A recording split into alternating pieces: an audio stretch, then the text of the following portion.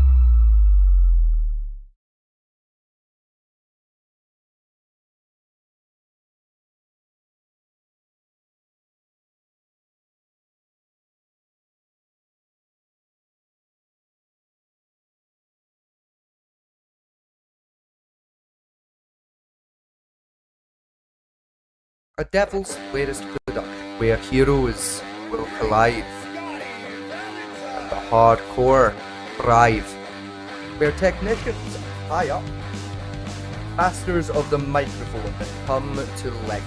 You are all peasants in my kingdom. When everything you love is on the line. Between these ropes we risk it all. We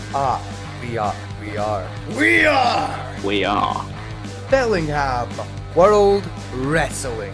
Coming soon, only on YouTube. A devil's latest product where heroes will collide.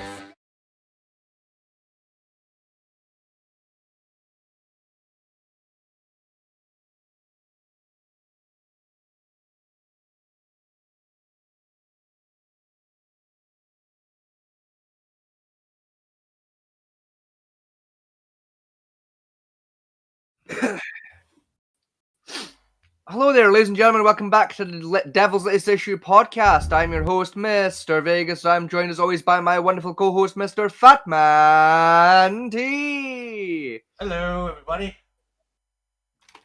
We are also joined by our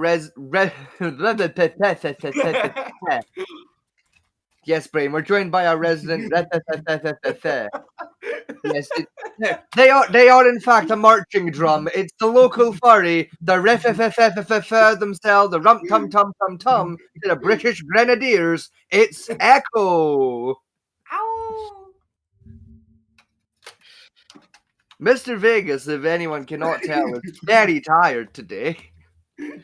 Mr. Vegas died for 8 consecutive hours today, and has only been awake for an hour. Wait, hold on. You went? Oh yeah, that was around 8 hours ago.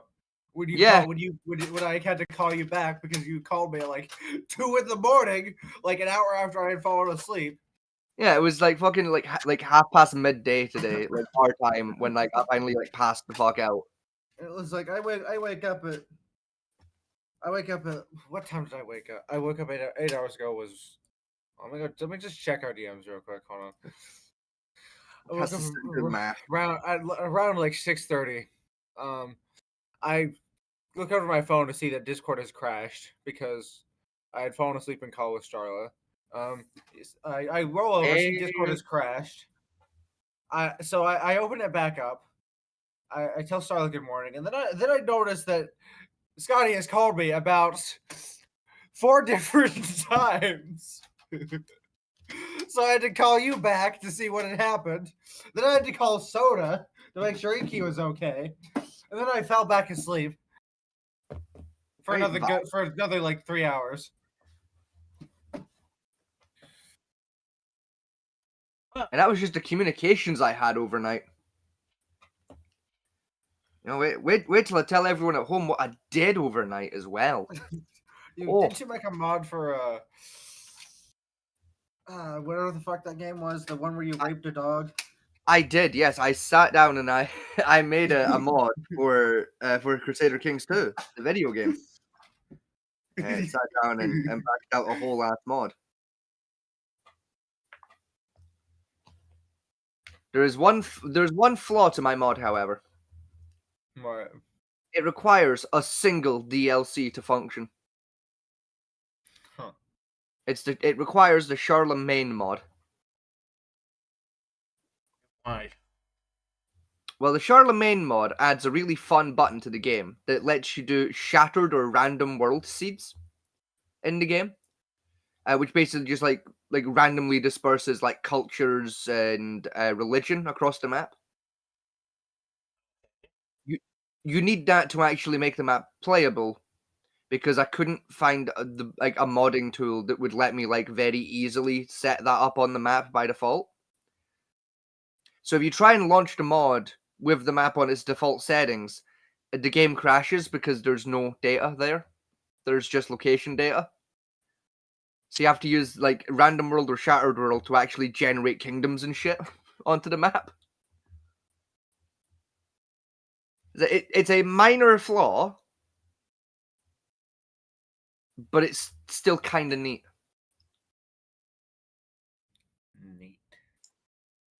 It's very neat.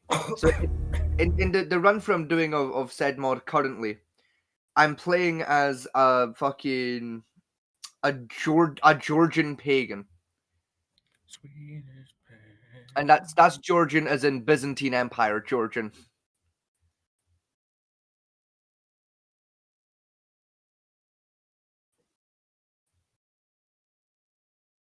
Essentially, I'm a Viking that uses crossbows and swords, and also I'm allowed to blind and castrate people. Ah. I am making what can only be described as an ungodly amount of wealth as a result.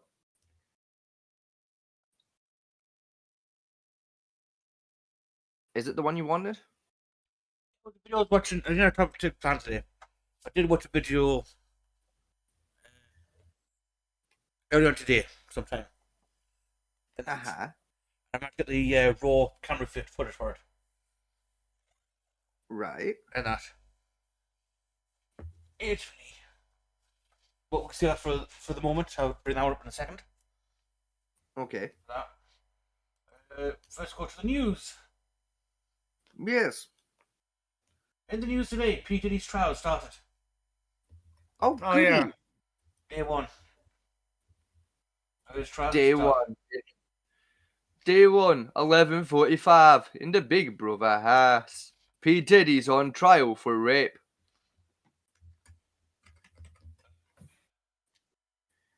There Like it is. also like the what was the what's the name the lady that was his wife, girlfriend at that one time, Casey.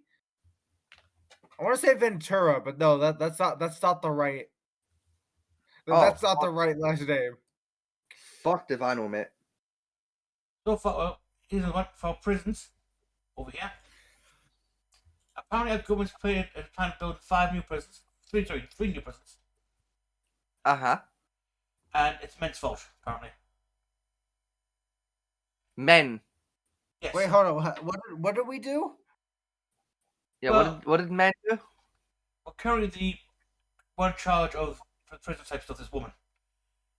But if I'm reading this correctly, she's saying she's going to send fewer women to jail because women do less crime. Yeah, okay, that's fair, yeah. No, she's actually going to send less women to prison. So even if the woman does commit a crime, she's going to try her best not to put guys in place so they don't go to jail. Ah, yeah, fuck off. Crime is Yeah. crime. Yeah. The hammer of justice is unisex. Apparently, the men's prisons are going to run out of room by November this year. And their plan is to build 3 new prisons by November? Apparently, yeah. It's a bold strategy, Cotton. Let's see if it pays out for them. It won't. It definitely won't. Also in the news, Donald Trump has lifted his sanctions on Syria. Yes. Yes. And everybody's pissed at it. Yes. Anyway, also in the news, Peter Sullivan's murder conviction's been overturned after the last 38 years of him being Yes, in jail. I did see that. Yeah, Who's I that again? was about to say exactly that. For once, we found a murder trial where I don't have a fucking clue who he is or what he did. I mean, it's a case I don't know myself that well. What I can remember of the case from last time about it is it was supposedly it was a rape murder with strangulation. So it had special circumstances to it. Ah, So you got I love- got His Majesty's pleasure in as free sentence. And that. One of only about I think about 50. I never got that sentence. mm-hmm. And so I think it was DNA evidence has proved it actually wasn't him at all. Well, that helps. But cannabis gummies explode. What? What exploded? Cannabis gummy dealer who killed children in drug lab explosion. Jailed 14 Oh. years. Oh, I see. Right, that's what it meant. Yeah, probably the headline reads Cannabis gummies cause explosion. That's from the Mirror. Yeah, I was gonna say that sounds like a mirror. Also in the news, Donald Trump and Qatar have signed a $200 billion plane deal. Yes. Anyway, also in the news, the mother of Archie York speaks outside of the Newcastle Crown Court. The who to Also- what now? My point exactly. Also in the news, Keir Starmer is being bullied because immigration. Also in the news, a teen driver who is driving a Fiat 500 while quote-unquote high on laughing gas has ran over a woman who was on the pavement. No, I got a better one. My headline's better for that one. I got hippie chick, crashes driver, jail for 20 months after running over a pedestrian. Sounds like the same person. It is that same Also story. in the news, also in the news here from the Daily Record, Donald Trump has been quoted as saying that he is unsure if Vladimir Putin will turn up for the Ukraine talks in Turkey. Yeah, Why are they having it in Turkey of all places? Why would you have it in the place named after a lunch meat? Because Turkey is a neutral country. technically a neutral country? Yes. I had I've got from Daily Express. Putin running scared after taking issues face to face, meeting ultimatum. And Yvette Cooper is still sucking Keir Starmer's cock hard way and trying to say that his speech sounds nothing like the one that fucking Enoch Pavel made a few years ago. Are we on track with Even Drive's though- bring on record? Even though Keir Starmer's recent speech is almost fucking beat for beat what Enoch Pavel said. Ugh.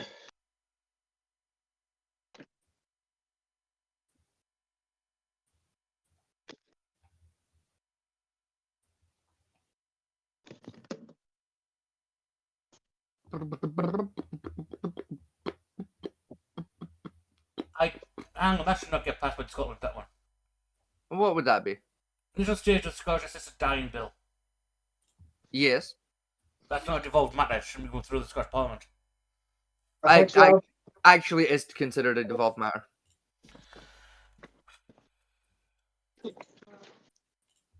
It's being allowed to go through the Scottish Parliament because it's being covered by. It's either because it's either being swung as a mental health issue, or it's being swung as. I believe it might even be getting swung under like fucking I think like things like a funeral rights cover. It's being given. It's something weird like that where like it doesn't technically sound like it should apply, but it does for reasons. What are we on about? Was talking about with my mother. Right. So basically, there's a bill going through the Scottish government right now to allow assisted suicide. Lovely.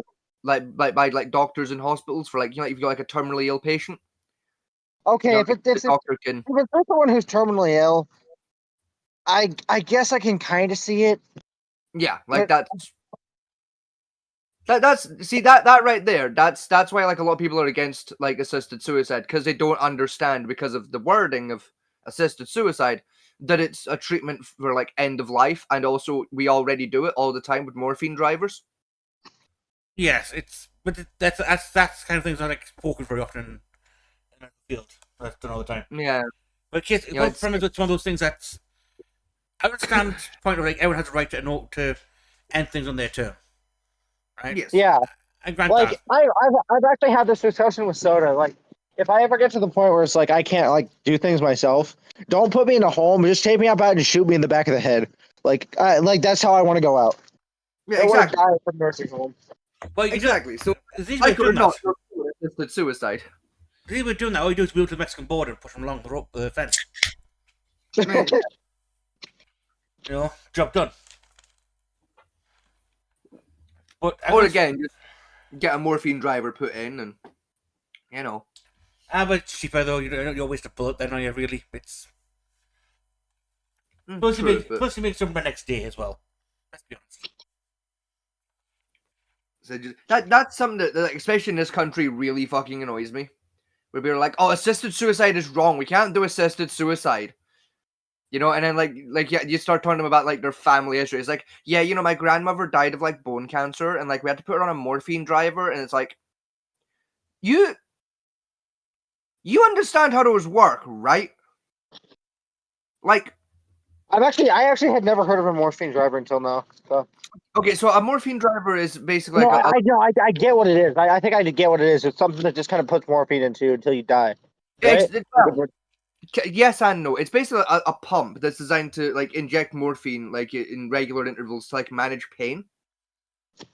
Unfortunately, the machine essentially does just kill you with a morphine overdose eventually. They also some have a big button on with basically press it to give them a dose whenever every time. It's usually limited to how many doses they can give themselves, but let's say certain doctors have a key that turns that off and then just walk out the room. Yes. And even then, by its own design, the morphine driver does just kill you eventually. But it's no. My problem with the suicide bill is the idea that it's all for abuse type thing. It's a case of I don't. I'm not saying everyone, but some people think, I've got peg. I'm looking after my daughter's got severe disabilities. I'm getting tired. Oh yeah, she wants to die. She said it to me. Yeah, look, throw it out for us. You know what I mean? Yeah, I mean, like, yes, it is open to that kind of abuse, but that's very fixable by just putting some fucking safeguards in the way. Yeah. You know, you'd basically chalk it down to like a matter of like either the patient before they became sort of like uncontactable would have had to have like been present for the signing of a DNR. I'd allow it then, or like the patient has to be able to verbally like say on their own behalf, this is what I want. Yeah, you know, sort of like shooting a girl, the patient could be gassed into getting committing suicide themselves by the family. You know, oh, you're just a burden, better if you're not here. You know that. You know What? that kind of like language over a period of time could convince them to eventually end themselves when theoretically they didn't need to. I mean, yeah, that is the situation that can I do occur. it tomorrow. You know, but also at the same time, I would argue, just because there are some fucking shitheads in the world doesn't mean everyone should have to suffer. I'm not. I say to me, it's one of those things where the bill, if it gets passed, has to be very carefully worded Hmm. and very carefully and safeguards built in that's almost unpassable in a way. I've already showered though. I mean, as I said, realistically, it's not that difficult a situation. It's people just want it to be harder than it is because like they're scared of the moral implications. Oh yeah, the modifications are weird as fuck with it. They're really not. They're so not. Like again, like if we can find the moral justification to build a machine that overdoses you on morphine and make that perfectly acceptable as a medical treatment, right? Then we can sign assisted suicide because the only difference between the two is a I'll week be and a back in. I'll be back in like 15 minutes. I gotta go mow the yard. no worries then.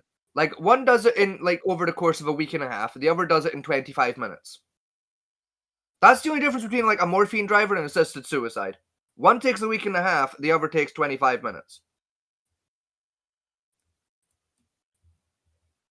Like realistically, that's the only functional difference.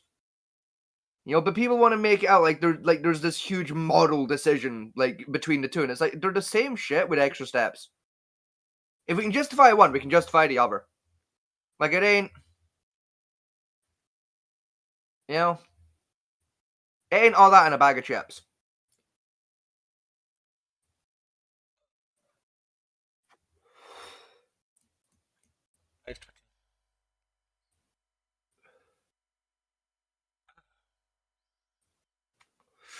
I said I'd have like if I was gonna do it, you know, like realistically, the only safeguard I would put in there, because it's the only one realistically you need, would just be the criteria of it's only applicable to people who are terminally ill, people who like they're gonna die either way, and they're gonna die in excruciating pain if we don't intervene.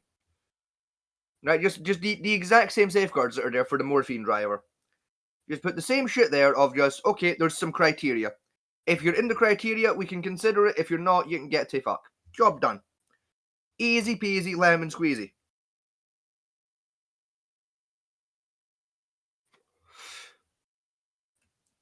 You know, you got a guy with bone cancer who's got a 3% chance to live. You know, his options are die in excruciating pain over the next 6 months, or take one jab now. We'll let him make that decision. You know, you just got like a kid with cerebral palsy. Nah, we're not gonna fucking assisted suicide that one. Like fair, like you know they got a shot at like living a decent life quality. The guy with fucking bone cancer not really got that same kind of shot.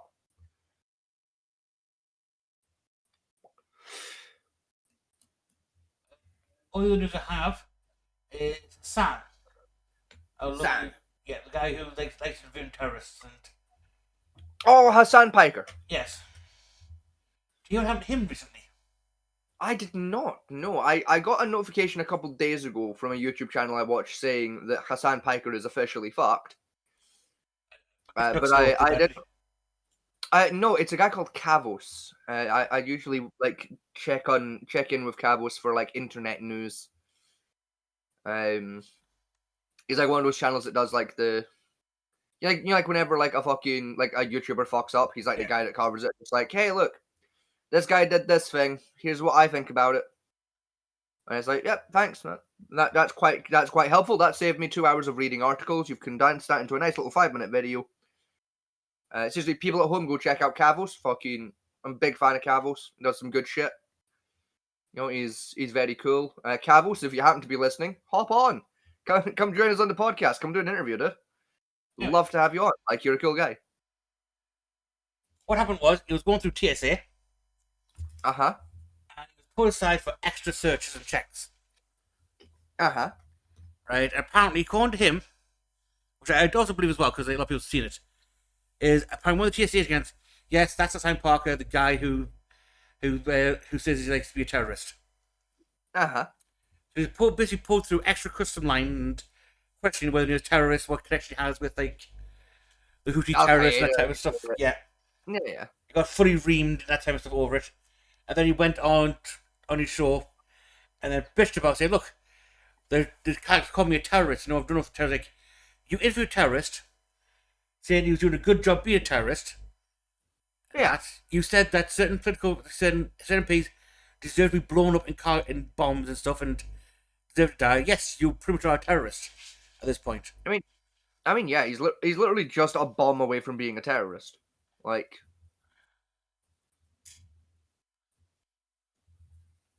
you know, and it's just interesting to watch a guy who was on the far left political sphere, right? Don't get me wrong, he was there with his Uncle Chunk Huger, right? Mm-hmm.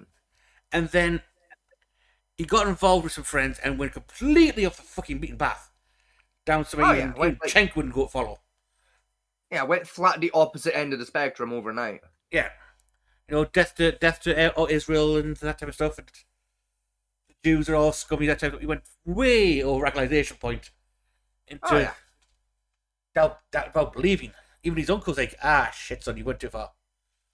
Yeah, I mean, it really goes to show, like, how terrifying radicalization actually is. Yeah. It's like, it genuinely shows just how fucking simple it is to turn someone from, like, all the way left to all the way right. You know, like, it's, like, realistically, it's not that difficult to do it if you know what you're doing.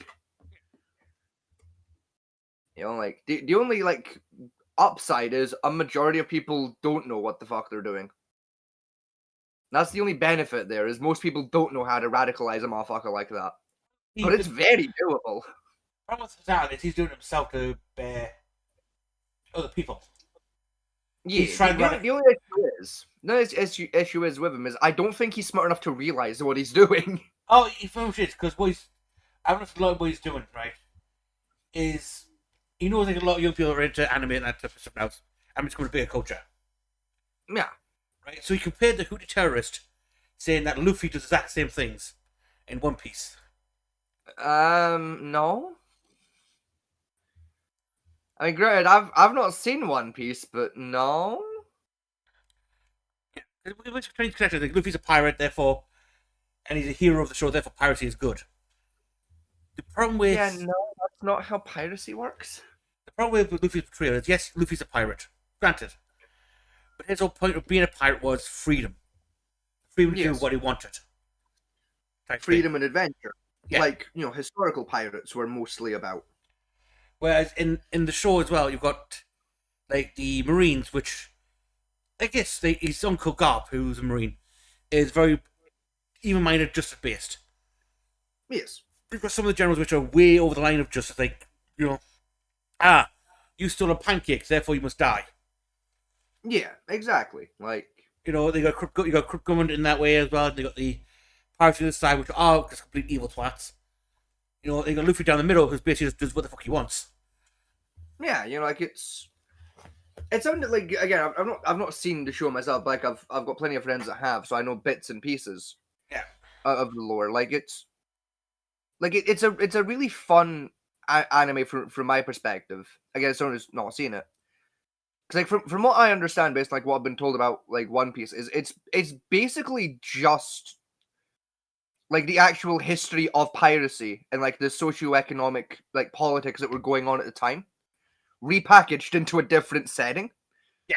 Like it's still pirates and shit, You know, but instead of being in like Kingston and Nassau, we're in Chucklefuck 7. Yeah. You know, it gets This is in this world, like multi-water, lots of small island nations, that type of stuff, yeah. right? And you've got the pirates going around in one particular area, the Grand Line, which is basically the Caribbean, for that Yes. reference. You know, lots of small island pirates, certain pirates go certain territories, both certain fleets, that type of stuff. Then you've got the Navy coming in, who's very heavy-handed Yes. in places where they shouldn't be. And that, or you got like maybe that works with some pirates. You got the government actually hired pirates to try and keep pirates in control, type stuff, which give them immunity so they can do what the fuck they want, as long as they do what the government tells them every now and again. So it's like it's right. It's like social and of the entire pirating world, just packaged in a fancy line with a kid that can stretch his arms. Yeah, you know, like it's actually kind of neat, to be fair. Like it's like what you described earlier there of like, you know, like like usually your good guys like the Marines were like way over the top, and most of them were like kind of turbo evil, like about how to do like their justice, and Yeah. you know, like most of the pirates are kind of chill and like more of the good guys, but some of them are also just like way too like off the line, and it's like that is literally how it was working back in the day. Like you had guys on both sides, like of the golden age of piracy, who were just cunts. Yeah. And you had guys on both sides that were actually pretty chill and really good dudes. They got like the You know, world like- government, who's like Yeah, hiding exactly. shit from everyone and trying to control everything, and any government that disagrees gets like nuked off the map. Yeah, you know, like, and, you know, like to the point where like, so I'm given to understand in One Piece, you got like a pirate king and stuff, and like I'm given to understand you've got like a specific island that the pirates kind of like own, and that's like their main base kind of thing, and Not quite. It's, you know, like that was going on in real life as well. Like it's pirate, cool. The Pirate King was a guy who basically set off what they call the Great Era of Piracy in the show. A guy who sailed to the end of the world, found the hidden item, which is the One Piece. No one knows exactly what it is, Mhm. and then basically was killed, was brought back for execution, and he basically told everyone else, "You want my treasure? That's what I told you it was. Have fun. Go find it." Which cast all the Gee. pirates to the sea. Gee, who does that sound like? That's beautiful, right? His name. His name. Yeah, was- I wonder what historical figure that's a reference to. But the beauty is, right, the name of the Pirate King is Gul D. Roger. Of course it is. Even still, I wonder who that. I wonder what historical figures that's a reference to. Can anyone guess? I can guess. Yeah, they got Luffy, who's, as a character, is his uncle, or his granddad, is a vice admiral in the Navy and the great war hero of the Navy. Mm-hmm. And then you got his father, who is the most wanted criminal in the world, being a Sounds about revolutionary. right. You know, he's trying to destroy the government. Mhm. Then you got Luffy, the grandson, and he's saying, "Right, I'm gonna be a pirate." You what? Yeah, he's like, fuck it, fuck all y'all. I'm gonna go be a pirate. Fuck the laws. Fuck the rules. I want to eat summer fruit. Eventually, yeah. And then at the moment, Luffy is currently classified as one of the 4 emperors, which are basically 4 powerfulest pirates in the world at that time period. Again, I wonder what that's a historical reference to. I got like, a lot of them. It's like one of the other emperors in the world at the moment, and Luffy's main like rivalish type thing. Uh-huh. It's a guy called Edward Teach, Blackbeard, Yeah, that's Blackbeard. who controls darkness as his Yeah. power. Again, that's Loki. That is actually a really fun historical reference. There's a lot of You them. know anything about Blackbeard? That's actually a really cool reference / joke. I Yeah. kind of like that. You don't have to pick out of the throne of like the throne a bit fatter, but basically a very fat guy with the big beard coming out and like the plaits in the beard. Yeah. They got the other picture of Blackbeard was a bit skinny. He had like the fuses in his beard and shit. Yeah, he'd keep like bits of twine fuse in his beard to like ignite, so his beard would smoke. Yeah. To like give like the illusion that he was like a devil, and things, and He also had white beard as well. yes, Edward Newgate. yep, You got redhead Shanks. I can't remember Shanks' last name, but No one remembers Redhead Shanks' real name. It's fine. yeah. You got Big Mama, was one of the Yeah. emperors. And that Kaido, which is a dragon from the Asian type stuff. I'll Yeah. say, like, I'm assuming Big Mama would have been. This is gonna sound racist, but hear me out. I have a defense for this. Uh-huh. Is Big Mama by any chance from one of the African nations? No, Really? no, she's a giant. Oh, fuck. No. What? Fuck. Which of the pirate is? Fuck. Which one is she a reference to then? Her first name's Lilith. Oh, is she just a Viking joke? Kind of, yes. Oh, that's boring. Damn, for a minute there, my hopes were really high for a minute there, because I was like, oh shit, is like all of the pirate emperors gonna be like actual references to like the most famous pirate of like each pirating region? Because if so, that's really cool. No, because one of them's a Viking now. It's like, oh, damn it! I thought we were gonna do a cool thing. I think her full name. Yeah, because like there was a pirate during again the golden age of piracy that was operating down in the African trade belt. Their name, I don't think it was Big Mama. I think it was like I want to say it was. I think it was like Big Princess or Big Queen, Oh, right, something yeah. like that. She was called. Her actual name is Charlotte Leaning. Charlotte Leanin. She could be a reference to the pirate that basically raped the English Channel for a while against the French. Because basically, she's her big thing is she's got all of her pirates in her group are basically a family type thing, like children born to her. Because she's kidnapping men, having sex with them, giving her children. Listen, that could be a reference to that French woman that pirated the English Channel because the French killed her husband. Because I know while she didn't have kids, she did like the way she treated her crew compared to how other captains would have. It was like they were her family / children. Yeah. So like it could be a fun reference to that technically. Yeah, and she's basically a giant big sweet tooth and stuff, and yeah, eating cakes and so yeah, it's definitely the reference to the French pirate queen. Yeah, it sounded like a reference to her. We got other names like that. We got Eustace Kidd, the pirate. Oh well, that's an obvious James Kidd reference. Yeah. You also got Trafalgar Law. Okay, One Piece. Okay, of course the Francis Drake reference. We're just gonna give up and call him just fuck it, just Lord Trafalgar. Job done, easy done. Fuck off, One Piece. What's even better is like Trafalgar Law, right? Specialized in medicine. Yeah, that's a Francis Drake joke.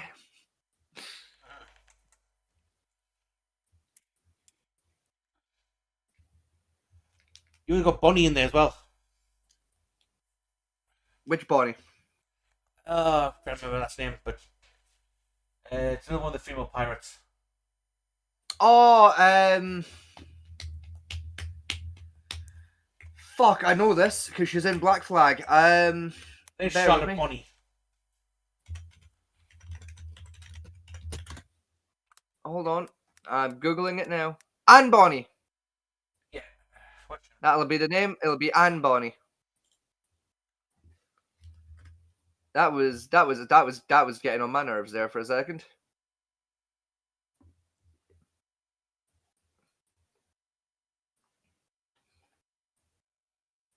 You got X Drake in this. That's one of the pirates of the worst generation. Called. Yeah, because Yeah. because there was you said it earlier. There was the Asian one. It's called like the Dragon or something. I'm back. Welcome back. Yeah. Like what was the name of it again? Sorry, if I meant Kaido the the one. Unkillable. Kaido. You Yeah. said. Kaido the Unkillable. Kaido the Unkillable. That'll be. Admittedly, this is the part of pirate history I'm not that clued in on, is Asian piracy. But if I would, what do I come back to? I'll explain in a minute. I'm trying to think. Shut the fuck up. That'll be.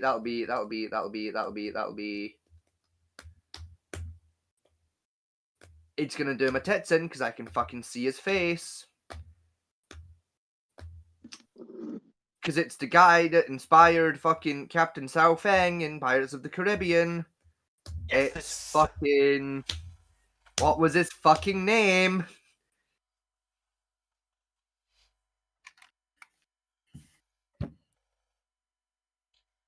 I want to say, was it? I want to say it was like Liu Peng, something like that. Lao Peng. I think close to, because he generally captains the animal, what's called the animal pirates in this world. It was something along the lines of like Lao Peng or something like that. In real life, I think it was a reference to, because part of his mythos as a pirate, or like his character. This is a really cool like historical thing.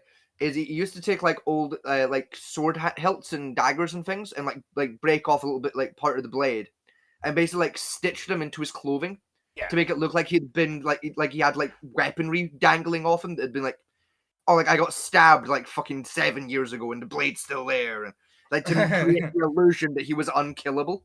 Yeah. To kind of like strike fear into the men he was raiding. It was low-key fucking genius move. Because it was devastatingly effective. There you go, there's the image of what Blackbeard looks like. Hang on, it's loading. Yeah, that's Blackbeard. Yeah. That's definitely fucking Blackbeard. There's Trafalgar Law. Yeah, pirates. Yeah, that's straight up. That is definitely Francis Drake. Yeah. You got ready? It's Oh god, what have they done to Captain James Kidd? And also, why have they called him Eustace? They're not going to exact references for the full names. Like Cheech. I think I can't remember his name exactly right. I think like Edward Cheech in here. They call him Edward.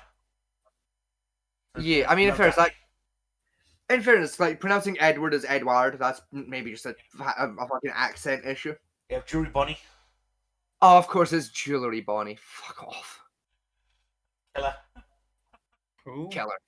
That could be literally anyone. It's quite a few. X Drake. Again, that could be pretty much anyone. Not really, because this one turns to a dinosaur. There's only one person I know who referred to dinosaurs in the pirate world, and that was Marco Polo's second in command. Oh yeah! Oh fuck! I know the exact fella you're on about. Yeah. Wasn't like a sword made of dinosaur bones and shit, something like that. I mean, in fairness, I frequently forget Marco Polo counts as a pirate. He does, yes. Like I always count Marco Polo as more of like an adventuring guy than a pirate guy, but yeah, like he I did thought do that a was lot a of pool piracy. game. It's a pool game. Yeah. No, there is Marco Polo, the one you do in the pool where like one guy's blind. Marco Polo. But that's named after the adventurer. There's a whole lore thing there. Just don't worry about it. You got Basil Hawkins. That'll be. Oh, Whose fuck, phone just buzzed? that was mine. I believe in real life the Captain Hawkins was Bernard Hawkins, if I remember rightly. Yeah. And again, they've got voodoo powers in this one as well. That makes sense because Bernard Hawkins was known to like cut about in like the like your voodoo circles a lot. So Champon Gangberg. Gangberg. That'll be. You're looking at the Italian Trade Syndicate. I was gonna say the name's drawing a blank, but yeah, it's one of the Italian ones. They've got. Rouge. That's what's referred to the Russian, that one who's tending to be not Russian. Let's see the Caribbean as well. I maybe. Like, he does look kind of Russian, I guess, so sure. You got Scratch Apple.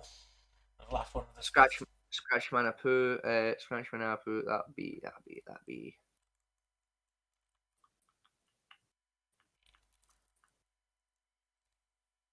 that'll probably be a reference to Apono, Captain Apono the Scratcher, who sailed. Yeah, originally was from modern day Uganda, and was supposed to be a slave, but started a slave coup on board the slaver ship he was being transported on, and took it as his own to be a pirate captain, and sailed around the region of. I believe he mostly hung around modern day Florida. You know what's funny about that? What's Right. that? Is the character in the show is part of the Two Elbow tribe. The Two Yeah, makes Elbow sense. tribe. Okay. It's Look, one of the old myths. Japan ain't exactly good at naming shit. Okay, Echo, fucking leave it alone. You know what's funny about that is there's in historical beliefs that some believe that Africans, who never went there, said Africans had 2 elbows. Sounds about right, to be fair, for some bullshit Huh. adventurers would make up back in the I'm not 1500s. gonna question how that. I'm not gonna question how that would work.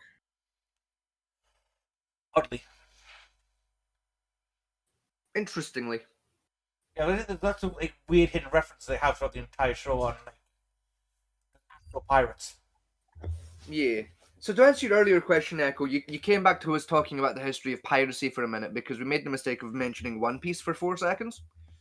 The One and- Piece. Fuck you, Jaden. Fuck you. He's Yeah, fucking and stuck in then- my head. And then, like, autism took over, and we decided to have a little historical adventure into the ancient land of piracy. What's up with had Sam Parker trying to compare Hootie Pirates to Luffy from One Piece?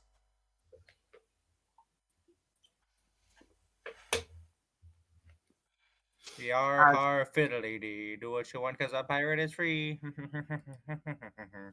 You are a pirate. Well, that sounds dumb. I bit my tongue. Oh. I sneezed and I bit my tongue. I sneezed and I bit my tongue. I need an adult. You are an adult. I need an Bowling balls adult here, versus adult. 700 kilometer an hour helicopter blades. I mean, the helicopter. Fuck me, brain. The bowling ball wins. Helicopter blades aren't that quite fragile. Sturdy. Yeah. Another thing I found out I was looking at this morning. Okay. Essentially, we've caught the Kodo bike rover, Uh-huh. right, on the highway for I can't remember what it was out for. Everyone says we had no right to pull him over. He then drags the biker off his bike and chokes him dead. How the fuck do you choke a bitch dead? Don't answer that, because I do know several ways to choke a bitch dead, but I mean, how the fuck does the cop choke a bitch dead by accident? Well, it gets worse because the cop then tries to claim that the guy died of OD. Right. And that. Even to the point where his fate giving him a knock-on. Uh-huh.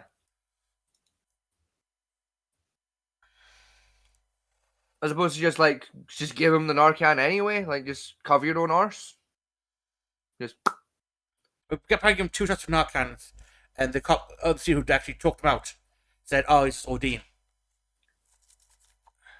Right. Until the coroner got their hands on the actual body, he's like, oh no, bitch, this guy was suffocated dead. Okay. Tucker did it. We got body cam, we got 3 body cams from it. Which shows it all across it all. As do we have the one of the guy that what actually did it? Yes, we do. Okay, I'd like that one first, because I feel that may likely give me the most relevant information immediately. This one is the first one. Speed 66. Give him a Lynch Culver. Coming up on. By the way, shout out to the civil rights lawyer on YouTube. We've got the information Yes. from. Frank Dillard.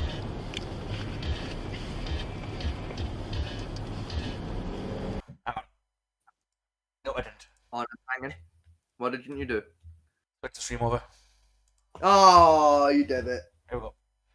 Did Well, shit. I don't mind Ah, about the Luffy stuff, because that was just for us. And that. Yeah. There you go. Table. Valve D-turn.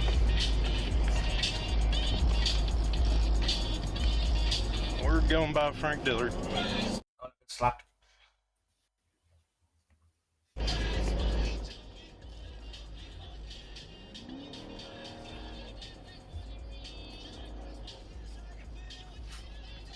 Fast monkey. Don't sing that. We'll get slapped for that. Oh. Speed's gonna be 60. Going by Coxford. But Fat Man T, Gas Monkey. Yes, monkey. That German monkey.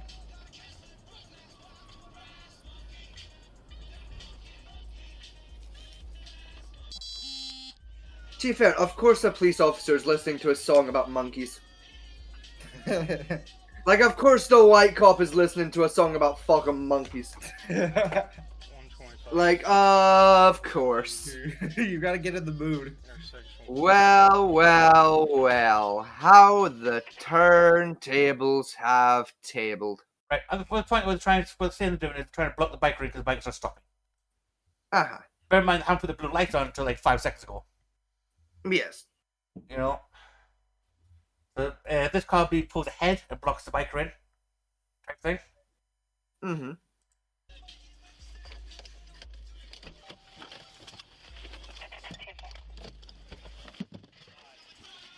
Get off the bike. Get off the bike.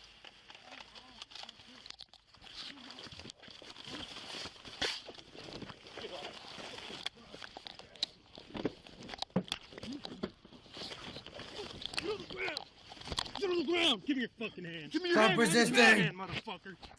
Give me your hand, motherfucker! I got one. Give us the other hand! So we got ground. Give us the other hand! Back up there. That one there. He's the one who got his arm around his neck. So far, it's going to I said that looks more like he's at the legs of the guy, but Yeah, it's kind of hard to tell. It's kind of hard to tell what's going on though. like, hang on, you're in the. Oh yeah, no, okay, yeah. Fingers to me. So yeah. Sorry, you're right. trying to go into chokehold. According to him, he was trying to remove the helmet Right. by trying to pull it off his head. Get that Right. strap there for a helmet. As is, so the guy's got no clue how a helmet works. Yeah. Oh, tight the biker helmet actually fit on someone's head. Yeah. Now. Just the other fucking hand. Johnny, get a cuff on this hand. I'm gonna choke When did you this out, you happen? hear me? Stop fighting! I think it was. Last year, if that's an American, so it'll be the 13th of the 9th, 2024. Okay. So yeah, over a year ago. Yeah. Well, just shy of a year ago. It's only 2025 now. We're not quite in the 9th.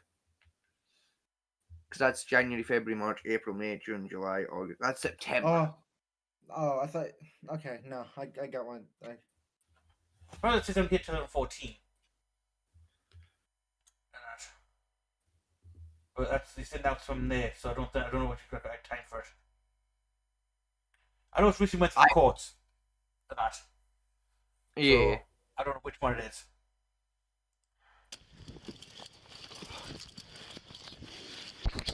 Fighting! He's not fighting. He's not fighting yet. He's wearing a. I'll say he's literally not moving. He's wearing a full-on body Kevlar biker jacket. Yes. It's designed to not let your arms bend that way. You know what I mean? Yeah, so you don't like land awkward and pop your fucking shoulder. Yeah, and they're trying to force your arms around the Kevlar plates, which isn't going to go. Yeah. And even if it does go, it ain't gonna be comfy for nobody involved. Yeah. Yeah.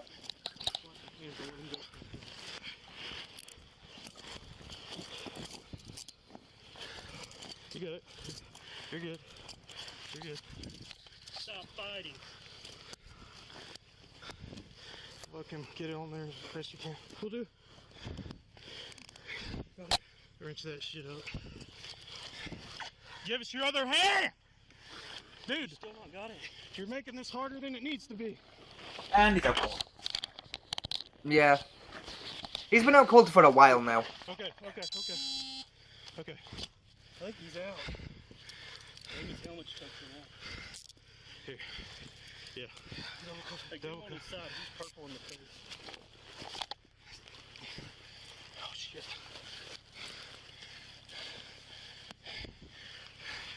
Johnny, get his other handcuff. Will do.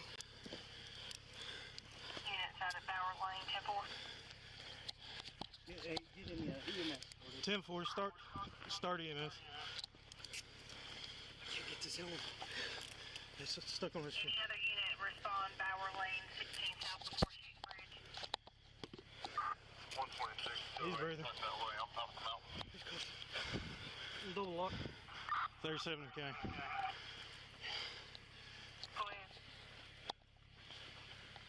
Hey. Hey. Hey.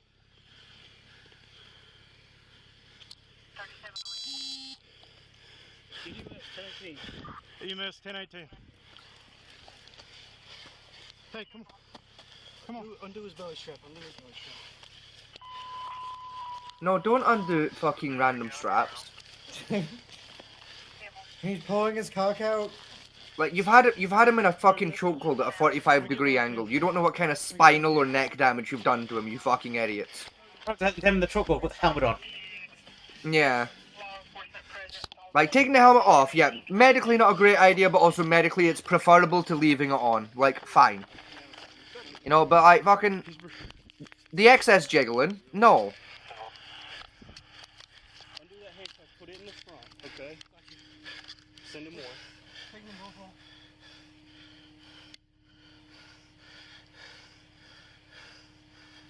Put the cover that had the truck on. I'm going to truck you out. 25. Hold on. You're Yes. thinking, oh shit, he's purple.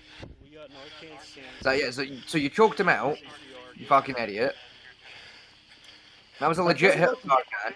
Yeah, that was that. Yeah, I was about to say that doesn't look fake. That hit in Narcan looked legit. Yeah, that was a legit hit on Narcan. I mean, it's not going to be in his system, but, you know.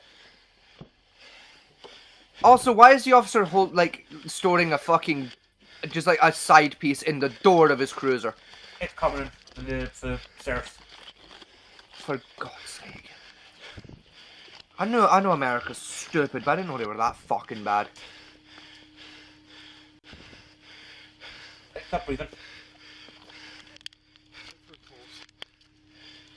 If you stop breathing, the other does not do a damn thing. Yeah, neither CPR. Chest compressions don't massage the lungs, they massage the heart. That ain't gonna do dick.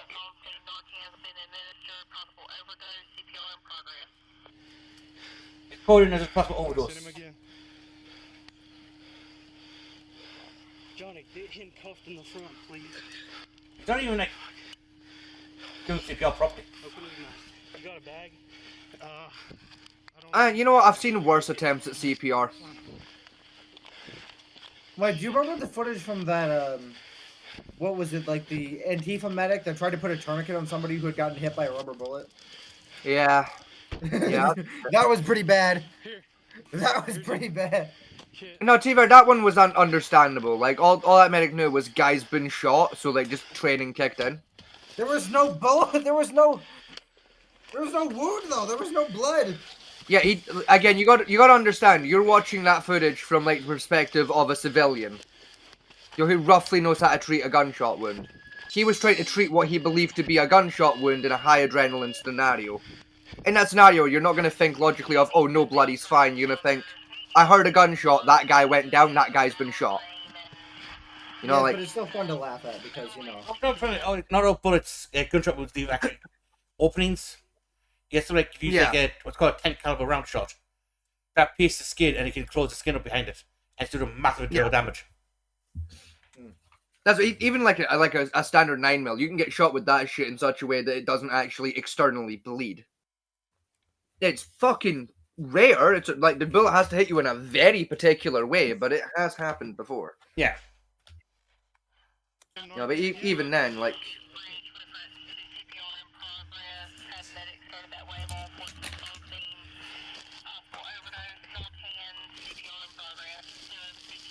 Here's a fucking mask. Okay. Start breathing for him. Okay. Oh yeah, that's gonna help. A mask. They have no idea what they're doing. Not a fucking clue in hell, no. How's this thing work, man? Yeah, they have no clue. That's the wrong kind of mask, ain't it? So far, I know 3 minutes. So even if they do, like, render him back around, he's brain dead anyway. Like, he's been without oxygen to the brain for 3 minutes. Watch out, watch out. Yeah, yeah. You're okay. Look at pictures good. on pad. Peel one pad off blue plastic. Check for a pulse. Apply pad to bare skin, exactly as shown in the picture. Feels like it's almost Which he hasn't done. Peel other pad off blue plastic. Do not touch patient. Proceeds to touch the patient. Heart rhythm. 10-4. Oh fuck, I was in keto. No shock advised. And rescue breath. Now my ears. Yeah, you get used to that. Something under. See if somebody keep looking for a bag rebreather. He needs oxygen. Yeah, Johnny, look in the bags here. Yeah, look in the back of my car. Continue care. Do you have one in yours? Ah, yes, we'll try and fucking trick the defib into fucking shooting him up. Yeah, that'll work. Continue care. Here. Oh, there's no even like side habits and them machines don't work. Open his mouth. Get his mouth. I mean, it does, like, because what the machine cares about is the rhythm. If you've got, like, the right kind of rhythm for the machine to shock it into a working rhythm, it'll do it.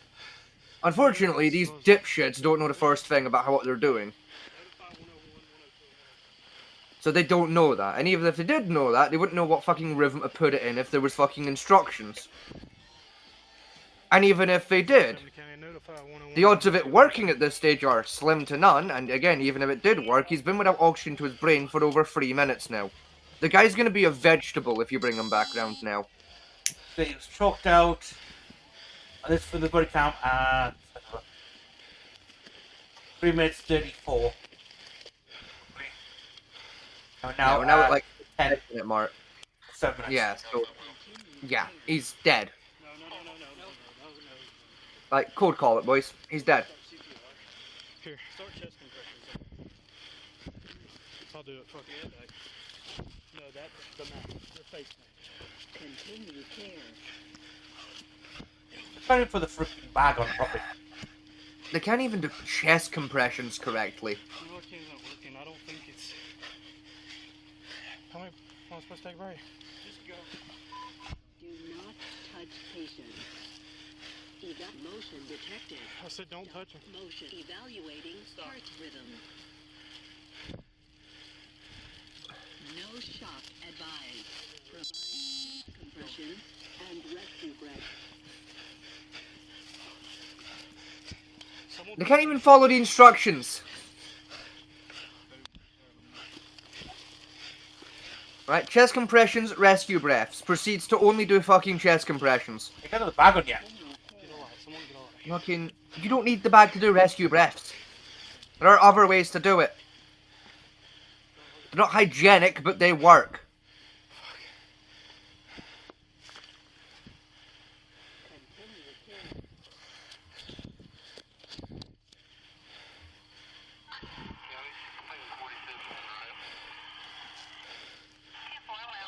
That's the. I'm genuinely more mad at their lack of medical knowledge than I am like anything else, honestly.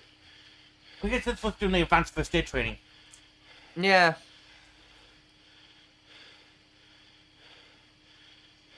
He's still pump the bag. Oh, there it goes. He did it once. Fucking right, fella doing the chest compressions, right? It's CPR. You're not at a fucking nightclub. Stop throwing it back. Right? You're trying to revive a bitch, not fucking pick up a check, right? Stop throwing it back. What do you need me to do? Jesus God. What a good lawyer. I need you to go back to medical school and redo your fucking first aid certification. That's what I need you to do. I need all of you to go do that. ETA on EMS. Did that go out? No. 37 to county. You got an ETA on EMS? Maybe use radio properly. That's great. Jesus Christ, he can't even hit the button on the radio. It's one button.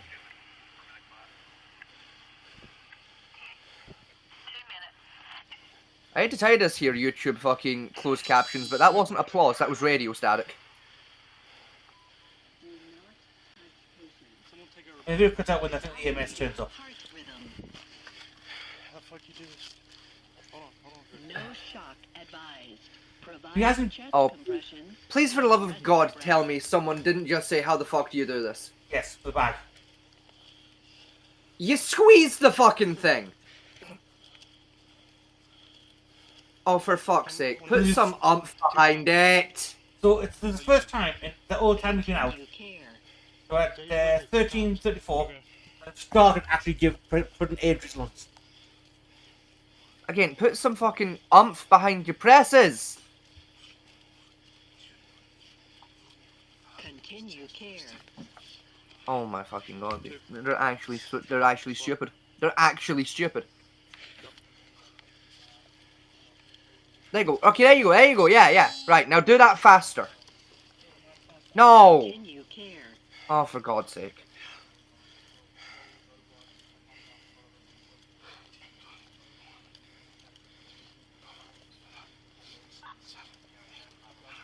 Right, give me the bag. Right, all of you clear. Just fucking... I'll do it. Right, officers, fucking move. This is just sad to watch now. All of you move. One hand's gonna do the bag, the other hand's gonna do the fucking chest. Move, all of you. All of you move and take that stupid fucking defib off his chest. You're all fucking worthless.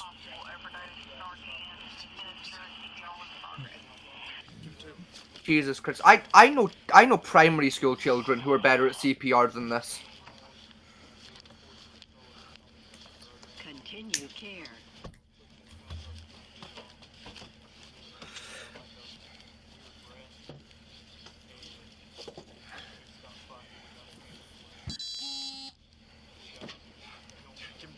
Continue care.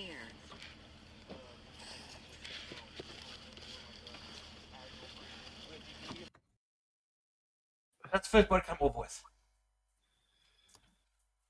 That was fucking painful to watch. Yeah, that was rough.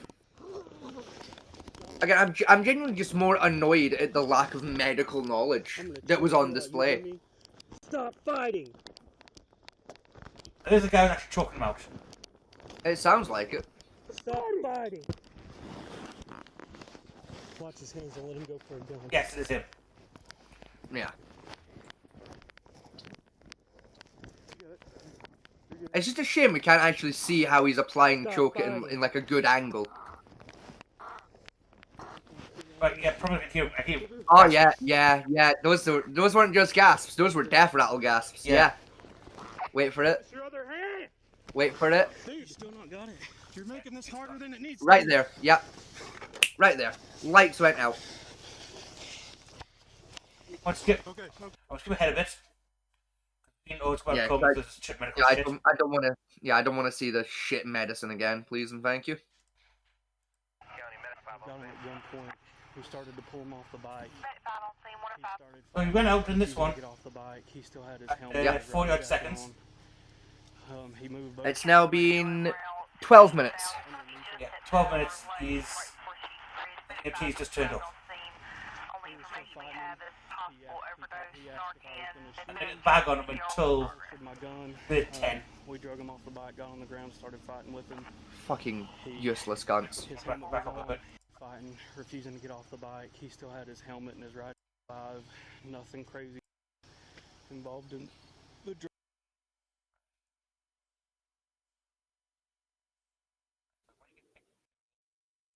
Heart rhythm.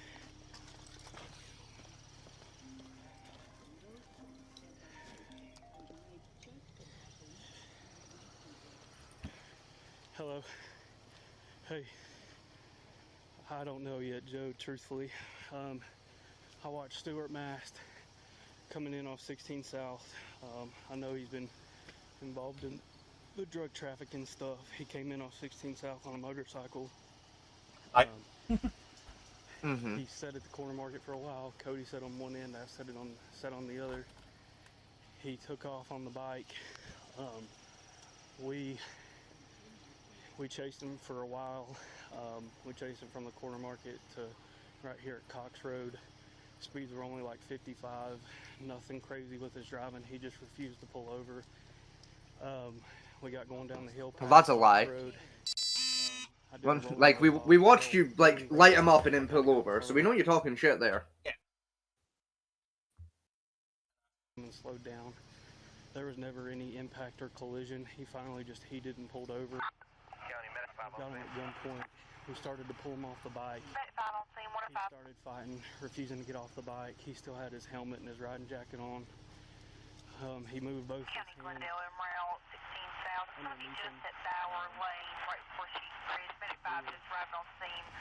He was still fighting.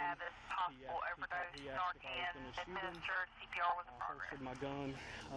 We drug him off the bike, got on the ground, started fighting with him. His helmet was on, and during the course of the struggle, his helmet's got some road rash on it. I was pushing his helmet up to try and get it off, and then he kind of let out like a weird breath, and he stopped fighting. We got his hands out from underneath him, handcuffed him. We got the helmet. I got the helmet pulled the rest of the way off, and he's just been out. He's kind of been doing like a agonal breathing. We've Narcaned him twice. No Narcan's working. We've got an AED on him. Yeah, because he's not having an overdose, so of course the Narcan's not gonna fucking work, you idiot. Key point there when I first said, right, and I tried to pull his helmet off as he had the chokehold. So basically what he done was, he had his arm wrapped around his neck, he grabbed the bottom of the helmet and pulled upwards. Yeah. So basically compressing the bridge of the neck of the helmet into his spinal cord as well. Yes. So he's probably broke the guy's neck. Yeah.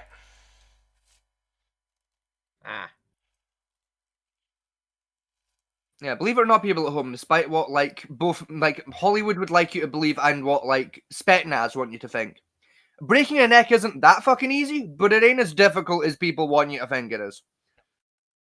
It's very easy to break a person's neck, but it sure as shit ain't Hollywood easy. He had his full weight down there as well when he was pushing down on. Yeah. Yeah, very easily a neck break, if not possibly a vertebrae fracture. Dr. Scotty in the house. I mean, yeah. Given I literally used to be first aid trained, yeah. Oh, were you? Yeah. Both were. You realize I was first aid certified until last year, right? No, I didn't. Like I've only been like out of a medical license for a year. Mine's about 3, I think, when mine ran out fully. Yeah, mine's ran out, and I think it was like August last year. Mine's expired, and even then, I'm not 100% certain it's expired. I'm just guesstimating based on like when I did the course versus when I think I did the course versus how long I remember it vaguely lasting. I believe it expired last year, but it might be next year when it expires. It's one of the two. Well, on the phone, he's chief there. Now, at one point, he said, "Wait, had my arm around his neck. I was choking him out." Yeah. You know. So he's lying by omission to his own supervisor. Yeah. Which is already a bad idea. Like I said, I'm going to choke you out, boy. I'm going to choke you out. Yeah. Proceeds to choke him out. Oh my god, how could this happen? He's unconscious. What? How could this be possible? Oh my god, he's purple. Right. Could it maybe have something to do with the fact that you were choking him out? Like, Oh, do anybody know his name? Just got here. It's Stuart Chad Mack. He's mid-40s. I tell you what as well, right? I'm like make a statement here, right?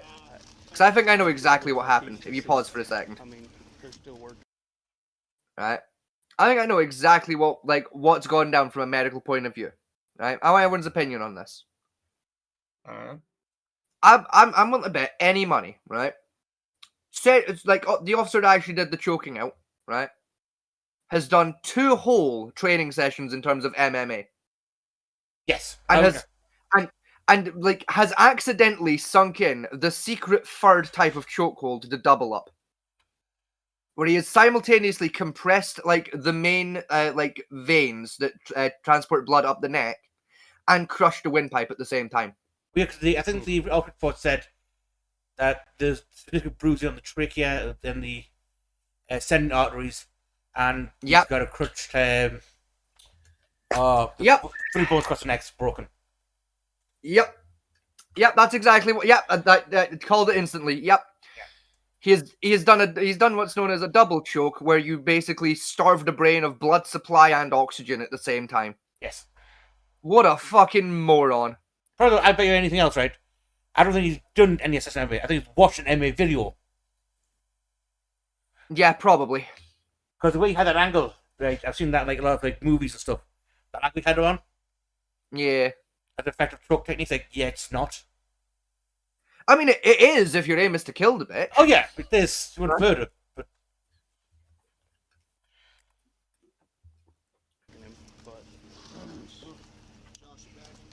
It's not effective for non-lethal takedowns. Yeah. Okay, bye. In fairness, chokeholds in general aren't exactly effective for non-lethal takedowns, because even if you do apply that bitch correctly and quote-unquote safely, you can still kill a guy quite easily. probably right. What gets me is that bike over there, right? That is a ninja. Looks like it's a 1,000 liter ninja. If the guy had any intention of run for the cops, he would be gone and they would never catch him. Yeah, like easily. I don't know how those cars are keeping up with that thing when at full power. It's also not exactly a bike that, you know, someone who's going to do trafficking of the drug variety is going to use. Because it draws too much attention, and it has basically no fucking storage whatsoever. Yeah, and even if you say, well, you can wear a backpack, you can't, because the wind tunnel effect on those things would rip the backpack off your back. Yeah, even if we'll pretend it wouldn't, right? We'll pretend, okay, you can wear a backpack.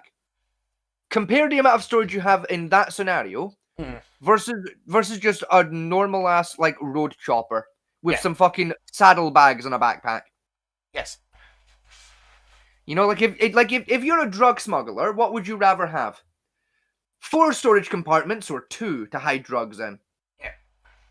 I'm taking the 4 option because that means I get to smuggle more drugs. Which means I make more money. That way the travel has a better torque ratio. So we actually move that weight.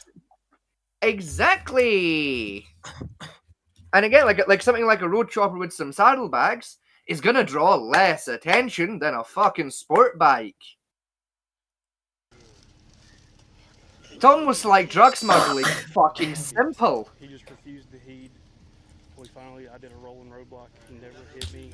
I mean, he stopped. I thought he was going to go around you for a second. I got him at gunpoint, and he said, "Are you going to shoot me?" And I holstered my gun. We drug him off. It was a fight. We bounced off the back of my car. We got him on the ground, and both his you didn't bounce off your car at all. Yeah, and you just didn't touch the car. Yeah. Like, we saw it happen. No one was anywhere near either of the cars. Again, see, change again. You got him on the ground, both hands.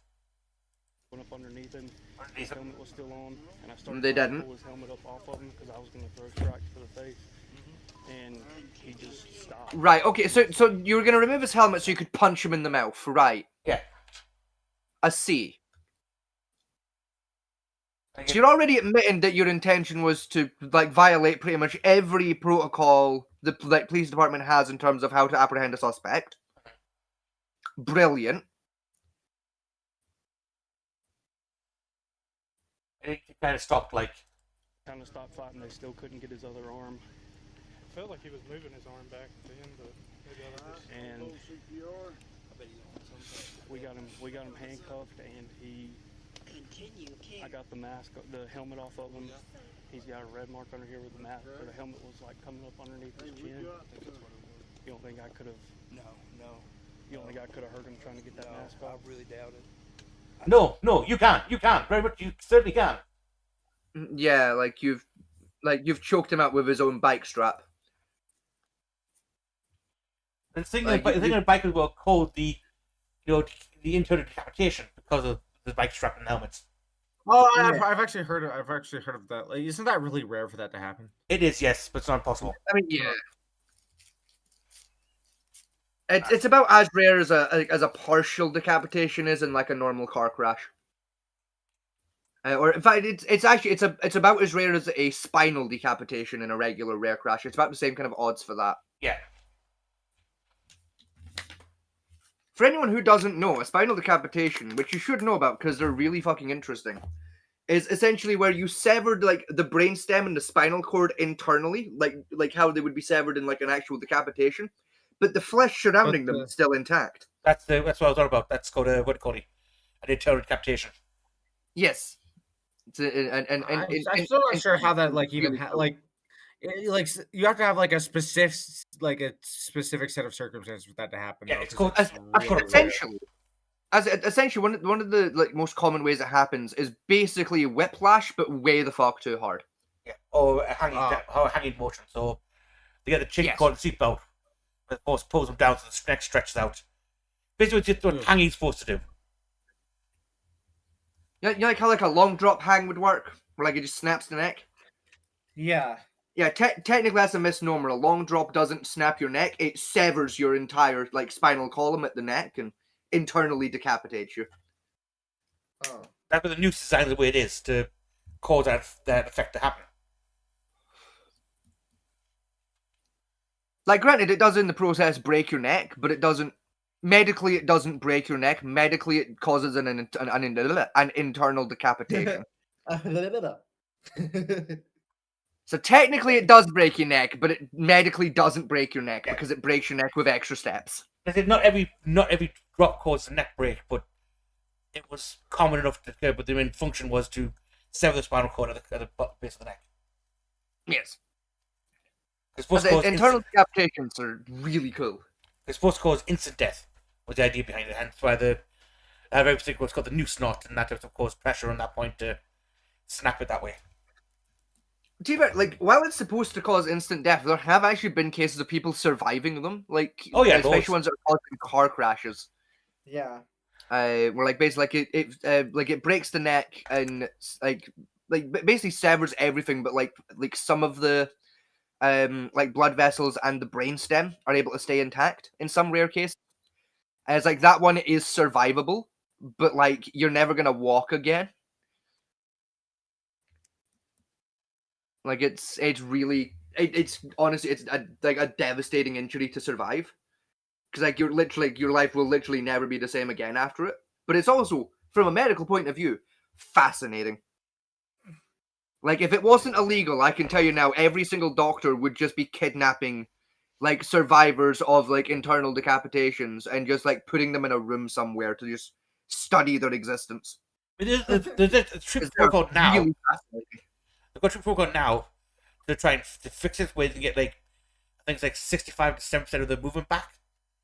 Yes. And that's with it. If the treatment's done correctly at the I think hour 5 of finding out the decapitation happened. Yes. There's a surgery they can do now with that biomesh shit. Yeah.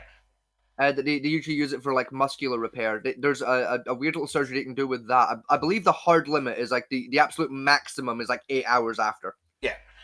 It's like the hard limit, and even then it's like very specific circumstance has to fall where like it's one of those surviving ones where like the brainstem and blood vessels are intact. It's just like the vertebrae and muscle tissue that have been damaged. Old boy's on. I bet he's high as a kite. How old is he? We're looking in the 50s. He sells dope all the time. Who is he? It's Stuart Chad Math. He lives on Water Tank Road. No, they've been working all that. I bet he's on something. I don't think it's anything. You don't think I could have hurt him with the helmet? No. You didn't. Yeah, that's exactly what you've done. And you've choked him out. You've double choked him with a double choke. You've double choked. You quad choked the bitch. He wasn't running like. No, he wasn't going fast. You square choked him. Well, I don't even think it was that. Yeah, you literally quad choked him, motherfucker. Like. Hit speed 3 times now. He's at 45, 55, and now 65. Yeah. So like, which was it? I was too far behind him. You think? I didn't. Yeah, we got this. He was just. It looked like he was just trying to drive, but he wasn't going fast. They got a call on him the other night. Daniel went looking for him out water tank. You gotta get this. Can you get an IO started? Something was going on. Hey Josh, you guys have anything? You guys have anything? Not at this moment. So the situation where the EMT trying to save his ass. Yeah. But also, like, the people with a shot at pulling him back at this stage are on scene. Chasing him.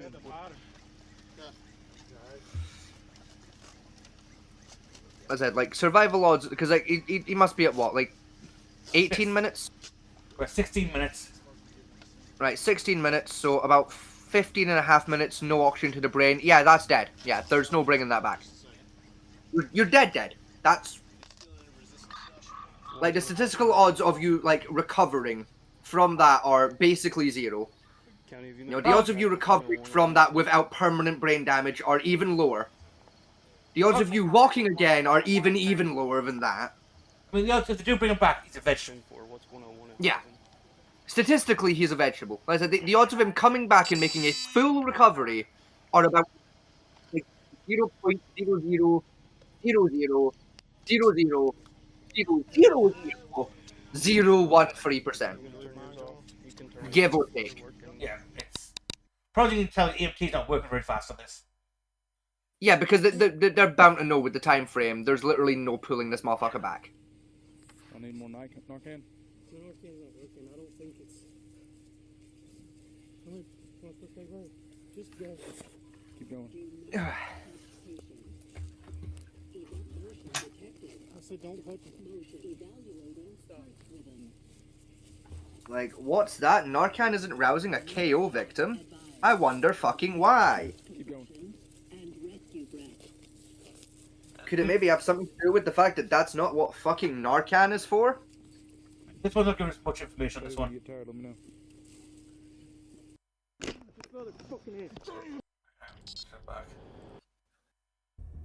Right, so this is the original video I got the information from. Get off the bike. Right. Get off the bike. I'm gonna get this from the civil rights lawyer. This is his actual channel. So subscribe because just some pretty. What I like about him, he actually is a civil rights attorney himself, and some of his cases he actually took to his channel. Yeah. Alright, okay, fair enough. We started to pull him off the bike. He started fighting, refusing to get off the bike. Get on the ground. Give me your hand. Give me your hand behind your back. Give me your hand, motherfucker. Give me your hand, motherfucker. And I started trying to pull his helmet up off of him because I was going to throw strikes to the face. I'm going to choke you out. You hear me? Stop fighting. And he just stopped. You don't think I could have... No. You don't think I could have hurt him trying to get that mask off? I really doubt it. This is about a guy named Stuart Mast. He's just riding his motorcycle. He had committed no crimes. He got pulled over by deputies with the Ash They could call him Stuart Chad. Yeah. And Stuart Mast. County Sheriff's Office. So we didn't even have the right fucking guy. He would be dead. The medical examiner would rule that death. Asphyxia, which was a murder. Yeah, so here, asphyxia, rapid insufflation of body vest, compression of torso by others, cutaneous petechia of the upper back. I think I pronounced that right. And compression of the neck. Yeah, he broke the neck.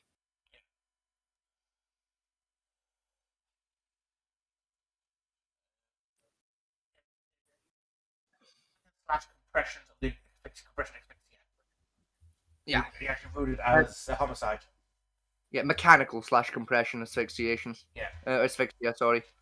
So yeah, he's like I mean, to be fair, the mechanical side of it, based on the rapid insufflation of body vest, that I think what's actually happened on that one is the bruising that would have been caused internally from the CPR has been like gently misread on that one. But either way, yes, straight out, that one, yes. He's basically still bang on.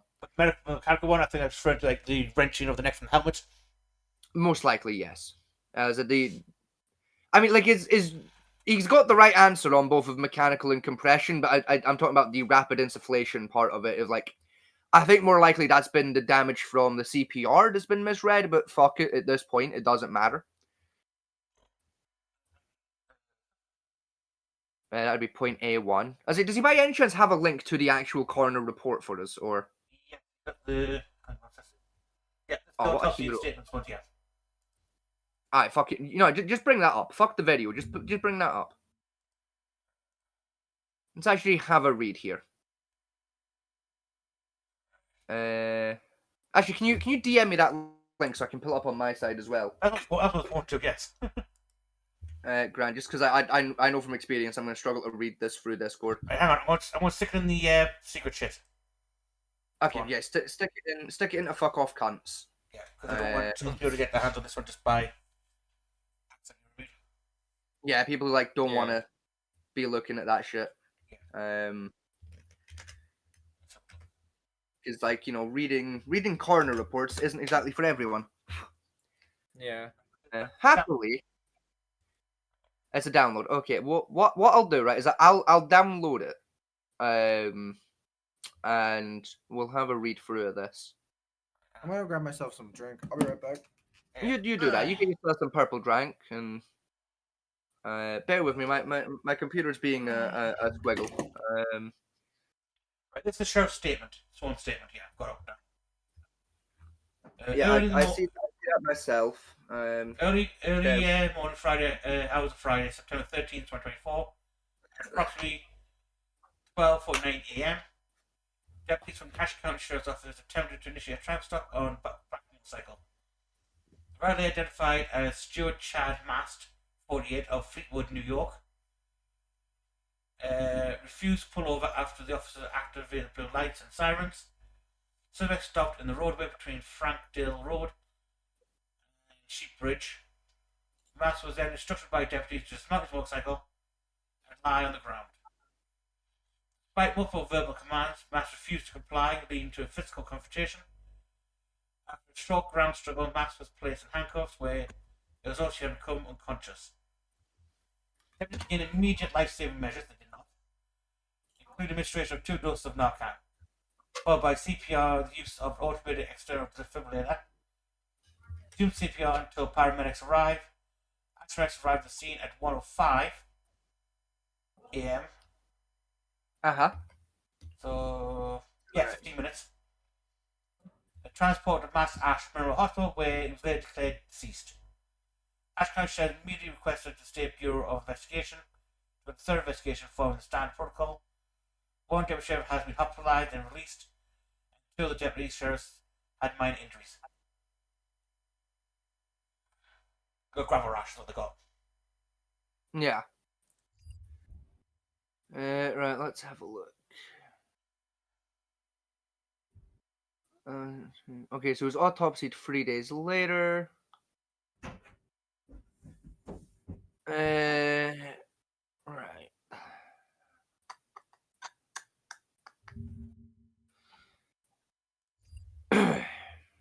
Okay.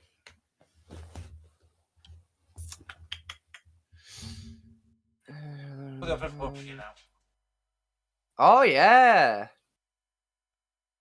Yeah. Yeah, that's a broken neck.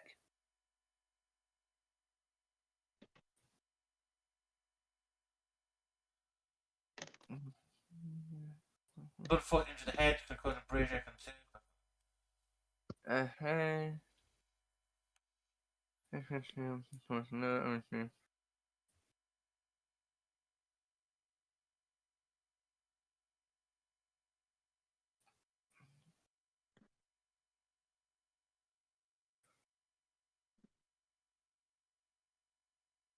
Yeah.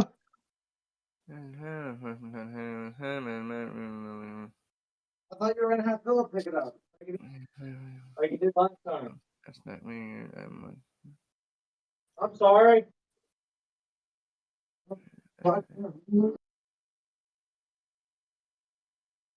Oh, that's bad. Oh. What page are you on? I'm on page 2. It was an airbag vest. Oh God. Yeah, we get to stage 3. Page 3 because it was designed to deploy gas mechanisms with vest lining. Yeah. By the impact of an ejected.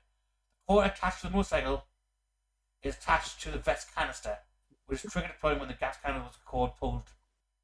Yeah, I already made that math when I read it was a fucking airbag vest. I was like, I know exactly where this is going.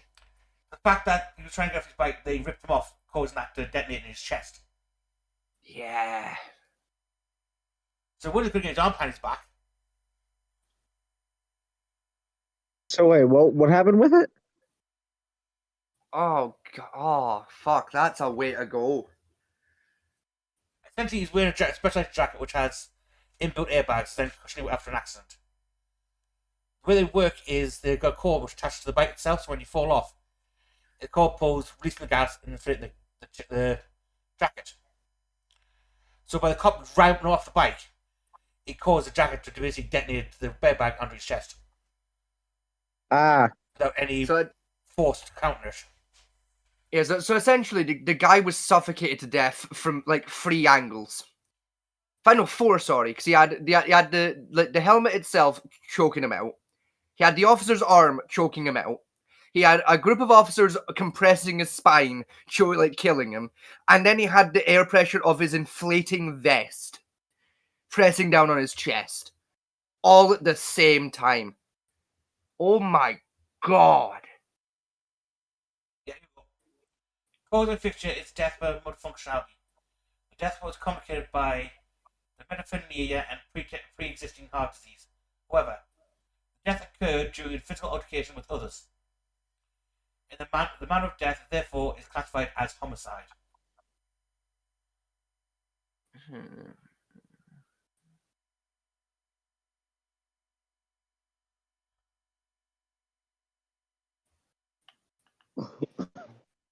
Here we go. I'm caught up to you now. Here we go.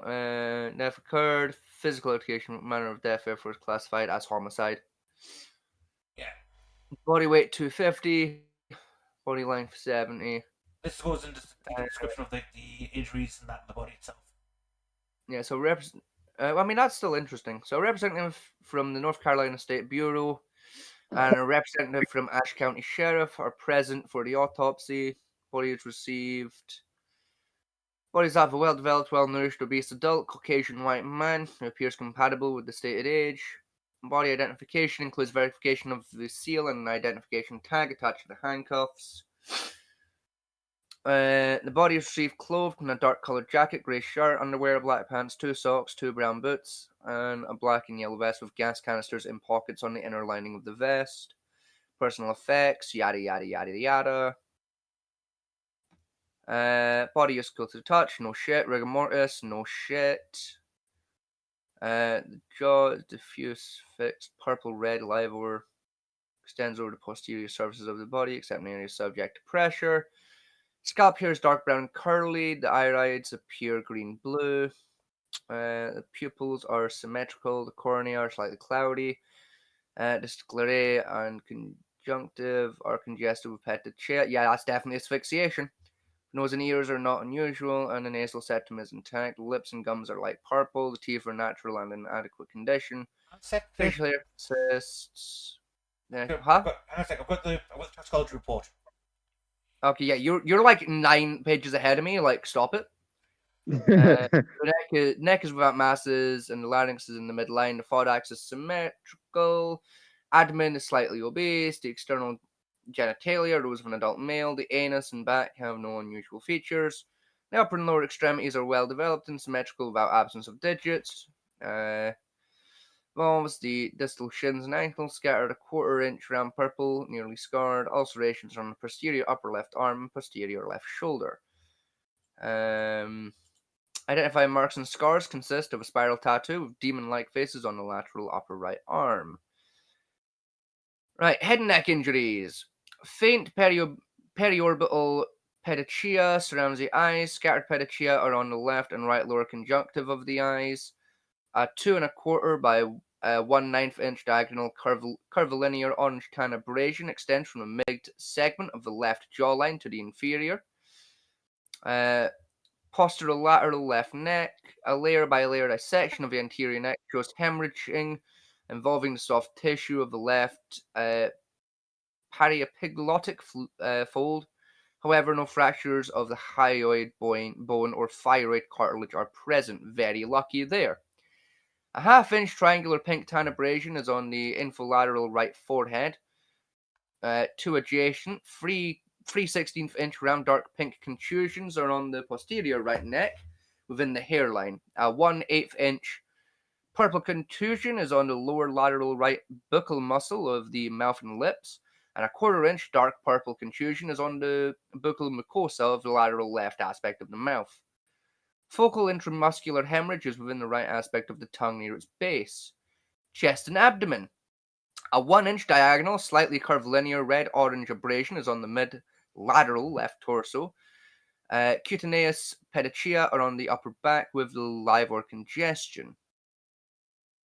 A 1" round red abrasion, flanked superiorly and inferiorly by 2" horizontal depressions, is on the posterior left wrist. A 1/4" diagonal linear orange-red abraded contusion is on the dorsal left hand near the base of the hand.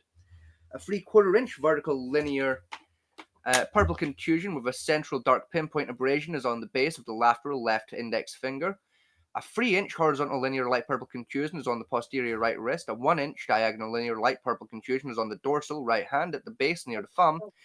Scattered punctate dark red abrasions are on the lateral mid left arm near the elbow and mid posterior left forearm. A 1" diagonal linear dark red contusion is on the proximal lateral left thigh hip. A 1/8" oval scarred dark red abrasion is on the mid anterior right lower leg. A 1/2" area of punctuate brown abrasions is on the distal medial left lower leg. Body cavities, panniculus adiposus 6.5 centimeters. The pleural and abdominal cavities have no abnormal quantities of fluid and no fibrous adhesions. All body organs are present in normal anatomical position. Central nervous system, brain weight 1300 gm. No subscalpular contusions or skull fractures are present. The dura mater and falx cerebri are intact without adherent blood. The left meninges are thin and translucent and with no area of blood or exudates. The cerebral hemispheres are symmetrical without edema, atrophy, or mass lesions. The structures at the base of the brain, including cranial nerves and blood vessels, are intact and free of abnormality. The arteries of the circle of Willis are in the usual anatomical configuration and are patent sections. Through the cerebral hemispheres reveal no lesions within the cortex, subcortical white matter, or deep parenchyma of either hemisphere. The basal ganglia thalami and Amon's horn have no unusual features. The cerebral ventricles are of normal caliber.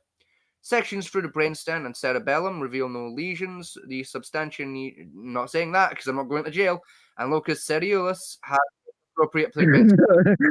Spinal cord is not examined. Neck.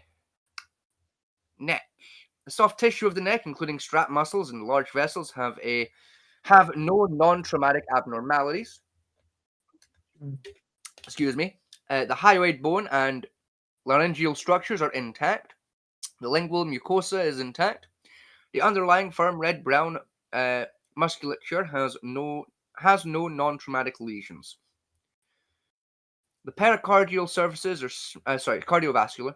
Pericardial surfaces are smooth and glistening. Pericardial sac is free of significant fluid or adhesions. Coronary arteries arise normally.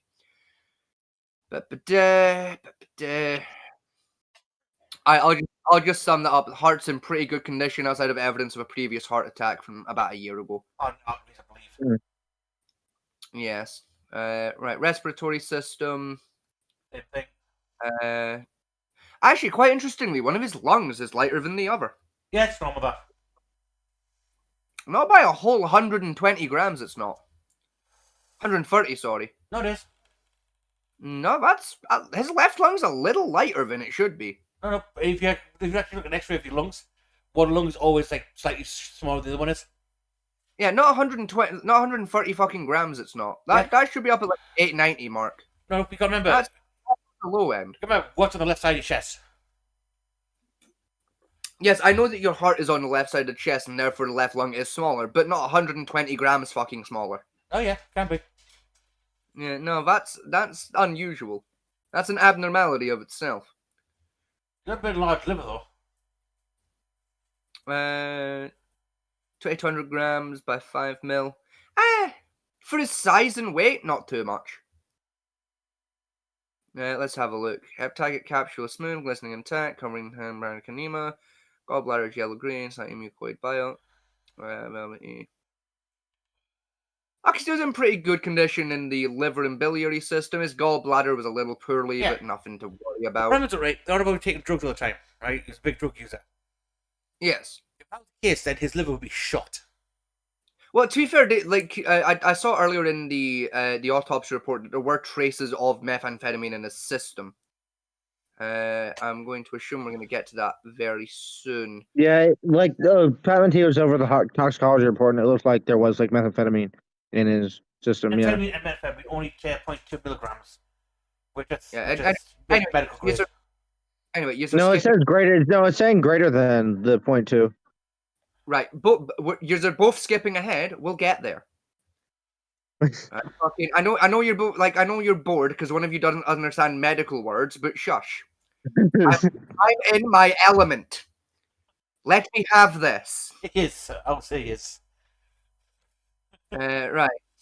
The esophagus is lined by grey-white smooth mucosa. The gastric mucosa has focal post-mortem loss of the usual rugal fold, and the lumen has approximately 190 ml of brown liquid with tan, red, partially digested material. The serosa of the small and large bowel is smooth and glistening. The appendix is present. The pancreas is a pink tan, lobulated appearance, and the ducts are unobstructed. Okay, I don't need to know about his dick, thank you. I thought you would have loved to know about somebody's dick. No, because it has no medical relevance to the issue at hand. Spleen has smooth intact capsule covering dark purple, soft parenchyma. Fuck me. Soft parenchyma. Not fuck you, sorry. The lymphoid follicles are indistinct. Regional lymph nodes appear normal. The bone marrow is red purple and homogeneous without focal abnormality. Honestly, I'll be honest. If I didn't know that this was a fucking like an autopsy, I'd assume this guy was in pretty good fucking condition right now. Yeah, he's for age 50. You know, he's not bad. Yeah, I mean, man is passing this with flying goddamn colors. Holy shit. He was 50 years old? I believe 47 was the exact number. I'll tell you a little bit later when I'll scroll back up to it in a bit. Right, the pituitary, thyroid, and adrenal glands have no lesions. That's good. Framework supporting musculature and soft tissues are not unusual, so they're above board. Microscopic description, block summary, coronary arteries, heart. That's fine. Nothing of value. Sections show large. So for the heart, sections show large foci of replacement of myocytes by hypocellular fibrosis, connective tissue. The adjacent myocytes have compensatory hypertrophy. No acute hemorrhage, neutrophil inflammation, or necrosis is present in these. Really, no necrosis of the heart. 3 days after death. Damn, that's a healthy heart. I think he had a heart attack as well, so it's no damage from that either. Even that, like fucking 3 days after death, still necrosis still hasn't set in. Holy shit, that is a healthy fucking heart. My God, it's impressive. Lungs sections show multifocal extravasation of blood into the alveoli and pink proteinaceous fluid consistent with edema within alveoli. Sparse scattered perivascular and peribronchial and narcotic pigment is present. So lungs are a little short, but not too bad. Basic signs of the back of the jacket going off would cause that. Even then, most of that's just smoker's damage, honestly. Section shows severe, mainly centralobular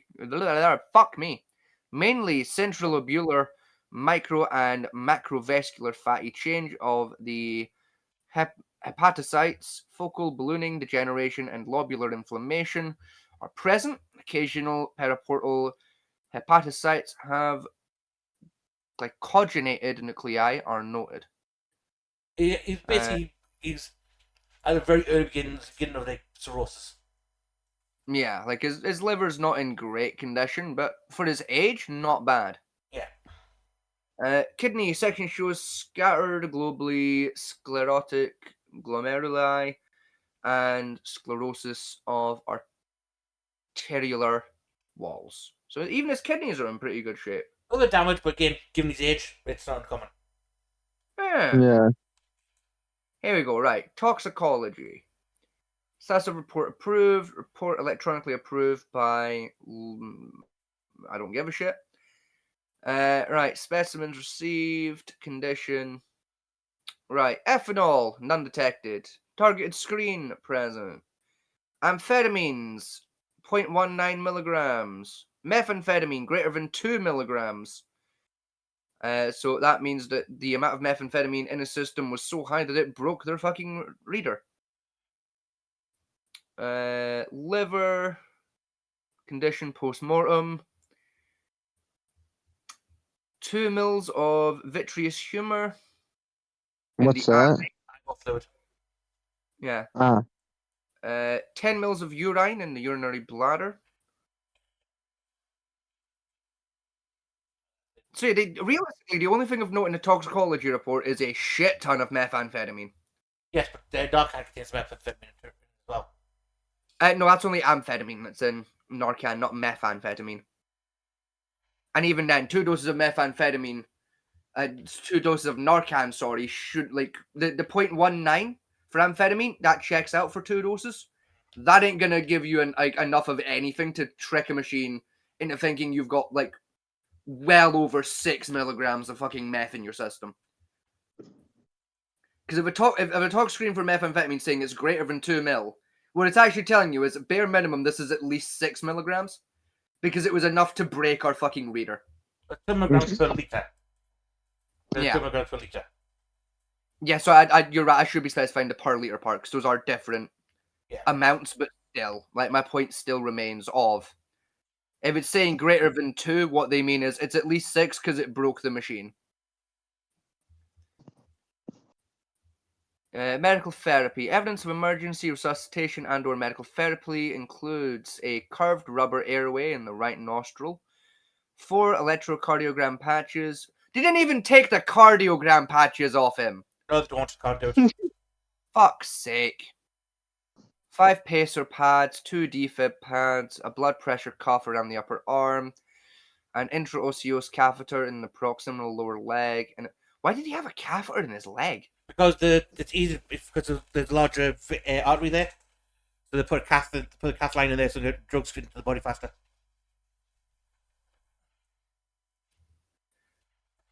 Interesting decision, but okay, it's American healthcare. What do I expect?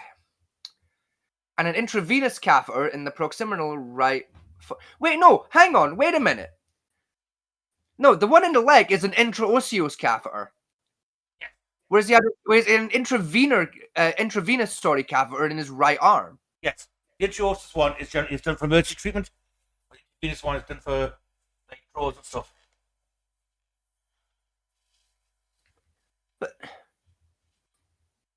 you can just do both with the intravenous. The intravenous would have been more effective. Why did they waste time doing both? It's standard medical for trauma cases. No, it's not. Not anywhere I've ever existed. It isn't. In America, it stands for. Well, for trauma victims, standard puts one straight into the thigh. That is such a waste of time and resources. Oh my fucking god. As many drugs as can get in the way of like other treatments, basically. Everyone can fuck off with that.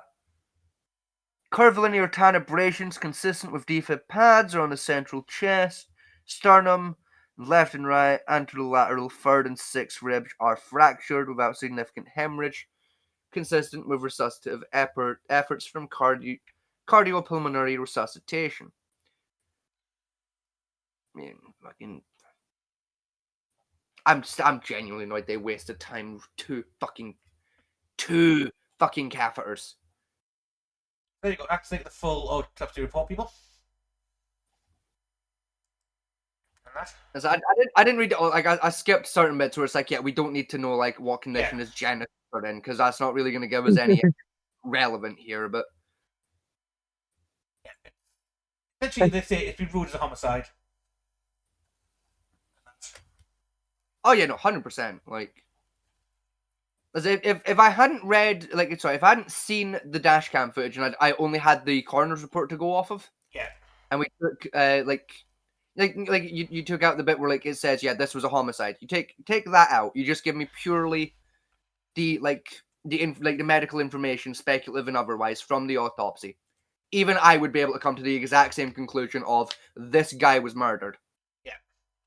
Like this guy was murdered. This guy was fucking choked out. Again, he's 40 years old, by the way. Yeah. Again, it's a very thorough medical exam report, I must admit. Oh yeah. And that's from Ash County. So. Oh, to be fair, it's Jerry Lynn McLemore that did it, so like you're getting a good. You always know if you see Jerry Lynn doing a coroner's report, you're getting a good one. Yeah. Like low key, Dr. Jerry Lynn McLemore is on it. She's up there. She is up there in the autopsy world as one of the best for like doing autopsies in America. So that's the autopsy report for people who are interested in it. And yes, Echo, when we do one of these dives like this, we do quite get this kind of nitpicky in the shirt. Oh yeah, like especially me, because like I do really like reading things like coroner reports and that because I'm a really big medicine nerd. I find medical information really fascinating. Yeah. I just have the actual police report, but don't have that. Let me have a look. It's on the side checked.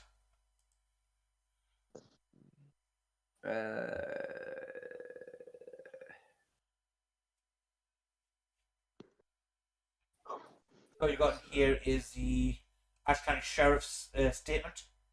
Yeah, I've got the statement. Send us a link to the video that you took the links from, if you have that still. Oh wait, no, never mind. I see it on the website. Never mind. Ignore me. With the body cams, yeah. No, the one you pulled up where you got the link to this website from. All right. But it's fine. I've found it. It's on the website itself. All right. Let's see. No.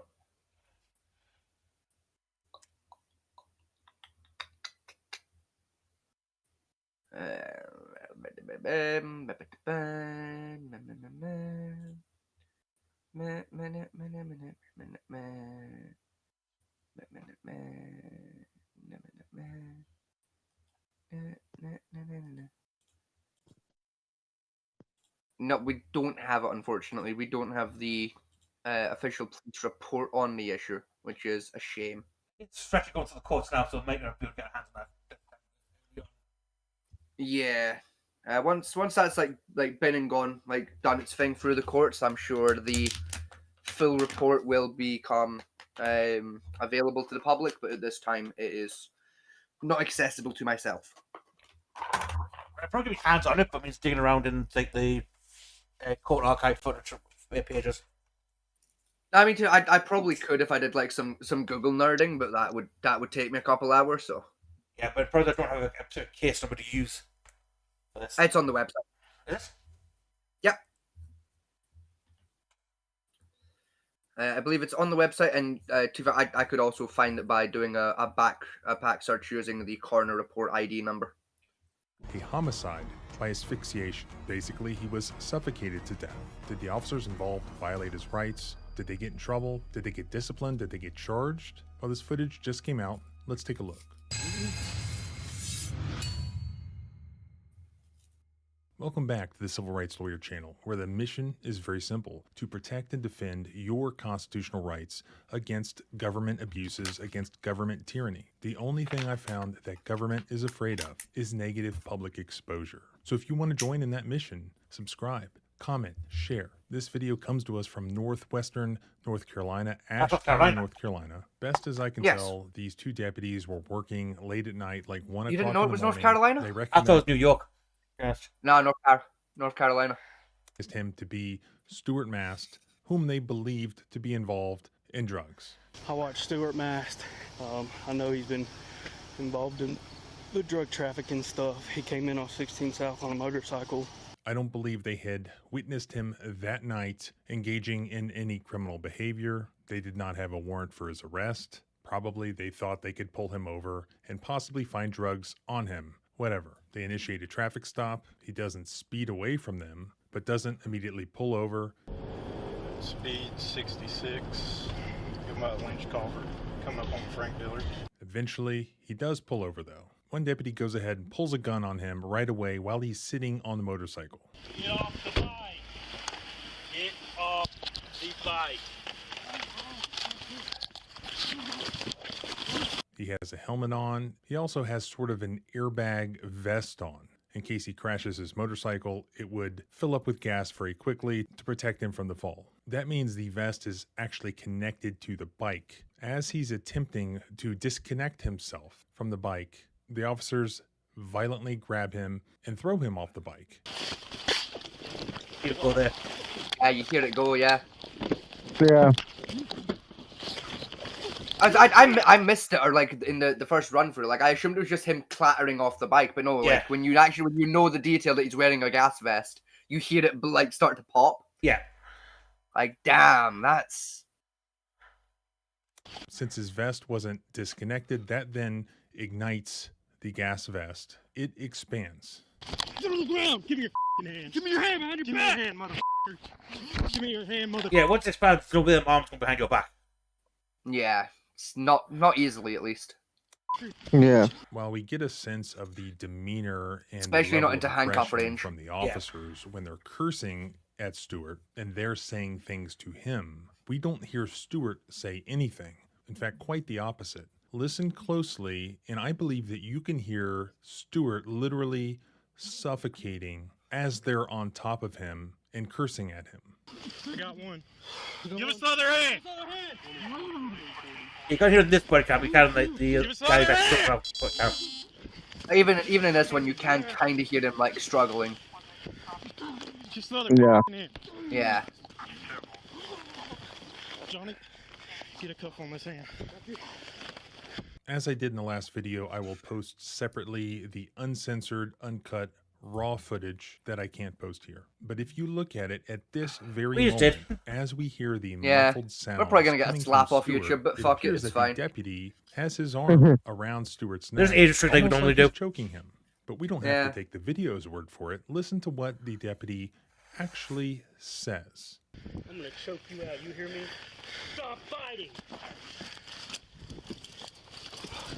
Give us your other hand, dude. Still not got it. You're making this harder than it needs to be.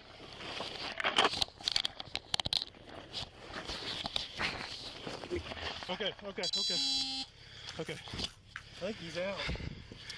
Maybe his helmet's tucked out. And just like that, almost as if he was actually choking him, next thing you know, these cops feel zero resistance at all from Stuart Mast. They realize now That sound. So that was me taking my knee brace off. Ah. I was trying to do it quietly, but It's Velcro, it's never quiet. yeah. Yeah. Apologies for that. My knee's been hurting all day. they have a serious problem. The guy is completely unconscious. They call for EMS. Start EMS. Can't get this helmet. Hey. Hey. Hey. Hey, come on. Come on. Undo his belly strap. Undo his belly strap. They start to panic. Their response is, well, let's give him Narcan. And that's what they did. They gave him 2 doses of Narcan as they're waiting on EMS to arrive. While his colleague is trying to revive Mr. Mast, the deputy then pulls out his cell phone and he calls presumably some supervisor and he explains what happened and what was still happening. I bet you got a phone call himself. I would say the supervisor phoned him, but still. Hello. Hey. I don't know yet, Joe, truthfully. I watched Stuart Mast coming in off 16 South. I know he's been involved in the drug trafficking stuff. He came in off 16 South on a motorcycle. He sat at the corner market for a while. Cody sat on one end, I sat on the other. He took off on the bike. We chased him for a while. We chased him from the corner market to right here at Cox Road. Speeds were only like 55, nothing crazy with his driving. He just refused to pull over. We got going down the hill past Cox Road. I did a rolling roadblock. I kind of got in front of him and slowed down. There was never any impact or collision. He finally just heated and pulled over. Got him at gunpoint. We started to pull him off the bike. He started fighting, refusing to get off the bike. He still had his helmet and his riding jacket on.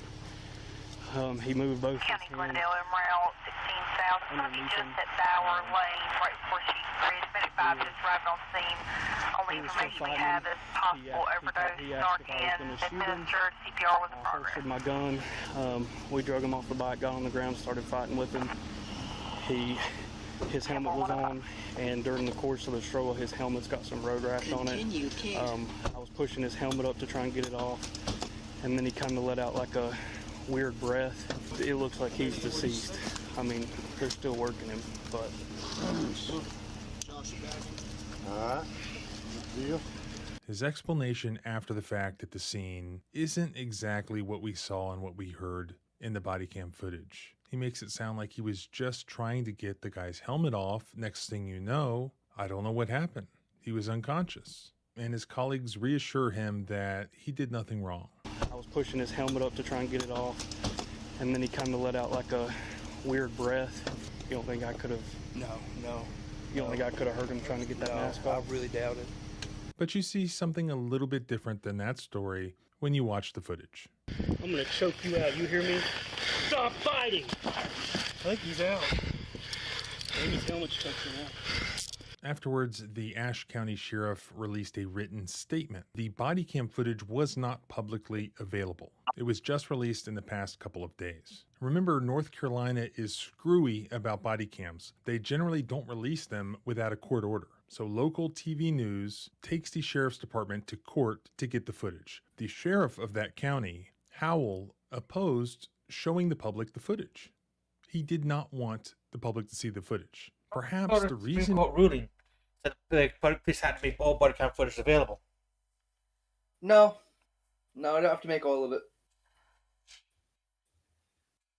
They only have to make it because make this it was available his if they're ordered to. statement back when this happened, both to the media and to the citizens. This is what it said. Mast was instructed by deputies to dismount the motorcycle and lie on the ground. Despite multiple verbal commands, Mast refused to comply, leading to a physical confrontation. After a short ground struggle, Mast was placed in handcuffs, where it was noticed he had become unconscious. Deputies began immediate life-saving measures, including the administration of 2 doses of Narcan, followed by CPR, the use of an automatic external defibrillator, and resumed CPR until paramedics arrived. And take a look at the last line here. 1 deputy sheriff was hospitalized and released, and 2 other deputy sheriffs had minor injuries. Wait a minute, what? Pretty much none of what the sheriff said there is corroborated by the body cam footage that he, of course, did not want the public to see. Nothing about the deputies actually choking the guy.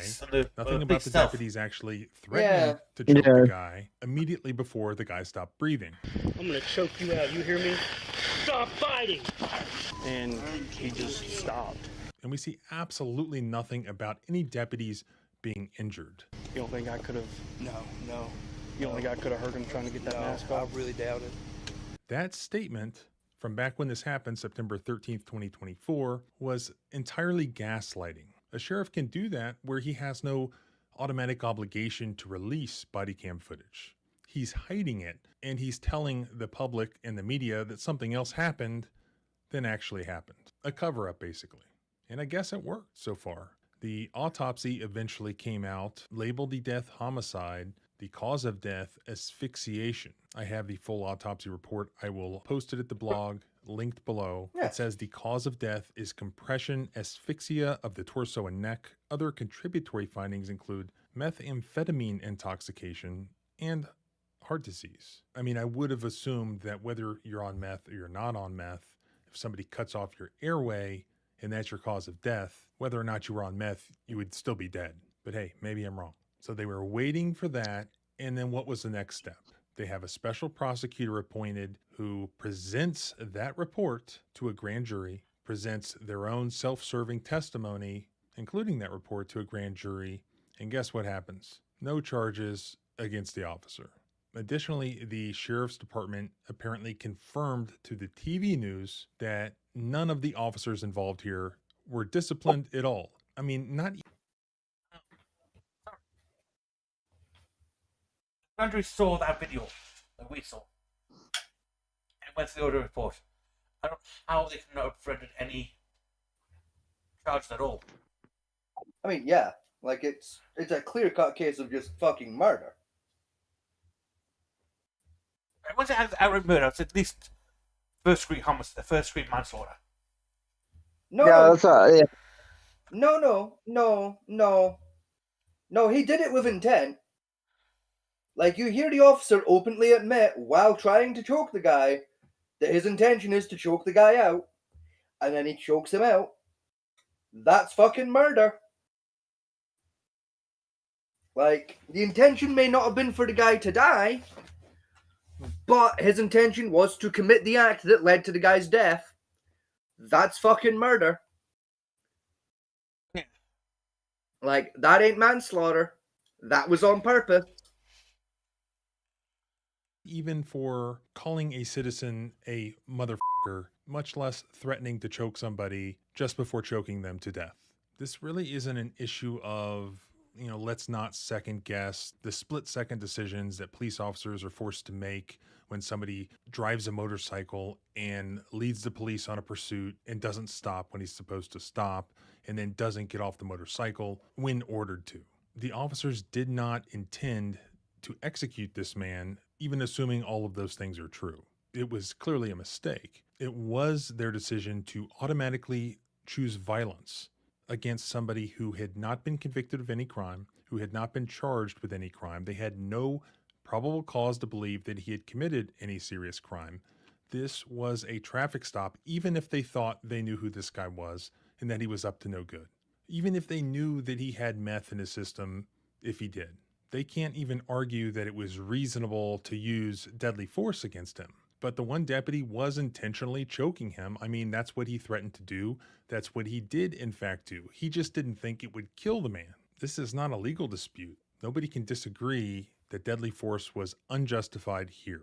This is a factual dispute. Was this just an accident caused by the combination of the helmet he was wearing and the vest filling up with gas, and it was just a tragic accident? Or did the deputy do what he said he was going to do and choke him, and he just accidentally choked him to death? That really is the issue here. But the bigger issue is the gaslighting by the sheriff, in my opinion, the cover-up, the fact that the public never would have known the truth, never would have discovered the truth, but for the fact that a lawsuit had to be filed to force this sheriff to tell the public the truth. How is it okay that there's no discipline at all?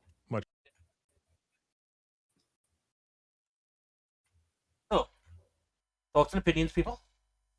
Yeah, it's flat murder. That's like, I mean, the helmet contributing factor, right? I'll grant you that one, right? The helmet, the vest, sorry, contributing factor. Yeah, didn't help. Yeah. The number one thing that led to that guy fucking dying was that he was fucking choked out. Yeah. That's what killed his ass. Full body weight on his neck, with the arm around the neck, helmet yanking. Yeah. Like, that's what fucking killed his ass. I don't, again, the guy had fucking, what can be described as a shit ton of meth in his system as well. That's also not going to help you. I gotta go eat. I'll be back. No worries. You get choked out with methamphetamine in your fucking system. That, it makes it harder to choke you out in the first place, but it also makes it a lot harder for you to fucking bounce back around after you're choked out. We saw, in the... We watched the WrestleMania. It was the next Raw. Yeah, the Raw after, where Pat McAfee got choked out. Yeah. That was in a controlled environment. Even then, it took them a while for him to get bounce back. Yeah, he was fucked up. You know, and that was in a controlled environment with trained professionals. Yeah. This is You know, like trained professionals who choked him out for realsies, but did it in as safe a way as you can choke a guy out for real. Like, oh, that's unfortunate. What's that? Tattoo. Where am I looking? Shorts. Uh-huh. Tattoo. And a bit of flopping in. Ah! Oh, he's got a dick on his face. Ah, well. Oh god. And then you might post it to IRL. How much energy drink?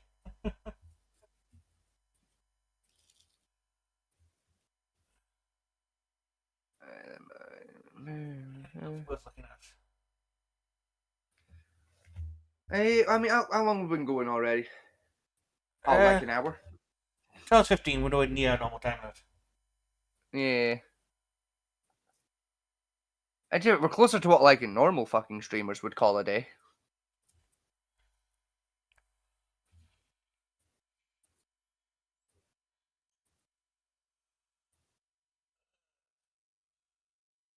A bit of a funny video? Yeah, we can do. Well, this one here just popped up. Funny, I can't be fucked with that. What do you think? Car compilation? Car crash compilation? Actually, hang on. Before we do any of those, let me check a thing. Actually, I'm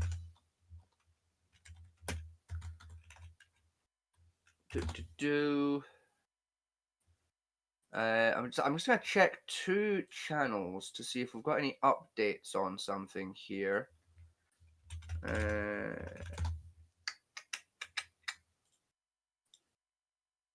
Let's see.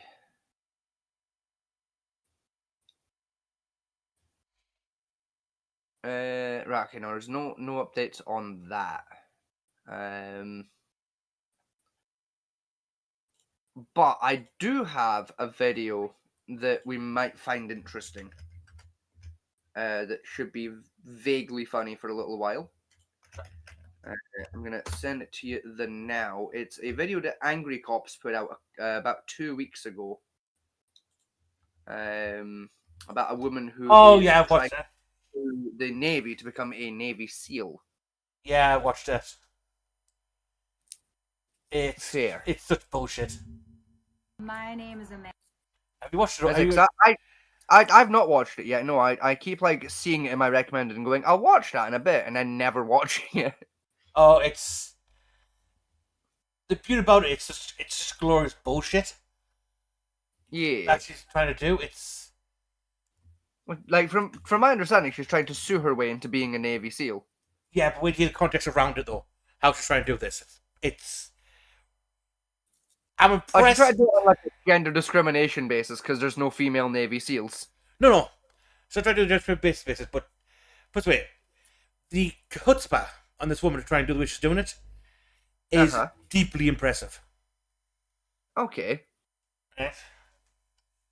Amanda Reynolds, and I'm an attorney, and I'm 41 years old. I started training with the Navy SEAL Warrior Challenge program to pursue an age discrimination claim against the Navy. A 40-year-old woman is suing the Department of Defense because she wants to be a Navy SEAL. Boom. Now, the Navy says that she's going to be too old by the time that she graduates her officer candidacy school in order to become a SEAL. But this G.I. Jane doesn't think that age matters when it comes to being a naval special operator. It does. Sorry, but it's a fact of life. Yeah, it does because your reaction time goes down as you get older. Reaction time, bone density, muscle density, body ability to heal is not as effective.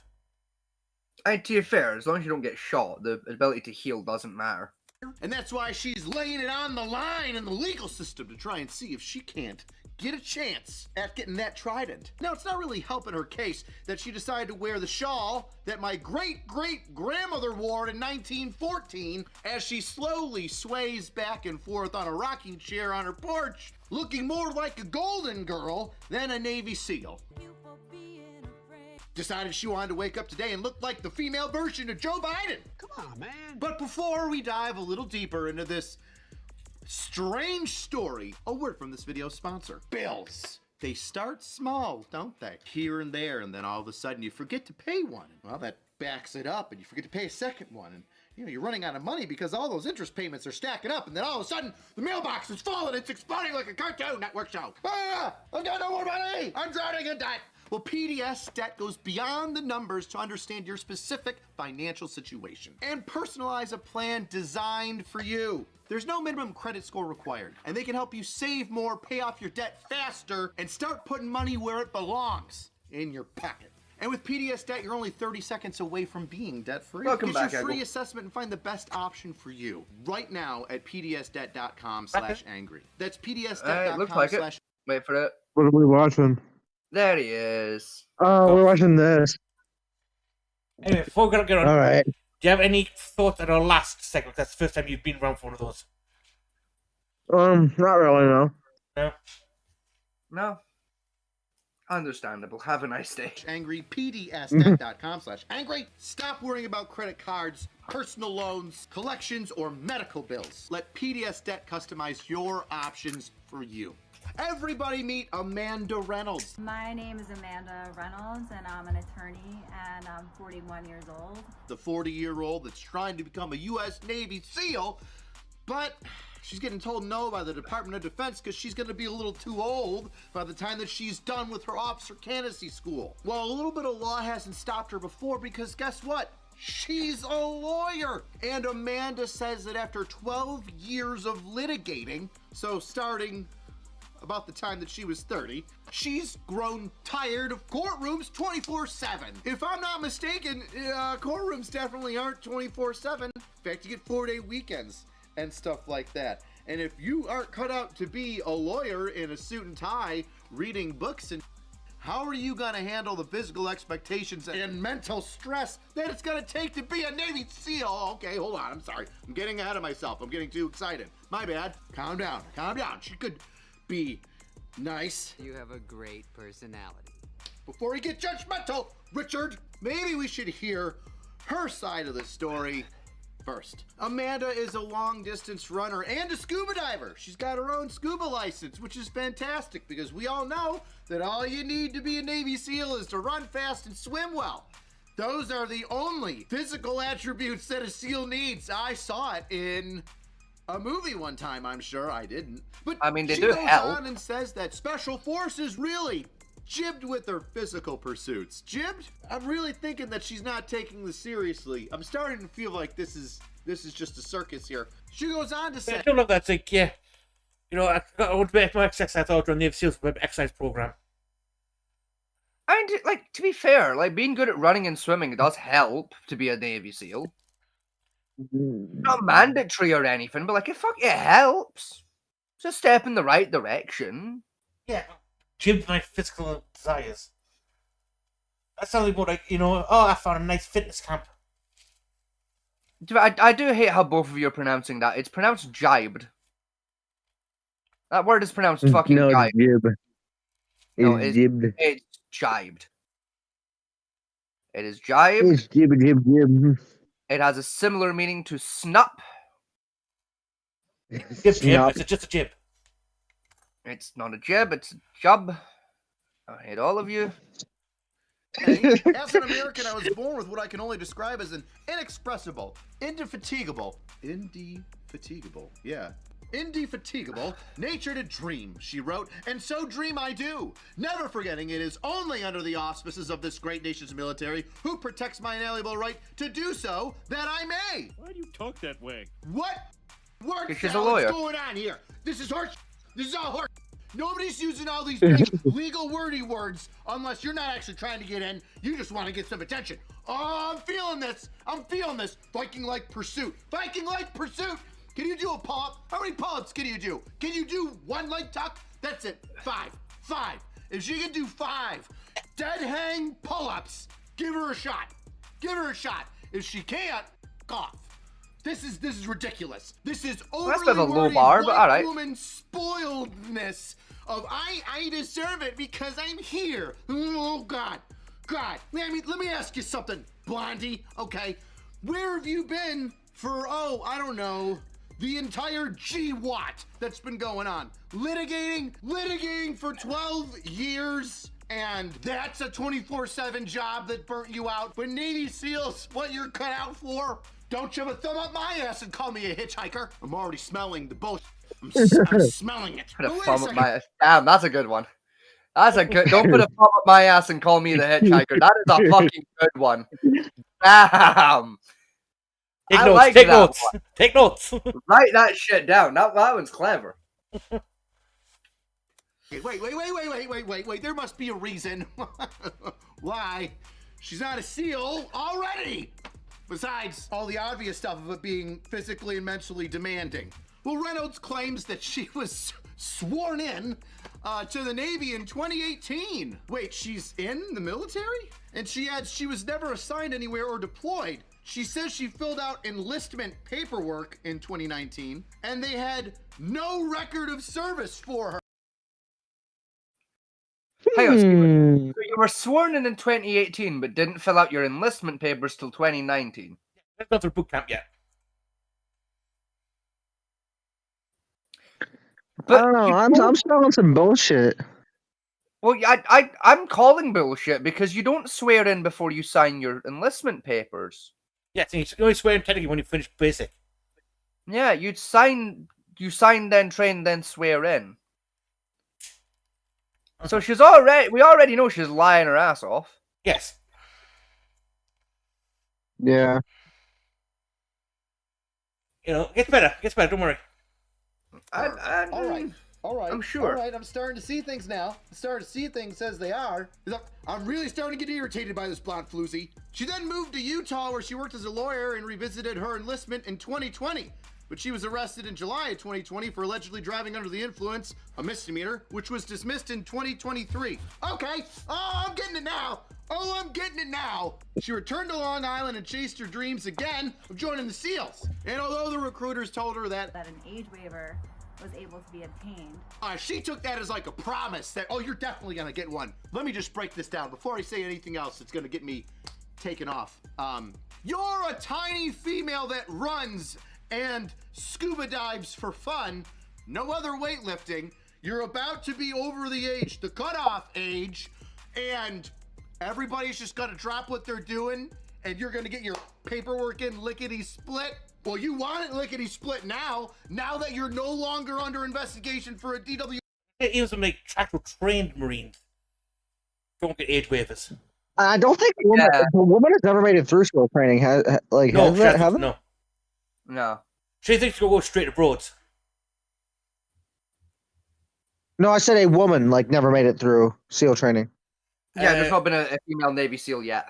Yeah, because they don't have any discompensations for women in the SEAL training.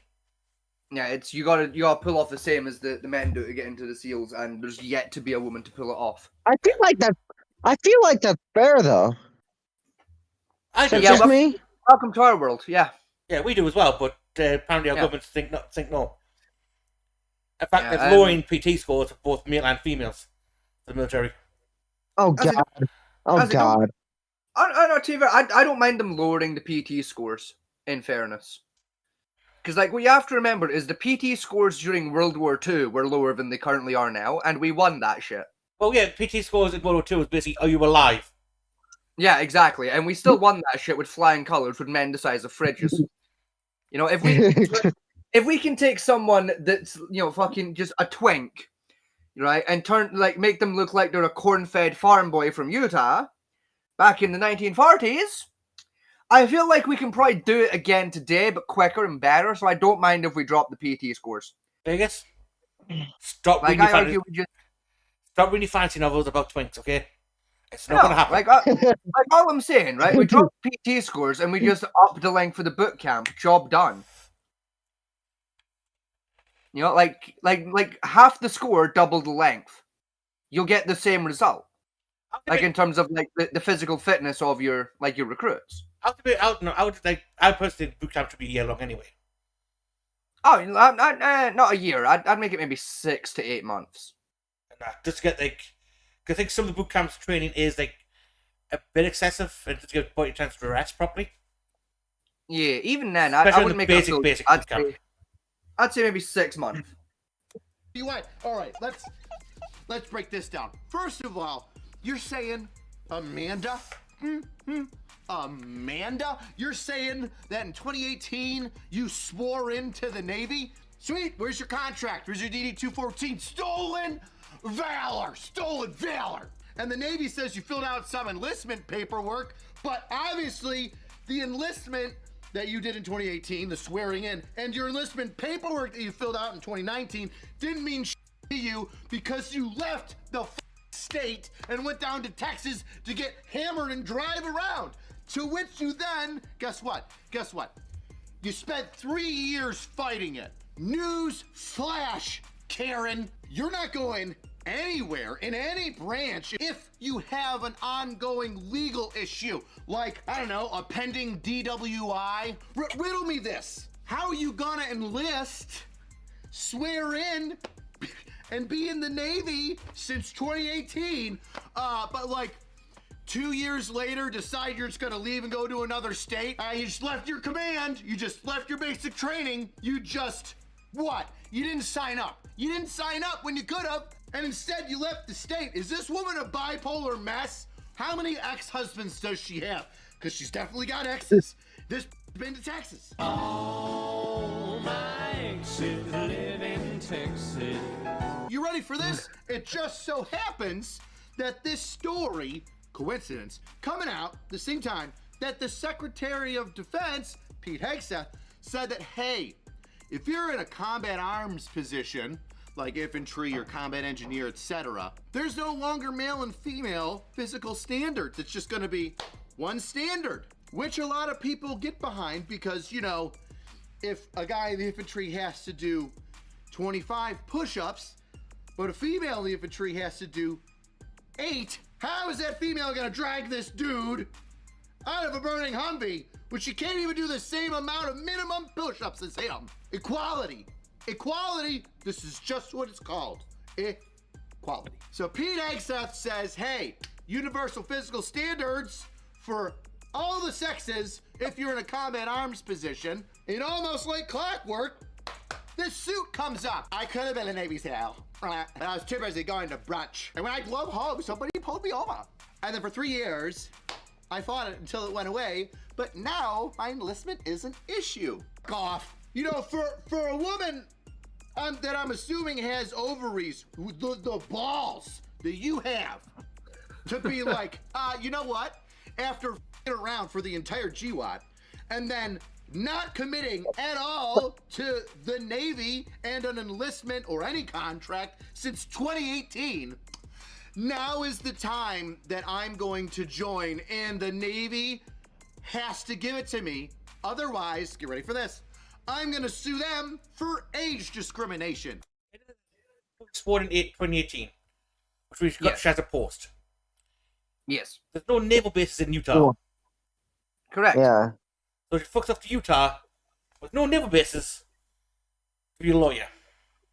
Yes. Yep. Thus then technically going AWOL and abandoning their command. Yep. Yes. Yep. While apparently enlisted. Yes. Yep. So, even if the military says, okay, you can join. Welcome. Welcome to Glass House. Enjoy your stay here. Yeah, court martial. I was just telling the truth and is admitted to going AWOL for 3 fucking years.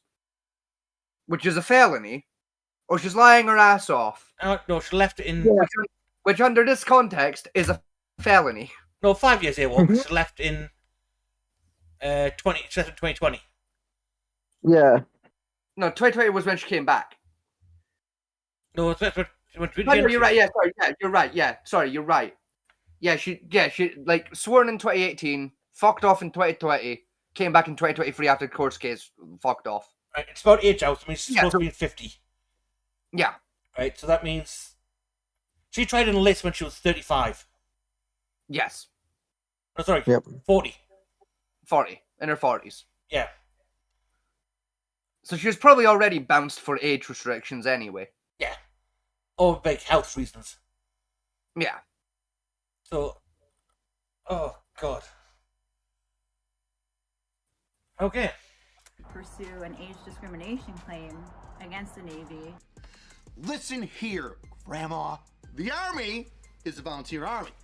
It doesn't allow a lot of people. Yes, there are age cutoffs because your osteoporotic bones would crumble if you did one ruck march with 80 pounds in your sack. I like to ride on the weekends. I do 5Ks with my family and I scuba dive.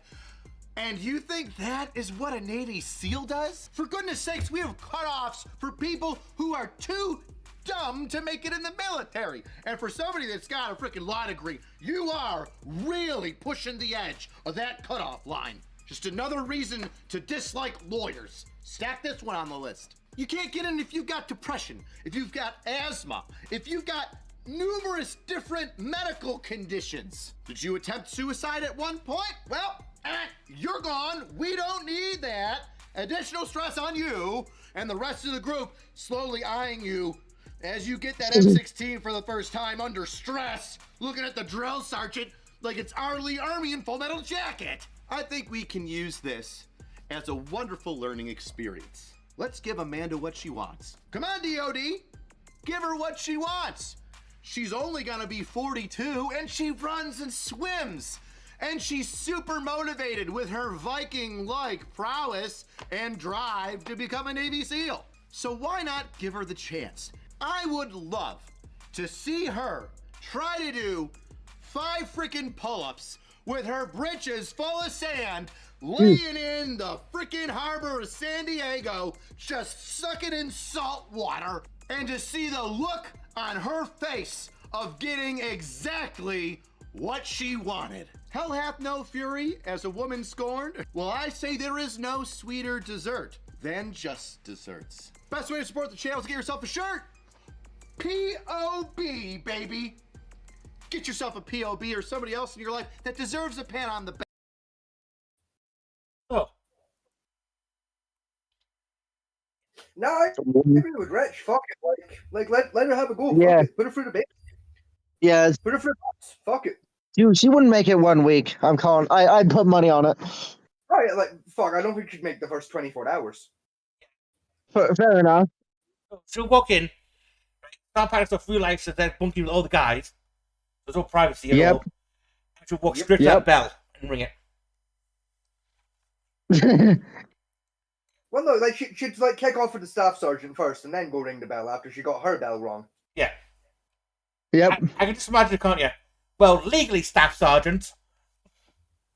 Hello, like, darkness, well, my old friend. Well, legally, private, I don't give a shit. Now get your ass in the bunk. This is so inappropriate. Shut the fuck up, bitch. Your tone of voice is inappropriate and my barracks private. Shut the fuck.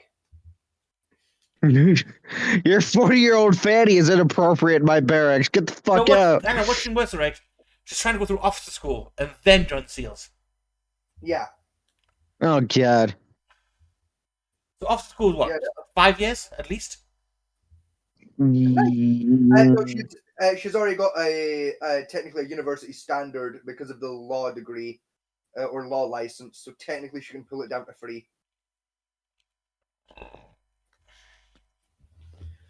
Because she's already got a university level qualification, that does knock a couple years off for you.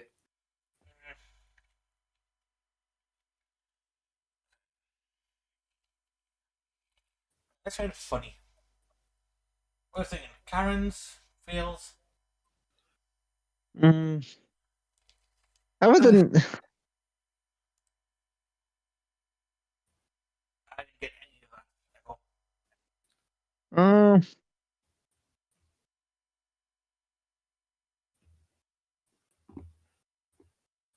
I mean, realistically, neither. Like, let's be fair, there's no real value in either, is there, to be fair? No, that's funny. Yeah, but, like, you know, there's there's not a lot we can really discuss over them, you know? I want the gaming memes only gamers understand. Which again, it's just a similar issue of like, there's not a lot we can really say about those, you know? Like, you know, we need someone we can talk about it, you know? Hold on, let me go.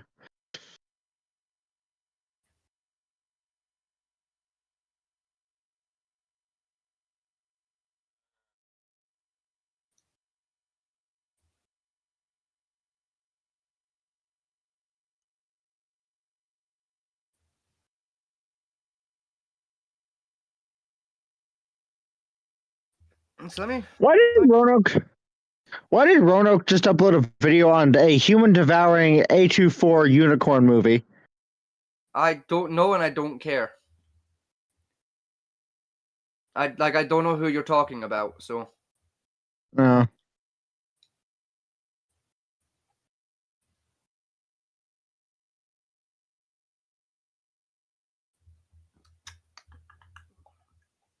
Yeah, seen that already.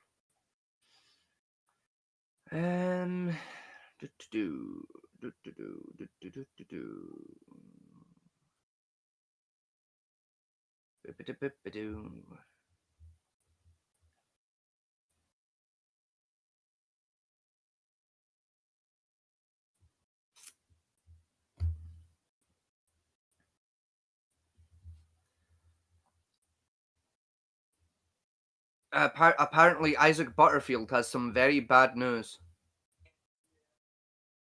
Does anyone I know haven't what watched that one yet. I haven't watched it yet, no. We could go take a squiz at it. Watch it yet? No. Yeah, okay, we won't risk it then, because it's Isaac Butterfield. There's like a higher than 0% chance he's going to say something stupid, retarded, or offensive.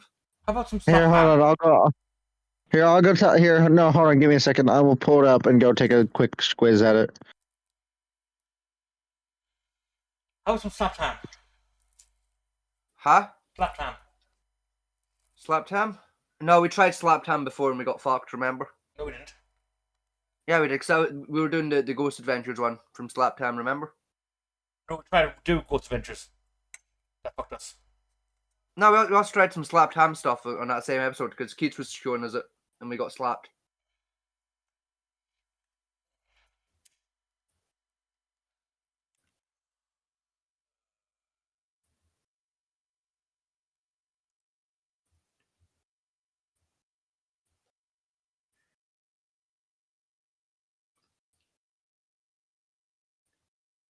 Huh?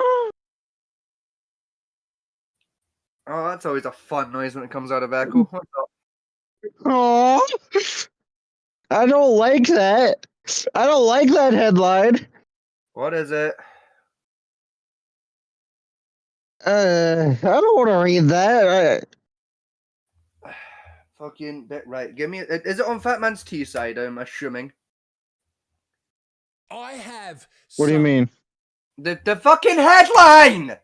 What do you mean? What do I mean? No, it's one of the headlines in the Isaac Butterfield video. Fucking sits and complains for 35 seconds straight. What's wrong? What do you mean? Gee, I fucking wonder what I mean. Could it mayhaps be the thing you're discussing? You fucking squiggle. Squiggle. Christ. There are specks of fucking spunk stain at the bottom of Fat Man T's stairs that have come off the soles of my feet from standing on fucking dead baby socks with more brain cells than you sometimes.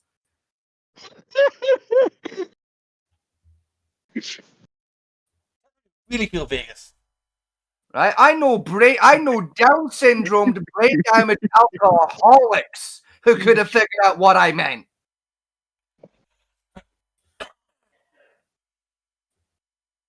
Jesus fucking God.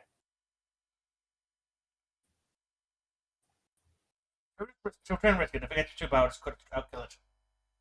Fuck it, why not? We'll watch this thing. It's probably gonna be fucking stupid because it's Isaac Butterfield. It's probably just him bitching about fucking free rights or some pish like that again. But fucking, You know, oh, I'm not allowed to call a transgender person a transvestite anymore. Australia's fascist. Fuck off, fucking beardy fuck. That's it now. Are you finished your rant? Yes, I'm finished with my rant. Horrifying news. Some bad news, ladies and gentlemen. I'm sorry to be the bearer of it, but this may very well ruin your day. Welcome, ladies and gentlemen. My name's Isaac Butterfield, and this is the Butterfield News Broadcast Service Systems. Play my music. Story the BBC one. To the absolutely tragic story in just a minute, but first, something very, very, it's absolutely insane. Adult diaper lover who identifies as a woman and climbs into clinical waste bins to, quote, sleep and find comfort, end quote, admits dumping soiled nappies at children's nurseries. Have a look at this absolute creature. Imagine finding that in your dirty fucking shit bin. Who's fuck me? This is why we shouldn't listen to certain people. Like this, okay, I just want you to imagine the No. Oh, you paused it, right? I paused it. I thought the Wi-Fi just shut down for a second. No, my brain shut down for a second. I would be quite concerned if I found something like that in my dumpster. Like, the fuck are you doing in there? Why are you in there? He sleeps in medical waste disposal bins to find comfort. Yes. That's what I was talking about. I don't like it. I need a hug after reading that. Correction, she sleeps in medical waste. You know, I'm still going to the fact of sleeping in medical waste. Oh yeah, like they're in the wrong, but doesn't mean we have to, you know, be pricks about what they look like and shit. Isaac Butterfield, you know, like. You know, you don't hear me coming out of left field because I don't agree with a lot of the things you do and say and talk about how you're a fucking a hairy egg-looking son of a bitch. It looks like a left chicken egg on the windowsill for 3 days too long. You don't hear me coming out to you because I disagree with your actions and behaviors. But you know what's quite interesting is but it sounds like how I look is just fine. I see how it is. No, what's interesting about this, right? Is as Vic's going on that diatribe, his mic censored himself. Did it? Yeah. What part did it censor out? About half of what you said. Oh. That was it. Like, Isaac Butterfield doesn't see me coming out here because I disagree with what Isaac Butterfield says and does a lot of the time. Talking about how he looks like I took a chicken egg and left it on a fucking windowsill for 3 days too long, allowing mold to form on it. You know, the baldy-haired, fucking beardy bastard. You know, like, you don't hear me bullying Isaac Butterfield for how he looks because I disagree with his actions and activities. No, we don't. Yeah. You know, and I bet if I did, Isaac Butterfield probably wouldn't feel too good about it. Yeah, Isaac Butterfield literally all the time feels the fucking need to do that to literally everyone he talks about in his videos. You know, and you'll tend to find when he's talking about people that are, you know, in one way or another connected to the LGBTQIA+ community, he tends to go at them a little bit fucking harder in that department than other people. I'm not getting to it. I mean, I will bet that person looks like he's been on meth for a while. Yes, they do. Right, but it's the wears nappies and sleeps in medical waste for comfort. Exactly. I'm still struggling to get over. Yeah, and that's kind of my point. Is it's like there's actually kind of an interesting story there of, you know, did some weird shit, like did a couple of crimes. You know, like how about you talk about the facts of the case rather than just take the opportunity to be, look at this ugly bastard. It's like, maybe just, I don't know, you're clearly trying to present yourself, like for all of his videos. Isaac Butterfield is very clearly trying to present himself as, at least to some extent, a semi-fucking professional, like fucking news guy and comedian at the same time. Unfortunately, the fucker can't distinguish the two roles. Like he clearly has no fucking understanding whatsoever of what the idea of professionalism is. He's a centrist comedic reporter, I think is what he said last time. Yeah, again, there's a time and place to be funny when doing the news. You know, like there's even ways to do it. Bullying literally everyone you ever talk about because of how they look just isn't one of them. You know, like especially when you look like fucking Gandalf's drug-taking cousin. Political leaning that this person has, the things that this person fucking holds smackhead dear Gandalf in over their here. Get back to the video. Oh, yeah. life, and know that they have those opinions. They put those opinions on the internet, and at the very same time, before they go to bed, they cuddle up to a big hunk of shit that sits in a fucking diaper / nappy, depending on what you call it in your part of the world. And, quote, adult diaper lover, end quote. Now, that I don't know who that quote's from, but I like it. Has terrorized local nurseries, a terrorist, by dumping soiled nappies outside their gates. Oh my God. Abby Taylor, Abby with an I. That's disgusting. Also known as Martin Tarling. No, that's Abby, mate. How dare you dead name Abby? That's Abby with an I. That's hot Abby. Identifies as a woman and finds comfort in climbing into clinical waste bins. Why? Why would you find what the fuck must be wrong with you to find comfort in that? Taylor also smears. I mean, I could answer the question, but we don't really have time.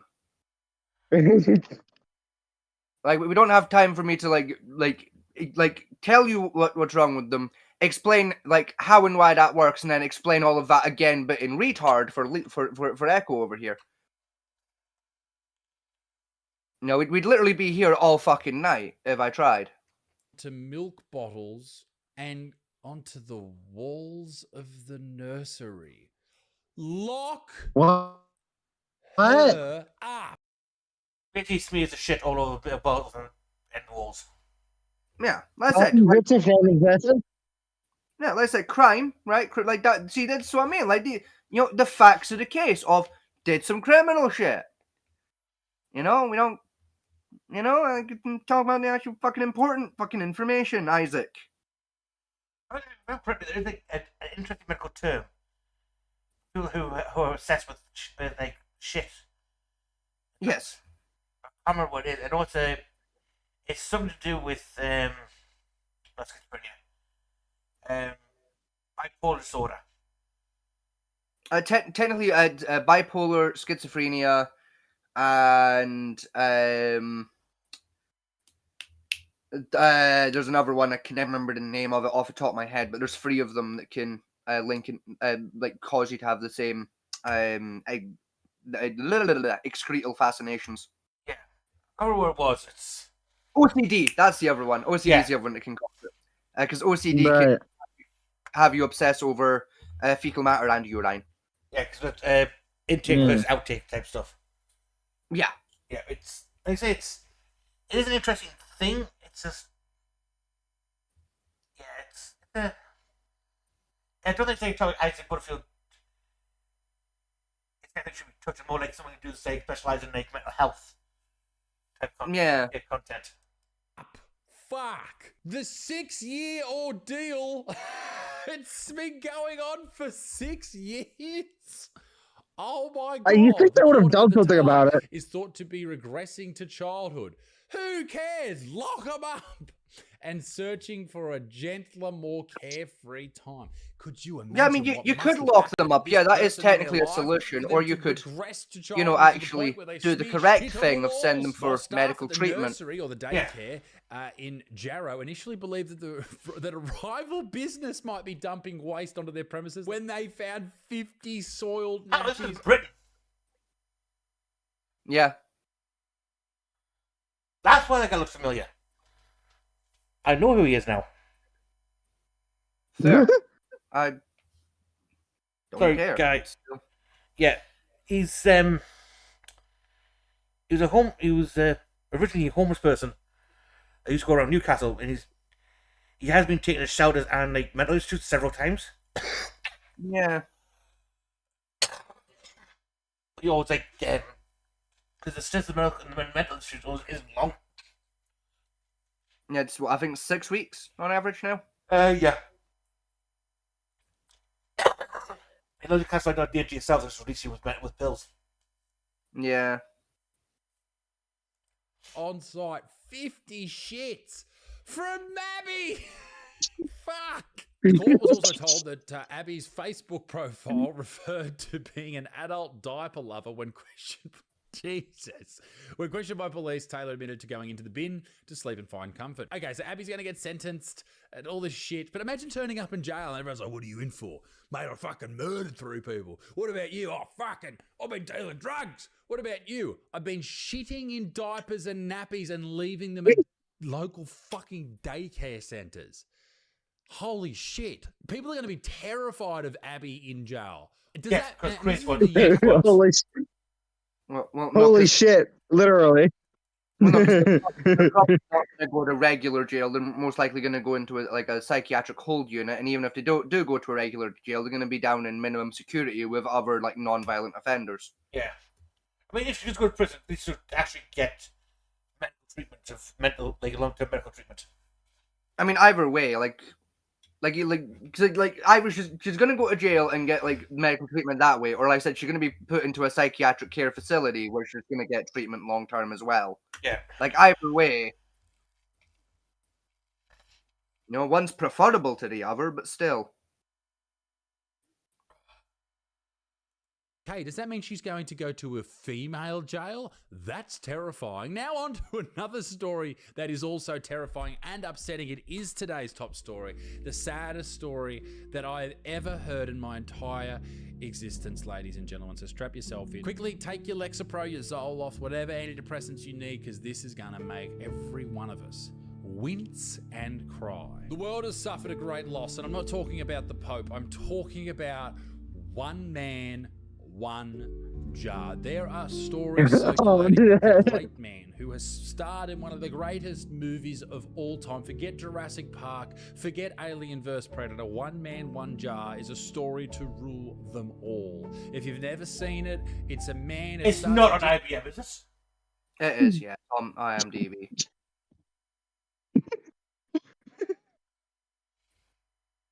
Just a man, just a single lone man on the screen with his drooping cock and gaping arsehole swallowing a jam jar.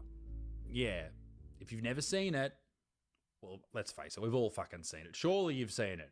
Go and watch it. If you're over 18, go and watch it because it is Don't. I'm yeah, go and watch it. I'm going to Echo's laugh. He's never watched it. Yeah. No, I have. Unfortunately. I've just kind of repressed the memory. The question is, did you see the full one or did you see the edit cut version? That's what I want to know. I don't remember, if I'm gonna be honest. Did the guy start bleeding profusely from his arsehole after the masonry jar fucking crushed itself? I think so? Even like sounds vaguely familiar. And he also pulled the shards of glass out. Yeah, that's how you can tell the difference. If you watch the full length one like I did, you get to like hear and see the jar explode in his arsehole, and then blood, and then screams as he tries to remove glass. It's great. Most people have only seen the edit cut version, which snaps off just after the jar explodes. Mm-hmm. Yeah, I've seen the full video of that. Yeah. I feel like I know we went to hospital, but I feel like when we went to hospital, like, you might try to explain how that happened. Well, you see, I was taking a shower and I slipped, you see, and this jar was kind of here. Why is it lube on it, sir? I was washing my jar as well. A feeling in my teeth right now of ugh. It's like nails going down a chalkboard. It makes me shudder inside to know what happens next in that video. Let me ruin it for you. The glass shatters and he bleeds internally and he pulls big shards of glass out of his ass. That's one man, one jar, and apparently he is dead. There are rumors going around that he's been dead for some time. In fact, here you go. It says that in the Ukraine, Alex Gorochevich Tarvov, think I did pretty good at that. Was Not mobilized even and then close. died in the Ukraine. He's a hero of the Ukraine armed forces. And you know, I tell you what, if you're willing to shove glass jars up your ass for internet fame, then I want you fighting for my country. But it is very sad, very sad. Yeah, I thought he died because of the injury anyway. No, he did survive the injuries. There were rumors that he died from the injuries of the video, but no. So sad that he has apparently died from a missile strike. Now, the rumors were that he died last year, and I have done some research and some digging, and his apartment was hit by a heat-seeking missile, but he swallowed it with his anus, spat it back, and it landed in Moscow. That's how much power this man has inside of his anus. And there are issues happening with the Russian-Ukraine war at the moment, obviously. But this guy was Zelensky's it was his right-hand man. It was his confidant. And Zelensky, when the bombs were raining down and there was no bomb shelters to hide in, he would hide. Yeah, and on that note, I'm going to go make a coffee before he finishes that sentence. Like, no, fuck you.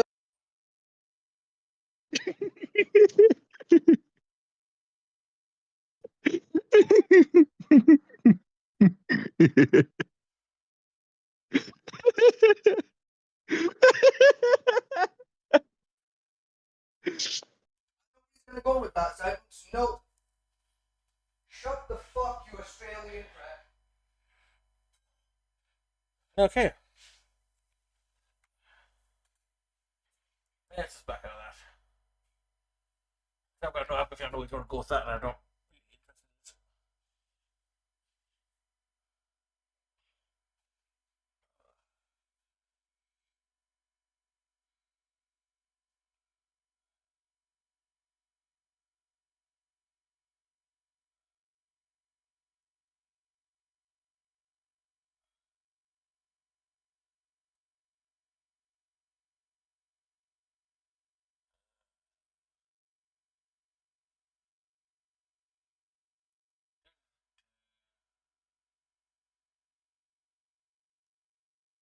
Oh wait, hold on. Can we watch the cosplayers that became wanted criminals? That actually looks kind of interesting. From a portly Punisher with a Comic-Con murder plot, to a redneck Raven cosplayer kidnapping a teen, to a Japanese Joker truly fed up with society, today we'll be exploring the bizarre underbelly of the cosplaying community, discussing a We should probably wait till Charles gets back.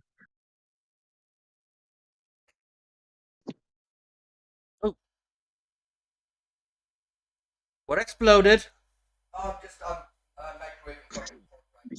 Ah. Popcorn by the sound of it.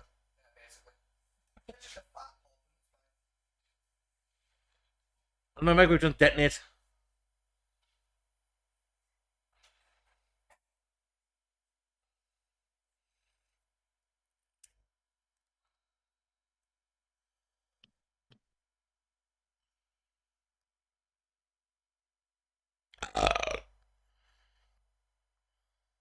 Nice. Yeah.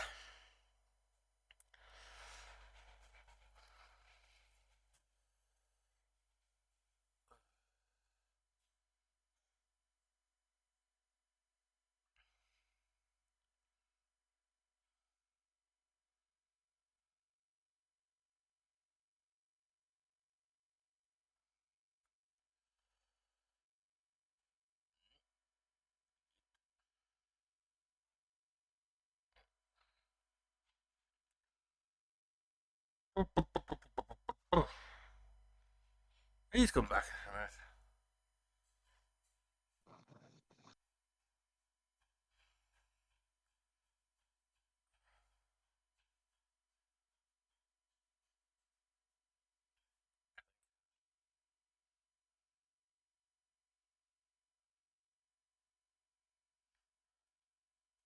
I think he's still dead.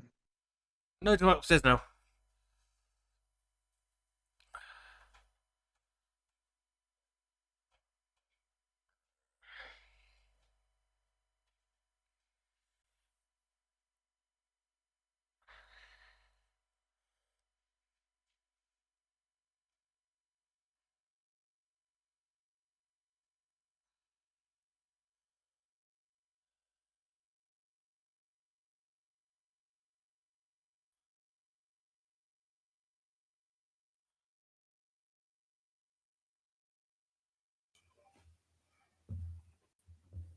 I'm back. Welcome back.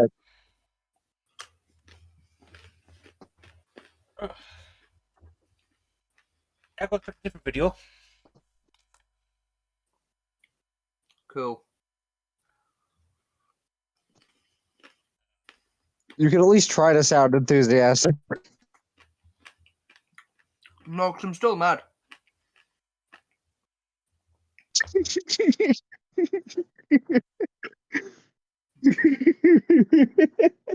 Yeah, I'm glad you find it funny, buddy. Yeah. Like, guys rumored to be dead, potentially having died serving his fucking country in a frontline conflict against a war criminal. And the only thing we'll focus on is that one time he shoved a masonry jar up his arsehole, and we'll make jokes about the guy, even though we don't know if he's alive or dead, and may very well be a fucking war hero. No, he is dead. I've seen the things that put up. Still, like...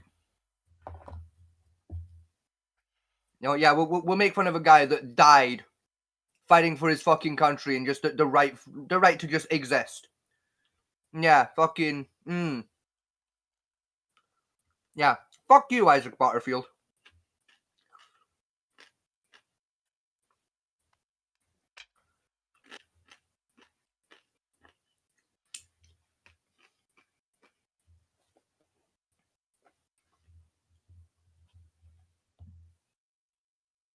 These very cosplays about criminals. Of eccentric crimes committed by some of its more unhinged, costumed characters. Anime, gaming, and cosplaying conventions can be some pretty stinky places. Might want to stop the stench with today's sponsor, Mando. Since I really like it, keep it to better hour. Well, that odor in Mel. Mando has a products of free shipping off to take it. Conventions is a time-honored tradition with millions across the country regularly participating. Most of the time, it's just a fun hobby that allows otherwise unrelated people to meet up, offering a great opportunity to make Okay, that's cool. friends. That was cool. On one occasion, however, a woman was met with a nightmare situation after a crazed stalker who participated in the community took notice of her. The story begins in January of 2019, when the annual Anime Los Angeles convention was set to take place at the Ontario Convention Center. Anime enthusiasts attended the event, with many showing up in elaborate outfits, cosplaying as their favorite characters. One such individual was Matthew Toyotome, also known as Ninja Lee. He was a part of a Power Rangers cosplay group, and usually dressed up as the Yellow Power Ranger. Taking a look at his social media, Matthew was quite the peculiar figure. Aside from the Yellow Ranger stuff, he often posted photos of himself wielding replica firearms, LARPing as a covert secret agent of sorts, with him hiding behind trees and taking tactical positions behind walls and trash. He looks like an Asian Rambo, His kind of. behavior was innocuous. That's basically what he's doing, Matthew's yeah. true slide into criminality is born out of an unhealthy obsession. It's kind of in the it's kind of that weird 80s niche of like 80s B-movie action movie like styling. Yeah. That I've noticed getting more and more prominent. Still, it's a vibe though. I kind of fuck with it. It is interesting. It is an interesting vibe, especially that the cinematography of the 80s war movie action movies is quite an interesting vibe by itself. Yeah.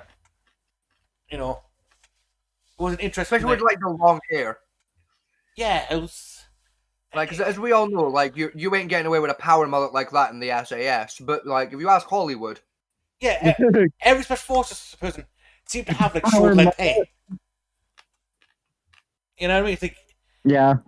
if you ever looked at the army, like, oh yes, this is my tactical hair.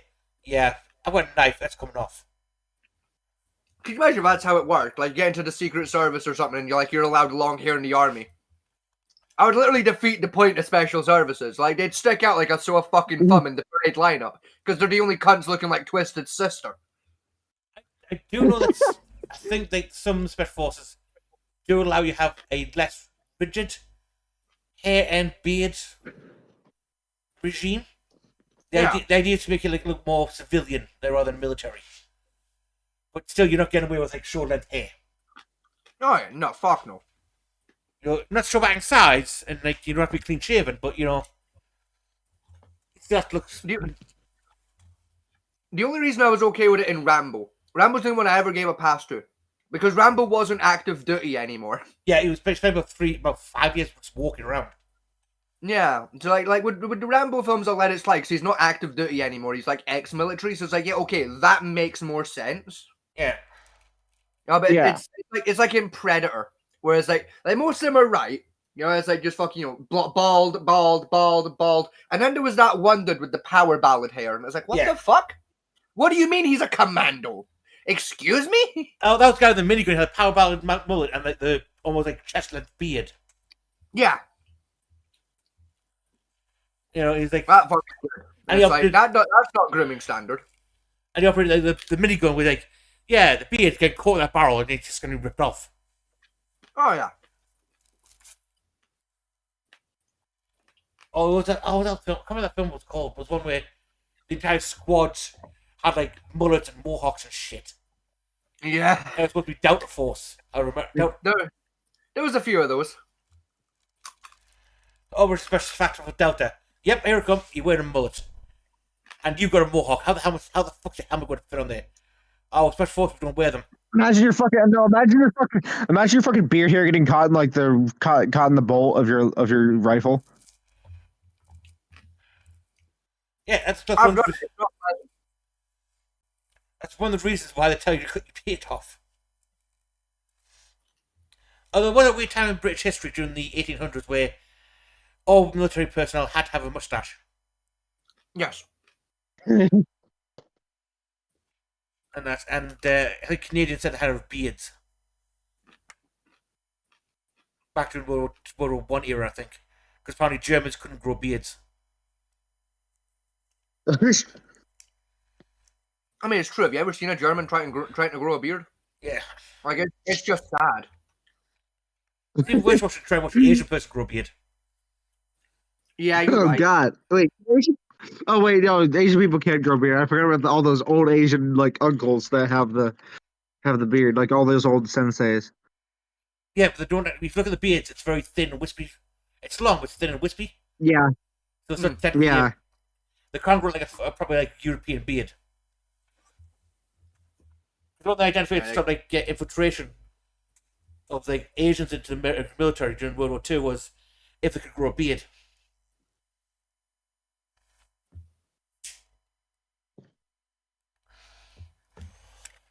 You'd think it'd be a higher priority for if they can speak fucking English, wouldn't you? You would, yes, but they assume that with a stupid rule, because even like during World War II, the half Japanese people couldn't enter the military either for the sake of they might turn against the American people. Yeah. So not only round up all the Japanese people in the concentration camp, they also round up all the ones like of mixed heritage and put them in a concentration camp. Yes. Along with the Chinese and Koreans at the same time. Because, well, they very look the same, so they might do the same thing. Yeah, America had an interesting history. I said at least we didn't gas them. Though, so. You what? Like, think about it, like I was gonna say. In fairness, I'm blaming the Americans for that, but us Brits did the same thing to the Italians during the war. So yeah, maybe we don't have a like. Yeah. So shut the fuck up. Yes, at least we didn't gas them like the Germans did. Yeah, like maybe this one time America was technically also just as wrong as everyone else. No, they didn't gas them, true. But those didn't feed them either. Yeah. We at least fed our Italians. And the area of the concentration camp... No, what you did was you fed your... But actually, no, as a form of psychological warfare, the British fed the Italians pineapple on pizza. No, I'm basically feeding them on rice. Because, you know, we were in the middle of a fucking war, so it was like, you know, give them like the cheapest possible rations we can, because, you know, we need all the good shit for the front line. Beans, rice, and 30 grams of meat a day. Yeah. That was the average for a prisoner. Yes. And the Americans also put the poor, small people who can't do heat very well in the Mojave Desert. And then Cockley said, which I do love this day, well, if you're hungry, you can grow your own food, here's some seeds. I mean, to be fair, yeah, I could farm in the Mojave Desert. That's doable. Yes, but they're unlimited water rations, so they couldn't actually water the ground. Yeah, you can. Like, you got 3 days before a human being dies of dehydration. You know, like, you just even split your rations with the plants. You know, Monday the plants get the water, Tuesday the humans get the water, Wednesday, Thursday the plants get the water, Friday the people get the water. You know, rinse, repeat that fucking water cycle. You do alternating weekends, job done. The man began developing feelings towards a woman in his cosplaying circle. Her name was Julia. Julia was a member of Matthew's Power Ranger group, and she dressed up as the Pink Ranger. The story goes that Matthew would eventually make his romantic feelings. Why when they the original Power Rangers? So why are they wearing armor plating for the original Power Rangers? The original Power Rangers didn't wear it.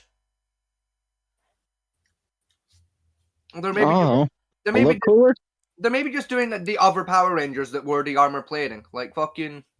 Yeah. Known to Julia. Again, maybe it was just to look cooler. And politely rejected his advances. At this point, you would expect that he would simply accept his losses here and move on with his life like a normal person. But if he did, we wouldn't be talking about this guy, would we? Matthew was furious about getting rejected. His anger simmered and boiled over into a full-on hatred towards the... It does like one of those 80s copyright dramas. Like Death Wish or something. Look, he does kind of look like the guy from Death Wish, yeah. Yeah. And one of the very early Brandon Lee, Bruce Lee, not Bruce Lee, Brandon Lee. Not Brandon Lee either. Jet Li.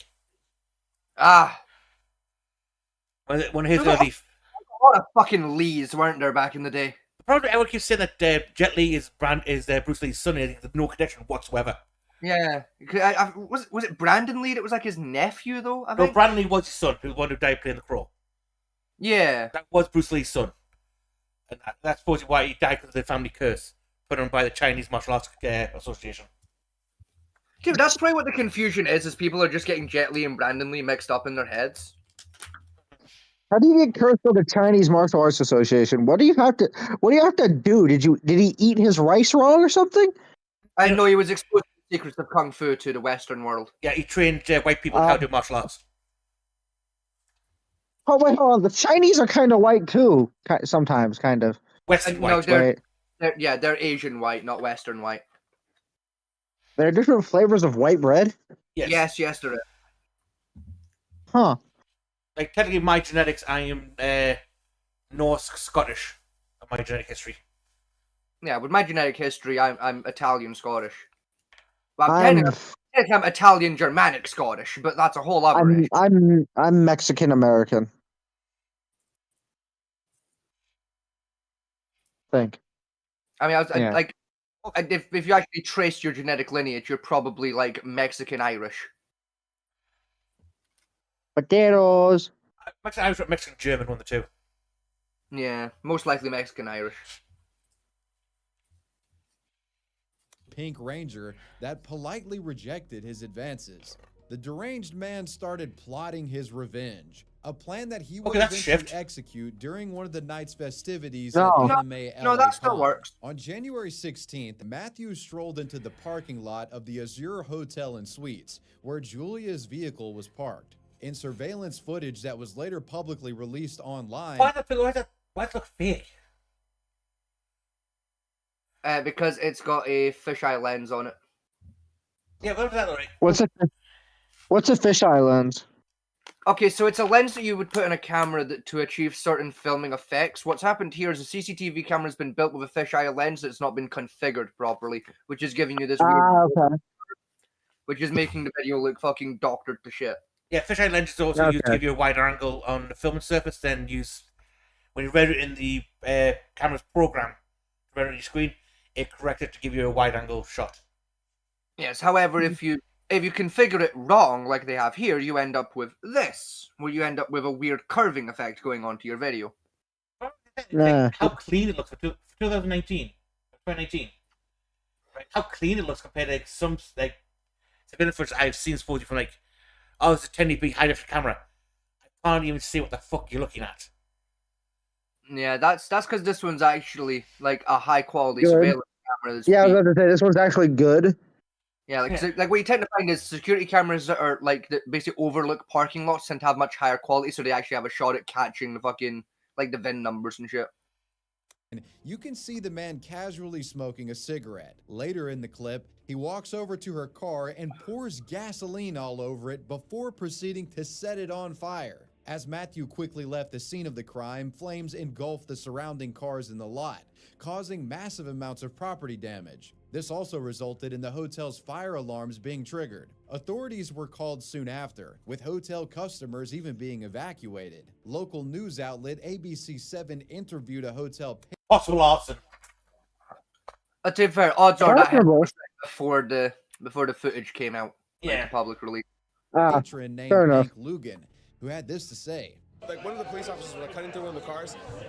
This is crazy. I think one of the people that we actually know, their cars are like completely melted. While nobody had been physically injured, 7 different vehicles in total sustained some form of damage. Despite the fire, police were initially hesitant to classify it as an arson attack, though their opinion regarding this matter soon changed after being provided footage of the guy literally creating the fire by the hotel manager. When questioned, Julia and her at-the-time boyfriend quickly identified Matthew as the individual in the video. The man was soon arrested, being charged not just for the arson attempt, but for his obsessive stalking as well, being given and held on a whopping $250,000 bail. Julia would make an Instagram post detailing the ordeal, thanking everyone for their support and asking for contributions to her GoFundMe, which eventually raised over $15,000. Some of the other victims of the fire also asked for donations, with the entire cosplay community rallying together to try to give what they could. This guy was clearly a disturbed individual, and I'm thankful that his incel rage only resulted in property damage and that nobody was physically injured or worse. Oh, you never said he was an incel. Huh? There's no evidence of him being an incel so far.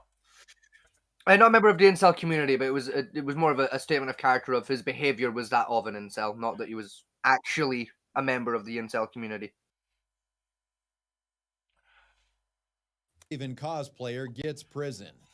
Teen Titans is a classic superhero show in the minds of both casual and hardcore cartoon lovers. Adults and children alike found the characters layered and dynamic, with Raven possibly being the best example within the show. Our next subject was a Raven cosplayer who not only fails to emulate Raven in just about every way imaginable, but this Titan ironically would help in the kidnapping of a teen. On November 4th, 2022, an unnamed teenager was abducted by No, to be fair, I could believe Raven doing that, actually. Yeah, given Raven's actual history and lore. Yeah. Fair enough. Like- the teen like, kidnapping Titans. The teen kidnapping Titans doesn't have the same ring to it though. Well, you got to think though, right? No, it checks, right?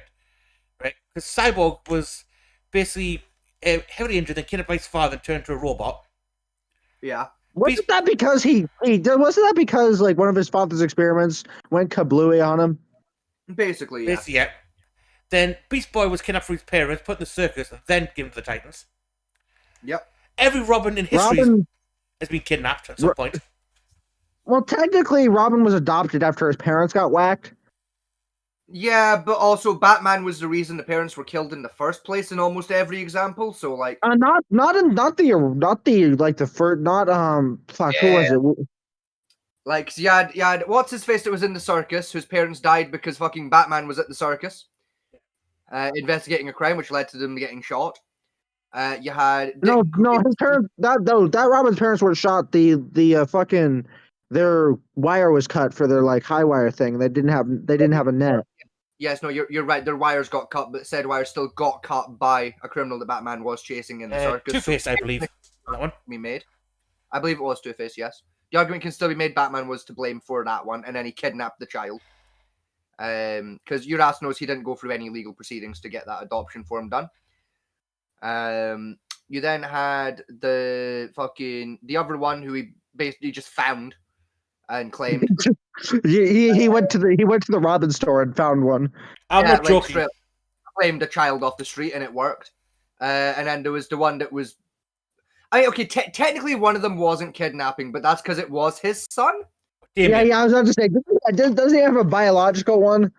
Yeah, because there's David McBain, but He has also a biological one who was a massive twat in the Injustice universe. He was a massive twat anyway. Yeah, but it was also a massive twat, understandably, because essentially Batman fucked a woman, sent the woman to fucking Iberia where she gave birth, like to the child, and then sold the child to her father, therefore the child's grandfather, who trained him to be a master assassin and sent him to kill Batman. Batman then gaslit them into not killing Batman. Yeah.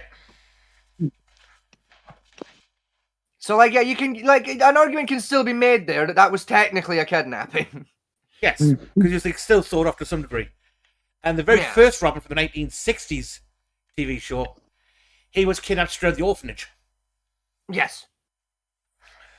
Wait, what's he gonna do? Tell his parents? Huh? I mean, what's the orphan? What you could it's bleh. I was making a joke about he can't tell his parents that he's been. Never mind. Sorry. Wait, he's an orphan. He doesn't have fucking parents. Of course, That's the joke. The joke was, what's he gonna do? Tell his parents? Tell the police. Don't piss me off. I've been kidnapped by a strange man in latex. The only technical word 3 times that wasn't kidnapped, but still got lost, was Starfire. I mean, yeah, technically Starfire was the only one that wasn't technically kidnapped. She was on Earth on purpose. Granted, with Raven, it was at least a morally acceptable kidnapping, but it was still technically a kidnapping. Yes.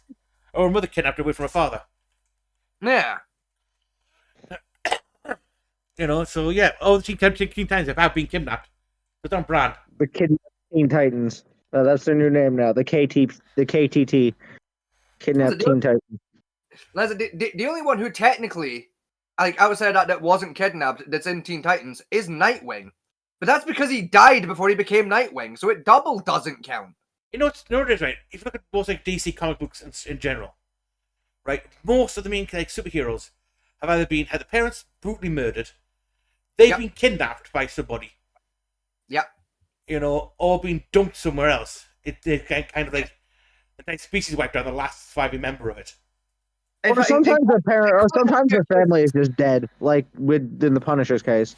Or in quite a few cases, all three are fucking true. Well, Punisher's case, his family got murked. They're all killed. Yeah. Yeah. That's what I was saying. I said, or in some cases, the Punisher, their family's just dead. Also, it's Marvel. It's even worse in the Punisher's case, because the Punisher's family were killed by criminals that were chasing the Punisher, who then kidnapped the Punisher. The Punisher then killed those criminals and escaped, and became a crime fighter. Yeah. So all true for the Punisher. Yeah, and the Punisher then became the thorn in the side of pretty much every criminal enterprise ever. And heroes at the same time. Yes. Yeah. Because it has a nasty habit of just shooting people dead, which is kind of not helpful when you're trying to solve a fucking gang war. Also, the Punisher is Marvel, not DC. Right. I do love even in Daredevil's own show, he's not the Daredevil and Punisher had a little conversation about about how the other operates. Granted, Daredevil was chained to a metal pole, but it was still an interesting conversation that they had. I mean, not really, because Punisher's still the one in the wrong. Yeah. Punisher straight up is just killing motherfuckers. Daredevil beats the shit out of them and then gets them some medical assistance before they're arrested and sent to jail. Yeah. Daredevil at least kind of follows correct procedure. Punisher just shoots your ass. Also, Daredevil doesn't push up buildings like Batman. Listen. Dead offenders can't reoffend. So. Yes, but not every crime is capital punishment.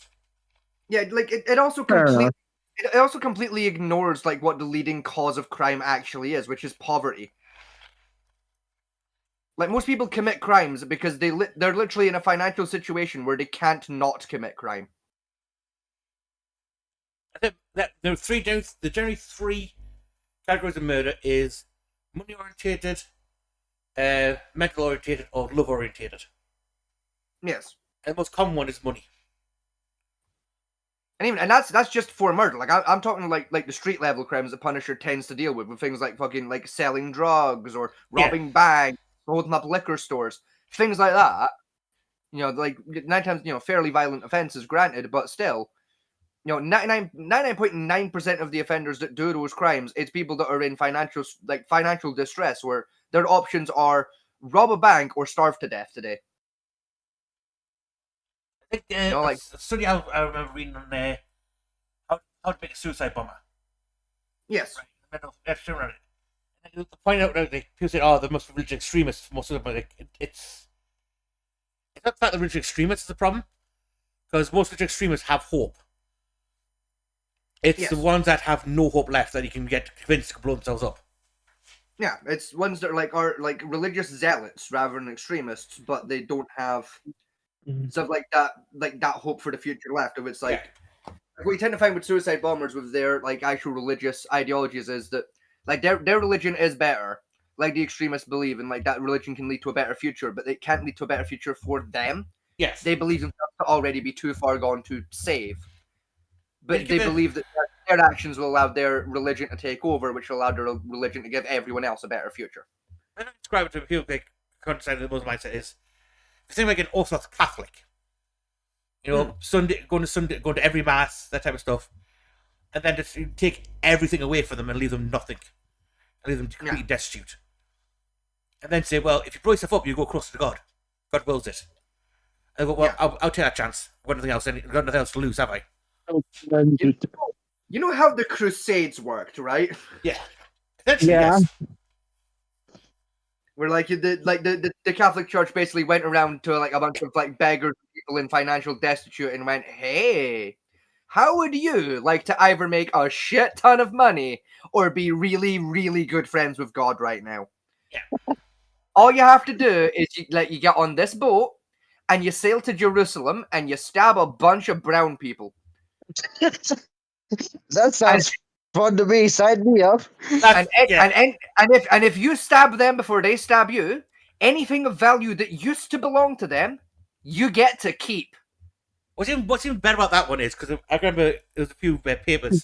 You can stab a bunch of brown people in the church's dictionary about it. And one of the questions asked to one of the recruiters was, you know, but didn't God say thou shalt not kill? And the guy literally gaslit the guy again saying, well, Muslims aren't actually human, so it's perfectly fine to kill them. Yeah, no, that was a genuine recruitment technique used by like almost every single one of the Crusader armies during the Crusades. Well, they're not technically people, so you know, there's three like what you call like main Crusader factions. Wait, hold on. Was one of the things like they're brown because they sold their soul to the devil? Was that a thing? No, there are some historical cases of that, but not during the Crusades. That was a different time period altogether. But no, it's like your three main Crusader factions that you had going. You had the Knights Templar that everyone knows, because you know they're the most famous one with the Red Cross. They were known to make those kinds of claims on occasion to their new recruits when trying to get them in. You then had the I can never remember the actual name of them. I always just remember them as the Northern Germanic Crusaders, who mostly did their stuff during the Northern Germanic Crusades, but did do the Holy Land Crusades as well. They made similar claims both about the Germanic pagans and the Muslim faith. Yes. That not all the time, but on regular occasion, while recruiting new members, that in the eyes of God, they're like because they proclaim to a false prophet of Allah, they're not technically human anymore. Therefore, they're good to kill. And the exception to the rule that I'm aware of, at the very least, was the Hospitallers Order. Because their primary mission during the Crusades wasn't to kill, it was to maim or injure, so as to heal the enemy, so as to try and convert them to the proper Catholic faith. Yes, but there's also the other one, which is called the Guard Against the Lady, come up with a Latin word for it, was basically their reason for it, which I love to this day, was that Muslims are brown and black. And because Eve was a black person and tempted Adam, the white person, out the garden for the apple, therefore she's responsible for the sin, and therefore they are all madly sinful, therefore it's fine to kill them. Yes. Now, I didn't bring that up with my analogy because most people don't know, like, all of the stables of, all of the holy orders. That's the word I've been looking for all day. Yeah, most people aren't aware of all of the holy orders, but they're aware of, like, the main three. Yeah. In fact, most people are only aware of, like, two of them, which is, again, the Knights Templar and the Slayers Order. I think his Discord's died. Echo? Hello? Is my Discord alive? No, you're kind of live. What was your question? I said, Eve was black? What's black? You're talking about Eve, yes. Technically Eve. Oh, Eve was black, yes. Hold on. Yes, that's when the claims the Bible made, the Catholics made, and that's also the reason why the Ku Klux Klan used for justification of hating blacks as well. Yes. Huh. Even I though didn't know that. Even though their claims would make far more sense if they made the argument that Lilith was black, considering Lilith was the one to actually commit the first sin. But hey, that's a whole other issue. Oh yeah, she's the one because Satan twisted the very first sinful human, which was Lilith.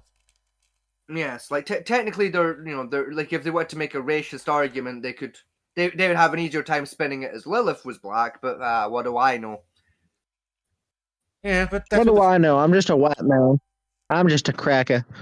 Exactly. Like what do I know? You know, it's not like a. What do we three crackers know? Yeah, it's not like, two of us have read the Bible in and out several times over, and at least one of us attended Sunday school on a regular basis or anything. Like, that was me. What do we know? I was more referring to Hey, myself. I attended Sunday school. I also attended Sunday school for a good while. I see. That's why you're retarded. Fuck off. You went to American Sunday school. That's why you have the same amount of brain cells as a Labrador. Oh, fuck you. At least I don't eat wooden spoons. Yes. I don't believe you. At this point, I genuinely think if I gave you a wooden spoon that was like fucking coated in like burnt sugar, you'd eat that son of a bitch. No, I guarantee, right? If you ask his mother, she has one picture of him sitting there. I'd lick it. Listen, I would lick it. I wouldn't eat it. I would lick it. I don't believe you. I genuinely you said that motherfucker that bites ice cream. No, I guarantee, right? If you ask his mother, she has one picture, like several pictures of him sitting there as like a 2-3-year-old chewing on a wooden spoon into splinters. Probably, yeah. Go fuck off. Fuck off. They prove that exist, don't they? I'm gonna piss. I'll be right back. No, you get the fuck back here. You don't get to just run away from these accusations. You get back here. Answer the question, motherfucker. I think how company got there right when it said that. So that means he's seen those pictures, so he knows they exist. Oh yeah, like you were bang on the money, fuck you. A then 22-year-old man named Kobe Jerome Jordan. He had allegedly. That's an interesting hairstyle and beard. I've seen stupider. You know what it reminds me of, right? Remember that trick picture we turned upside down? It's like a bald guy or like a guy with a beard or something. Yeah, I know roughly the images you mean, yeah. It reminds me of that.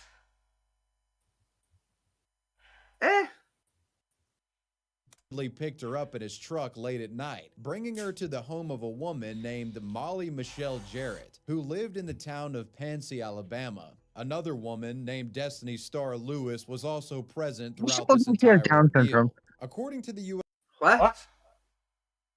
What? She kind of looks like she's retarded. The second woman. I don't know if that's just me. That's just you. All right. No, it's like a redneck. Oh yeah. Okay. I just got a glance of her, so that's why. My bad. Also present throughout this entire ordeal. According to the U.S. Attorney's Office, this kidnapped young girl had initially gone with the man willingly. To this day, it's unclear what the girl's relationship to these three adults were. And if it is known, it might be hidden for privacy purposes. Check a phone up, you'll find it there. It's like you said, it's most likely that the details weren't released for privacy concerns. Yeah. However, it can be reasonably assumed that she was on decent terms with them beforehand, making what happened next all the more shocking. The girl was taken to an abandoned building in Jackson County, Florida. Keep in mind that Pansy is close to the border between the two states, meaning that they hadn't actually traveled that far. This is where the pleasantries seem to stop, with Kobe binding her limbs with duct tape and brutally beating her. The trio then dumped the teenager at a seemingly random spot nearby, driving back home to Alabama soon after.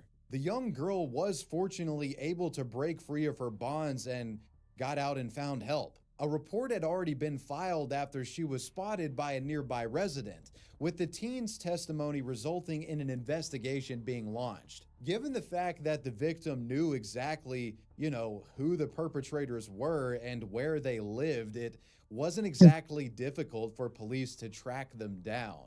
While this story is pretty crazy, Rookie mistake, they left the kidnapped victim alive. The perpetrators captured that garnered. Yeah, you're not wrong, actually. That was a mistake. Rookie mistake. Facebook post published by Florida's Jackson County Sheriff's Office, photos of the deranged criminals were showcased. And in one of them, you can clearly see here that Molly is sporting a Raven cosplay, the costume being worn during the perpetration of the crime. To this day, it is somewhat unclear as to why she was wearing this Raven cosplay. If I had to take a guess, I'd say maybe them being from South Alabama had something to do with it. I'd say it's probably more likely they were attending a con and that's where they picked up the teenager. Yeah. Yeah, probably. Again, he mentions it's worse than against. The guy says, "No, they didn't worse. The worst look of Raven you've ever seen." But to be honest, I've seen worse Raven cosplays out there. I mean, yeah, actually pretty much on point.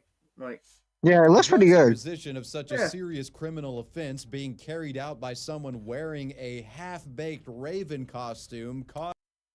So that's half-baked. Yeah, it's pretty good. That's just not fair. I mean, yeah, it's the cape's cheap. I think we've done about it. I think it's because he's trying to say that she's fat. Yeah, probably. Is what he's trying to get at, yeah.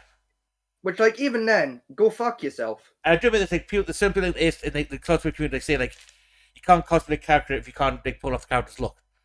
You can't do a fat version of Goku or anything like that.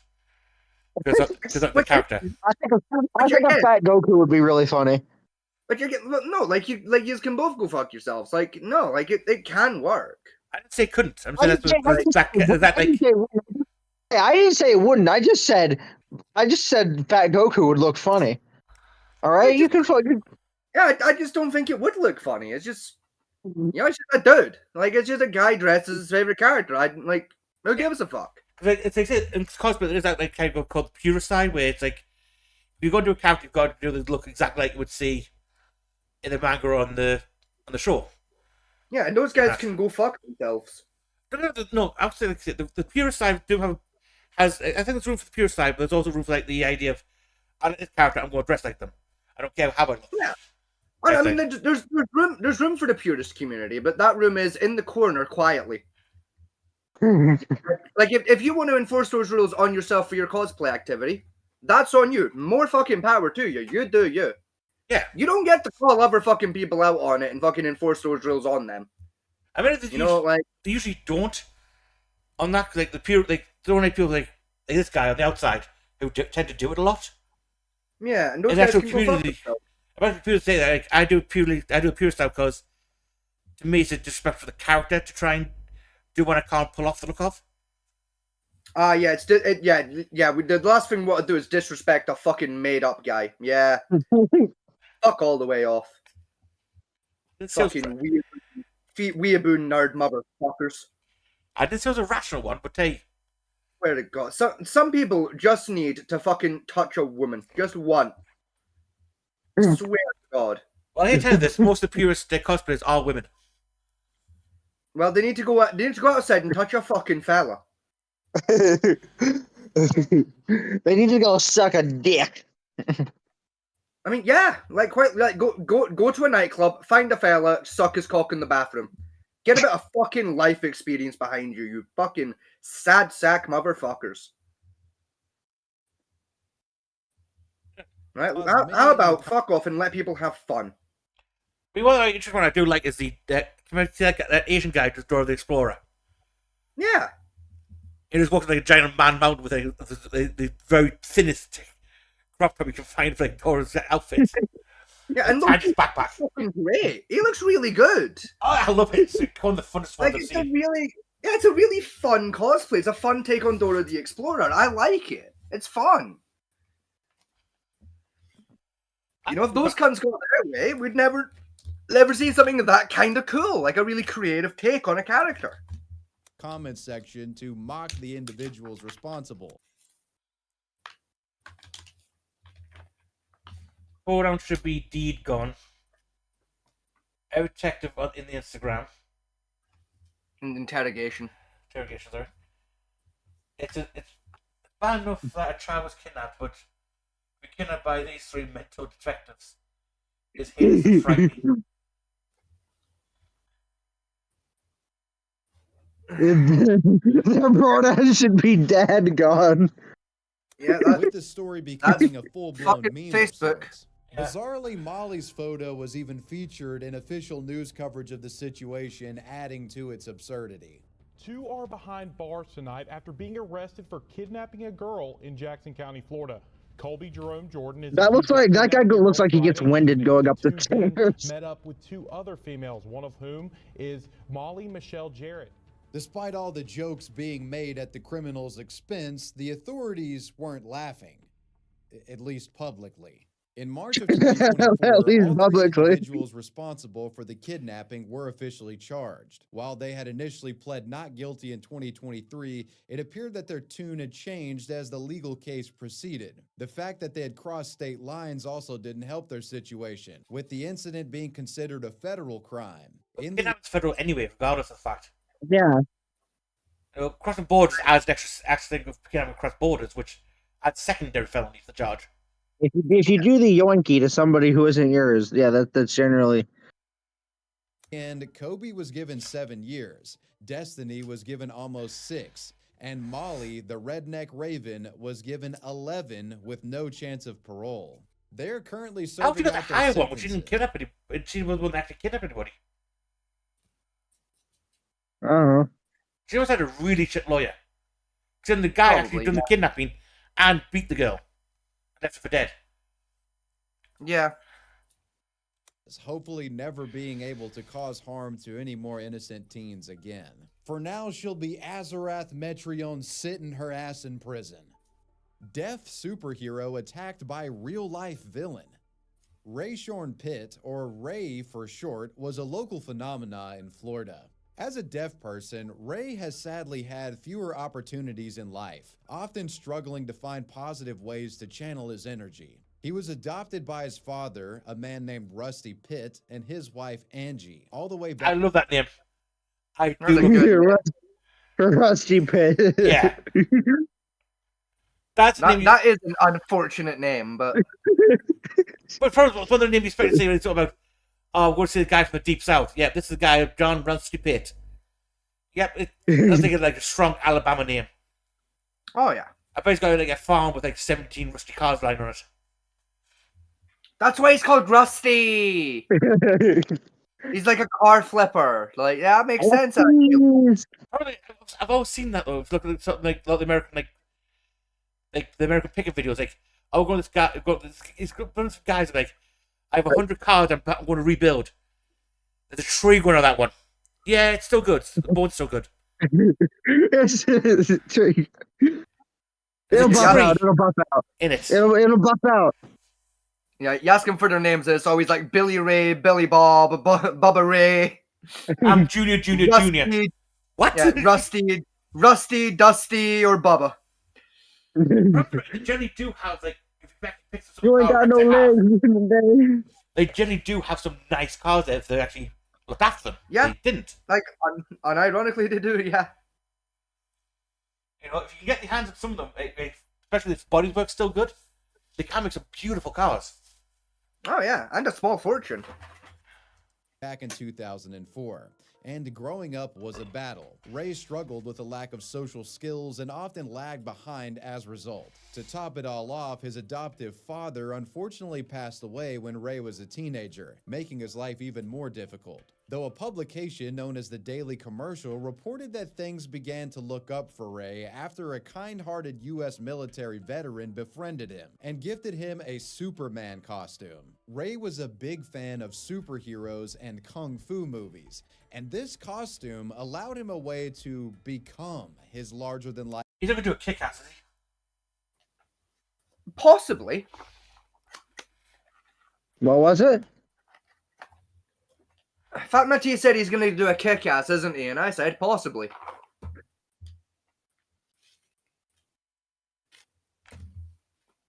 Basically, deaf guy gets superhero suit and is obsessed with superheroes and kung fu. Goes out, does Batman. What? And then goes out and like be Batman. I was gonna say he's gonna do a Matthew Murdock, but no, that was blind, not deaf. Sorry. Yep, I was blind, but effort. Life role models in a way, and channel his creative energies. At 20 years old, Ray, donning his gifted Superman costume, began standing on a street corner next to the highway in his hometown of Mineola, Florida, performing action moves and shadow boxing as cars passed by, doing so purely to entertain the public. Okay, that's kind of neat. I like that. Yeah, that's cool. That's really quite wholesome. I like that. Despite an occasional mean-spirited person making fun of him, most of the local residents found his presence to be positive, eventually dubbing Ray the Mineola superhero. Overall, it was a positive experience for him. It provided him with an opportunity to express himself, all while becoming a well-known and frankly beloved member of the community. However, this would change in the summer of 2017 when Ray met 26-year-old Tyler McCorvey.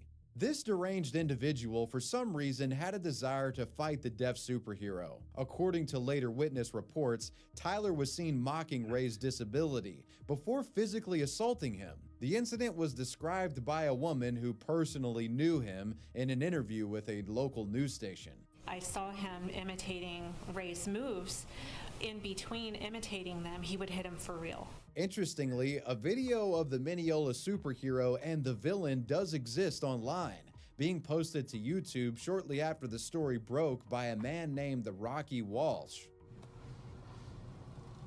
Yelling at him maybe for being out there doing a Superman thing. Tyler McCorvey was quickly found and arrested, with many baffled as to why he had attacked a beloved local hero. It would soon become clear that the man was extremely unstable mentally. After his arrest, he claimed that he was innocent and hadn't hurt anyone, despite there being clear evidence of so. After this defense didn't work, he started having a complete mental breakdown. Police claimed in later statements to news outlets that the man screamed at the top of his lungs, even going as far as to dunk his head into a toilet while claiming he wanted to die at the police station. According to WESH News, he was eventually charged with 2 counts of battery and aggravated abuse of a disabled adult. Despite the upsetting nature of this story, there was a silver lining to it. Ray didn't let the incident stop him from pursuing his hobbies as a superhero, and he went right back to the same street corner soon after to continue his work shadowboxing and entertaining the public. Because of this and the viral nature of the story,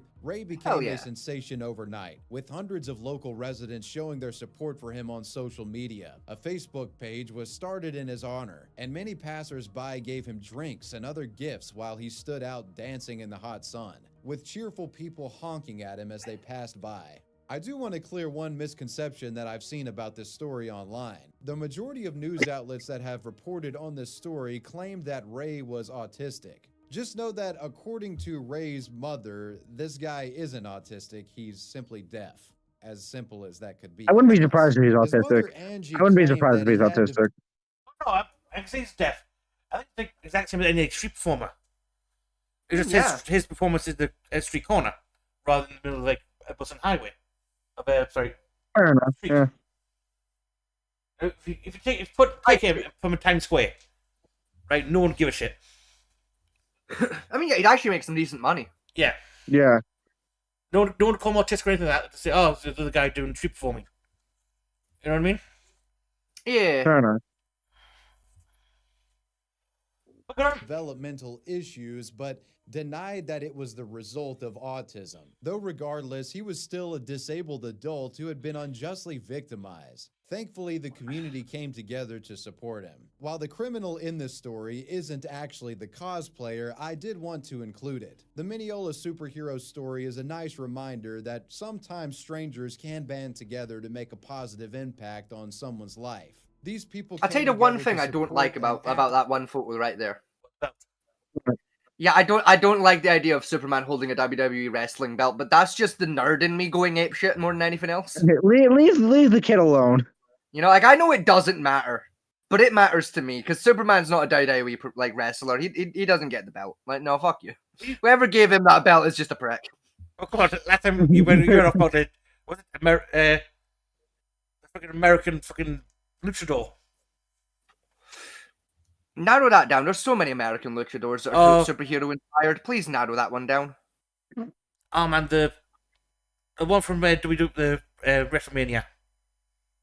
Right. Do you mean the current one or? Yes, current one. Right, that's El Grande Americano, and That's he has no ties to. He's not designed to be a superhero. He's just designed to be vaguely American, and slightly racist. No, slightly. That's a very racist. I'm slightly racist. No, it's slightly racist because it's a political joke. It's WWE doing its best attempt at making fun of Trump. In their town. While it's unclear exactly what the Mineola superhero is up to today, a video has been posted in recent years showing that he's on the same street corner performing his signature moves. Obese Punisher gets busted. One of the most iconic anti-heroes to come from comics is the Punisher. The Punisher took matters into his own hands, often killing criminals as a part of his own brand of vigilante justice. However, the fictional character unfortunately served as the inspiration for a potentially deadly crime that took place back in 2017. Matthew Sterling was a then 29-year-old man who, for some reason, developed a hatred of the actor Jason David Frank. Frank being best known for playing the iconic 90s iteration of the Green Power Rangers character. While his logic was a bit unclear, it seems Sterling's rage was enough for him to want to take matters into his own hands. Matthew Sterling hatched a plot to show up to the 2017 Comic-Con event held in Arizona. Do you like the Slimer cosplay over here? That is, I don't think that's a costume. I think that's a statuette. Yeah, I think that's a prop. I don't like it. Either way, it is. Either way, it's really cool. Yeah. Yeah. I mean, Harry Potter down here. As yeah, like Harry Potter cosplay there. Yeah. Got Spider-Man over here. Yeah, Spider-Man in the back. A guy would. I think that guy's playing like probably like an eyeball or something. No, that's from Starfield. That's from Outworld. That moon twat. Oh yes, of course that thing. Yeah. That makes sense. You're right. Got a bunny girl right here, Spider-Man. Yeah. I see a guy with the Asia hat. I can't see. He's near the black and white sign that's kind of off to the left there. Oh yeah, I see him. The like bottom left of the sign. Yeah. Yeah. Right next to him.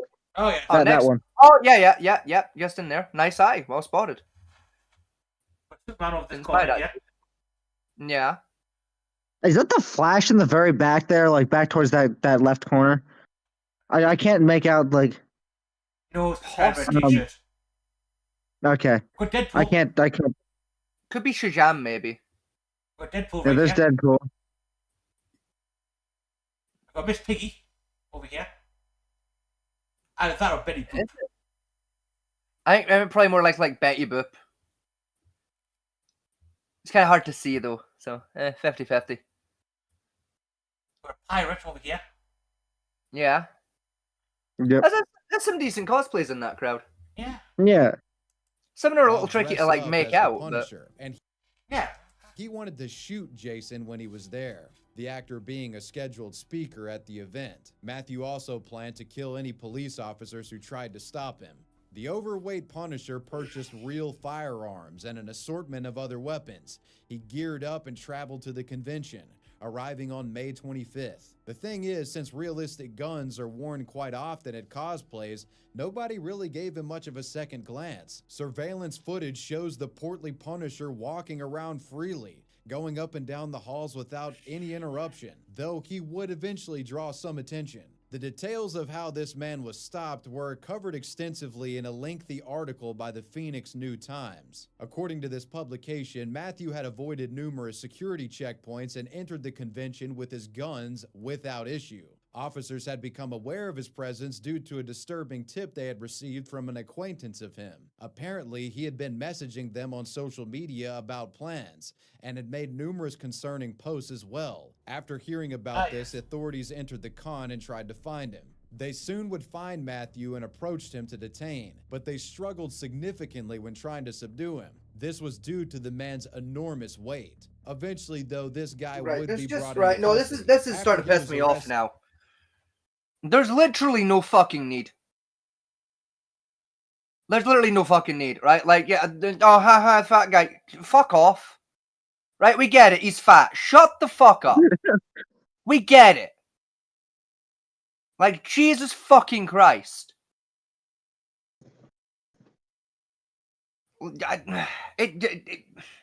It bugs me, okay? It really fucking bugs me when people do this. Right? We're fucking... There's like, you know, there's like actually a really interesting like criminal case here. This is kind of fun. Yeah, we're just gonna bully the criminal because haha fat, haha you look weird, haha. Yeah, we get it. We fucking get it. Okay, 1 or 2, fine, right? This is like the fucking 6th fat joke in a row. Shut the fuck up. It's actually like the 10th I've been counting. Like Jesus fucking Christ. Like there's just no fucking need. And questioned, it was clear that this guy was more mentally deranged than anyone could have predicted. He seemed to believe he was the actual real-life embodiment of the Punisher. The guy was completely nuts, saying that he had actually previously stabbed Jason Frank, the Green Power Ranger, 15 years ago, and wanted to finish the job. And no, he did not stab Jason 15 years ago. The guy was cuckoo. In true Punisher fashion, he also stated he believed corrupt police officers needed to be killed and that he was the man to do it. After an investigation, it was also discovered that Matthew Sterling had set a reminder on his cell phone to kill the Power Rangers actor on that day of Comic-Con, setting it as like an alert in his iPhone. This bro had the fucking alarm setups for it. Obviously, this was a lot to take in for the media who was reporting on this case. While the incident was certainly very serious, the bizarre nature of his claims, combined with his unique look, caused some onlookers to find the whole ordeal somewhat funny, including myself. A local news outlet seemed to subtly mock him in their report, making multiple references about the guy's weight. This guy, as you can see, Matthew Sterling, is a big guy, and we can see him from several angles on that day as he walked through the Phoenix Convention Center for Phoenix Comic-Con this year. It's been That checking strut yourself, was love. not captured on any Yeah. of the center's cameras. You can see Sterling is massive in size. It did take some time for officers to take him into custody.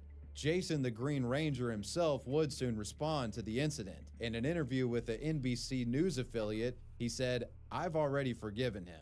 Do I want him to serve jail time and get mental help? Absolutely." The convention director also made a statement to Facebook claiming that the event was now upping its security measures. This included banning props of any kind in an effort to prevent weapons from sneaking through again. Oh, great. He ruined it for everybody. He ruined it for everybody. Good job. Good job. Oh, how about doing this? You create like one entry point where you check people's shit before let them in. Yeah.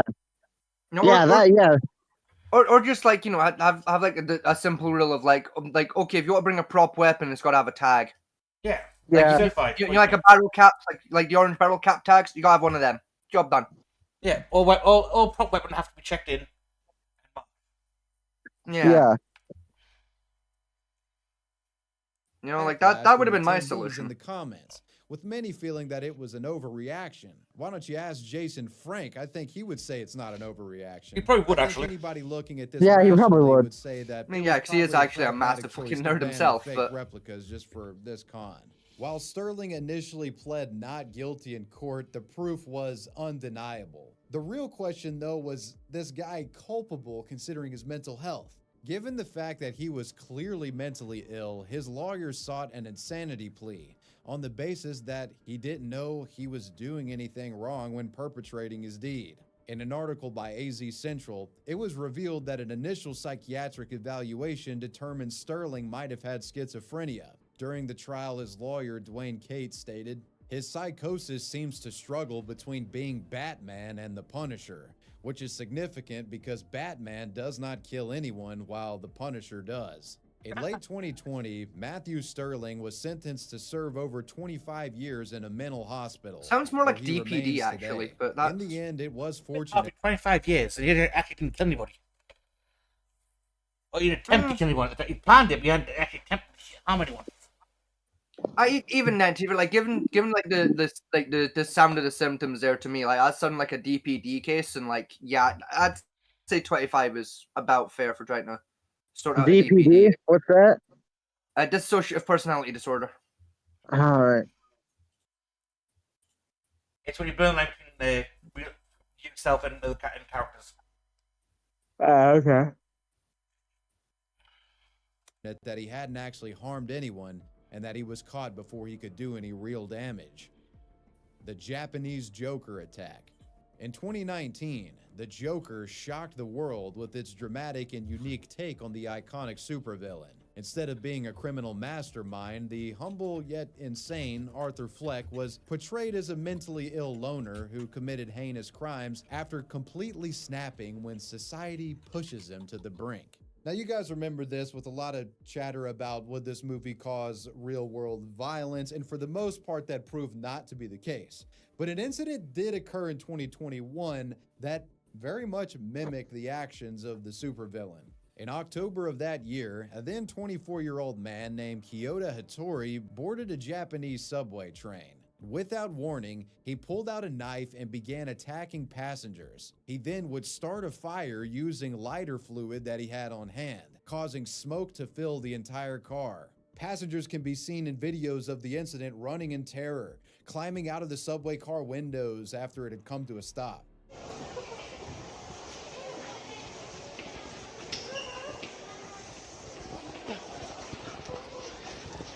Panic and confusion ensued, with the suspects soon being apprehended by authorities. In the I'd end, fucking he managed love to cause see how we're minor tying this injuries to the 16 Joker movie. people, with one 72-year-old man being hospitalized after it was revealed he was stabbed. The ordeal caused quite the media stir, not just because incidents were rare like this in Japan, but because the guy was dressed like the Joker. Footage later surfaced of Kyoto smoking a cigarette while riding Yes, the he's subway yes, he's train, wearing a strange seemingly colored suit. fully Clearly, acting he's the as the Joker. Joker.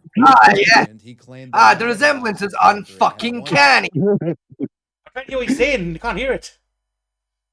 Fucking, my God! I mean, it's genius. I mean, look, he's wearing a blue suit with a green shirt.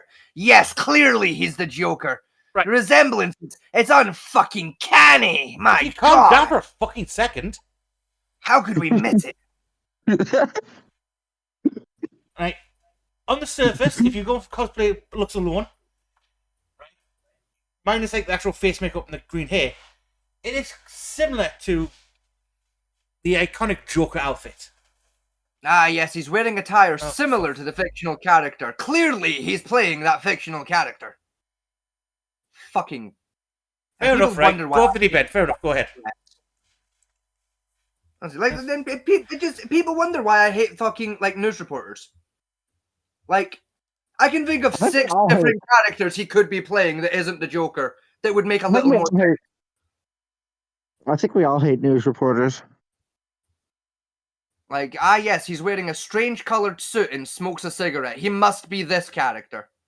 Or he just likes that color and is going to, like, was supposed to be going to a business meeting. We don't fucking know. You know, maybe the guy's just into suits and weird colors. Like the Joker was. The rest of the thing, see if you can links it. Yeah, go for it. LARPing as the Joker. When questioned, he claimed that he idolized the Joker and had wanted to kill as many people as possible. There you go. There's a Apparently link. in true Arthur Fleck Yeah, there you go. fashion, Kyoto Still. claimed that he had been He admitted he was playing the Joker. No, Yeah. he admitted to idolizing the Joker. Nowhere in that statement did he say, I was dressed as the Joker. He said, I idolized the Joker. There is a fucking difference. driven to this violence after hitting a breaking point, with the stress of society and drama in his personal life resulting in him hitting rock bottom. According to an article by the Japanese news company FNN, he had been devastated with grief after his girlfriend of 9 years broke up with him and married someone else just 6 months later. And after that, he went Joker Ouch. mode. He had also been transferred That's to quite a common different over there. department at his job Yeah. after making a mistake. Mouth originally not made out of love, it's made out of like convenience sake. You know, what can you provide me? Type thing. Yeah. They're still very political out there when it comes to like their marriage agreements. Yeah. It's started to change somewhat for the youth, but for in general, like especially depending where you live, so like Nagasaki, Hiroto, and that type Hiroshima, of areas. Nagasaki. You know, it's still very much a case of, you know, well, my family's got this, your family's got that. Let's marry our kids off and see what comes out of it. Yeah. Type thing. But like, say, you know, if you see, like, if you break off a marriage engagement against someone else, you then technically can sue the party that broke the engagement off for compensation. Yes. Huh. You can sue both your partner and the person that took your partner away from you. I think it would be quite expensive for compensation. You're talking like an average about 100 grand worth. Ferb, I know what we're gonna do today. Causing him to become borderline suicidal. When asked in court why he chose to imitate the Joker, he stated this: "I wanted to become like him. The Joker doesn't value human life. He doesn't think anything of hurting people. I thought I couldn't commit murder unless I had that kind of feeling." It's an interesting case study with the Okay, bizarre see, nature now of I'll the let you crime have it. causing it to gain Now more we have the attention. Joker connection. BBC released a think piece on the situation soon after, analyzing the cultural reasons as to why the event occurred, and commented on Japanese society in general. The article makes a point that several other similar attacks had occurred in the past. One particular incident from 2008 is mentioned when a man drove a truck into a crowd of people and began stabbing them. His reasoning for the attack had been similar to Kyoto. He faced pressure in his personal life, seemingly became suicidal, and then took his frustrations out on society. When questioned by the author as to why he dressed up like the Joker, a Japanese criminal psychologist had this to say: "He is a distorted attention seeker. By dressing up as the Joker on Halloween night, he thought he will stand out more. By acting like the Joker and saying he looked up to him, he can get more attention from the people. I don't think he decided to copy the Joker because he saw the movie." Kyoto Hattori was eventually sentenced to serve 23 years in prison, with the incident still remaining a topic of discussion in Japanese media even to this day. And well, you made it to the end. Let me know who or what you want me to talk about next, and I want to give a major shout out to my patrons. I appreciate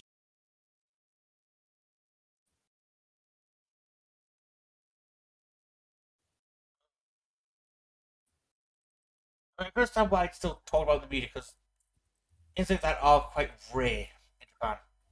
They're also just really interesting as well, to be fair. Like, oh yeah, Yeah. especially because like a lot of people, when you say I idolize this villain, it's like hero. Right? Yes. No best scenario. We say, well, I idolize a villain, and that, like, why do I idolize the villain for? Because at some point, the people have some good points to make. Yes. Now and again. You know, it's not necessarily a case of like I idolize them in the sense of, oh, they were 100% right and I agree with it. It's like, no, it's like I idolize them in the sense of, yeah, they kind of have a good point and we're working for the correct change. They just went about it in the wrong way. Especially when you dig into like the what I call the villain arc, where how they became a villain. Yeah. You know, it's one of those more interesting aspects of like, I think it's called villainology, technically. Yeah, villainology. And that's got like Dr. Octavius.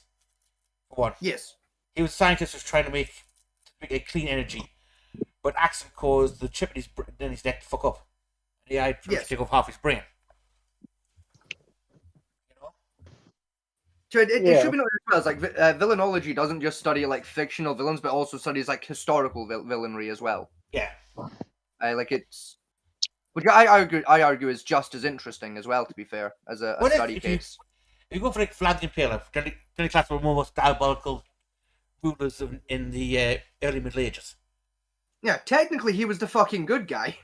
Yeah, considering with the he was sold off to the Ottoman Empire. He was spot patrolling with war crimes. He was sold to the Ottoman Empire as a child, where he was horrendously raped by the sultans on a regular basis. He then came back, found a girl to marry. She was then brutally murdered by someone who wanted to take the throne. And then he just went, well, fuck it. Yeah, and then his his kingdom was invaded by outside forces. Yeah. Yeah. No, it's like the guy was technically the good guy. He was just getting fucked from every direction, so just kind of lost his shit and went, "Okay, motherfuckers, you want to dance? Let's dance." Ha ha, pokey stick. Pokey stick.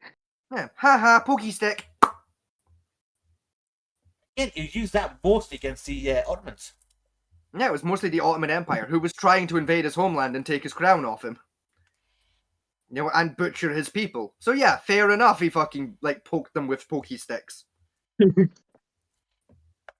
Remember what started the whole war thing when we got back was he get married, eventually married, had a child, and the Ottomans demanded he hand the child over as the hostage. He had to be. And he said, no. He said, no, I'm not having my child sent to you to rip his ass all day. Yeah, so they invaded. You know, like if someone were to invade Britain tomorrow, like a foreign force invades Britain to try and take us over, I'd be impaling people on spikes and decorating my garden with them as a warning to others. That's it. The idea of the only difference between his impalement and the standard one from medieval times was he impaled them while they were alive as a form of execution. Yes. Where we did it as a display of the corpse, as a warning. Yeah. Because it's quite common practice throughout the entire medieval world of impaling bits of bodies on stakes as a warning to everybody else, or displaying corpses around. I'd be doing it as a little bit of both. Some of them would be alive when they were mounted, others wouldn't. Like the Cage of the Crossroads. Yes. And that was a common one they used to use. Yeah, I mean, there's the one that was quite commonly done by the Cumanians or the Cumans, during the invasion of Bohemia, where they would take the spoken wheel from a cart and drive it into the ground and then hang several bodies off it as a display. Yeah, that one's quite interesting actually. That one's got some fun historical roots behind it and cultural the Inquisition of the Catholics. Yes. The fair one they used against Jews for getting confessed out by putting them on the wheel of the cart that the Inquisition rode in on and beat them to broken limbs. And the ones that the Cumans were doing was a common form of execution done to the Cumans by I believe it was the Turkish at the time. All right, good night, love you. They would basically cut the drive shaft in half with the wheel still on and drive it into the ground and literally hang you from the spokes of the wheel. Yeah. Basically beat you to death. That's what was done to the Cumans. The Cumans then just adapted it to be, well, instead of beating you, we're just gonna hang you from it till you die, and then we're just gonna leave you hanging there as a warning that basically like a war tag of the Cumans was here. This raid was the Cumans. We did this one. It was their equivalent of basically tagging the raid to say hey, this one was us. It was very effective at spreading fear through the Bohemian people. Oh. Anyway, what time is it? It's 1 a.m. Yeah, plus I've got Starla's feeling really clingy tonight, so I've got to go soon anyway. No worries then. Yeah, we're gonna wrap up anyway. Yeah, I think we'll wrap it up. So, that's it. Good night, folks. Good night. Good luck. Yes, thank you for joining us. It's been a fun one. See y'all. Yeah, we'll catch you all on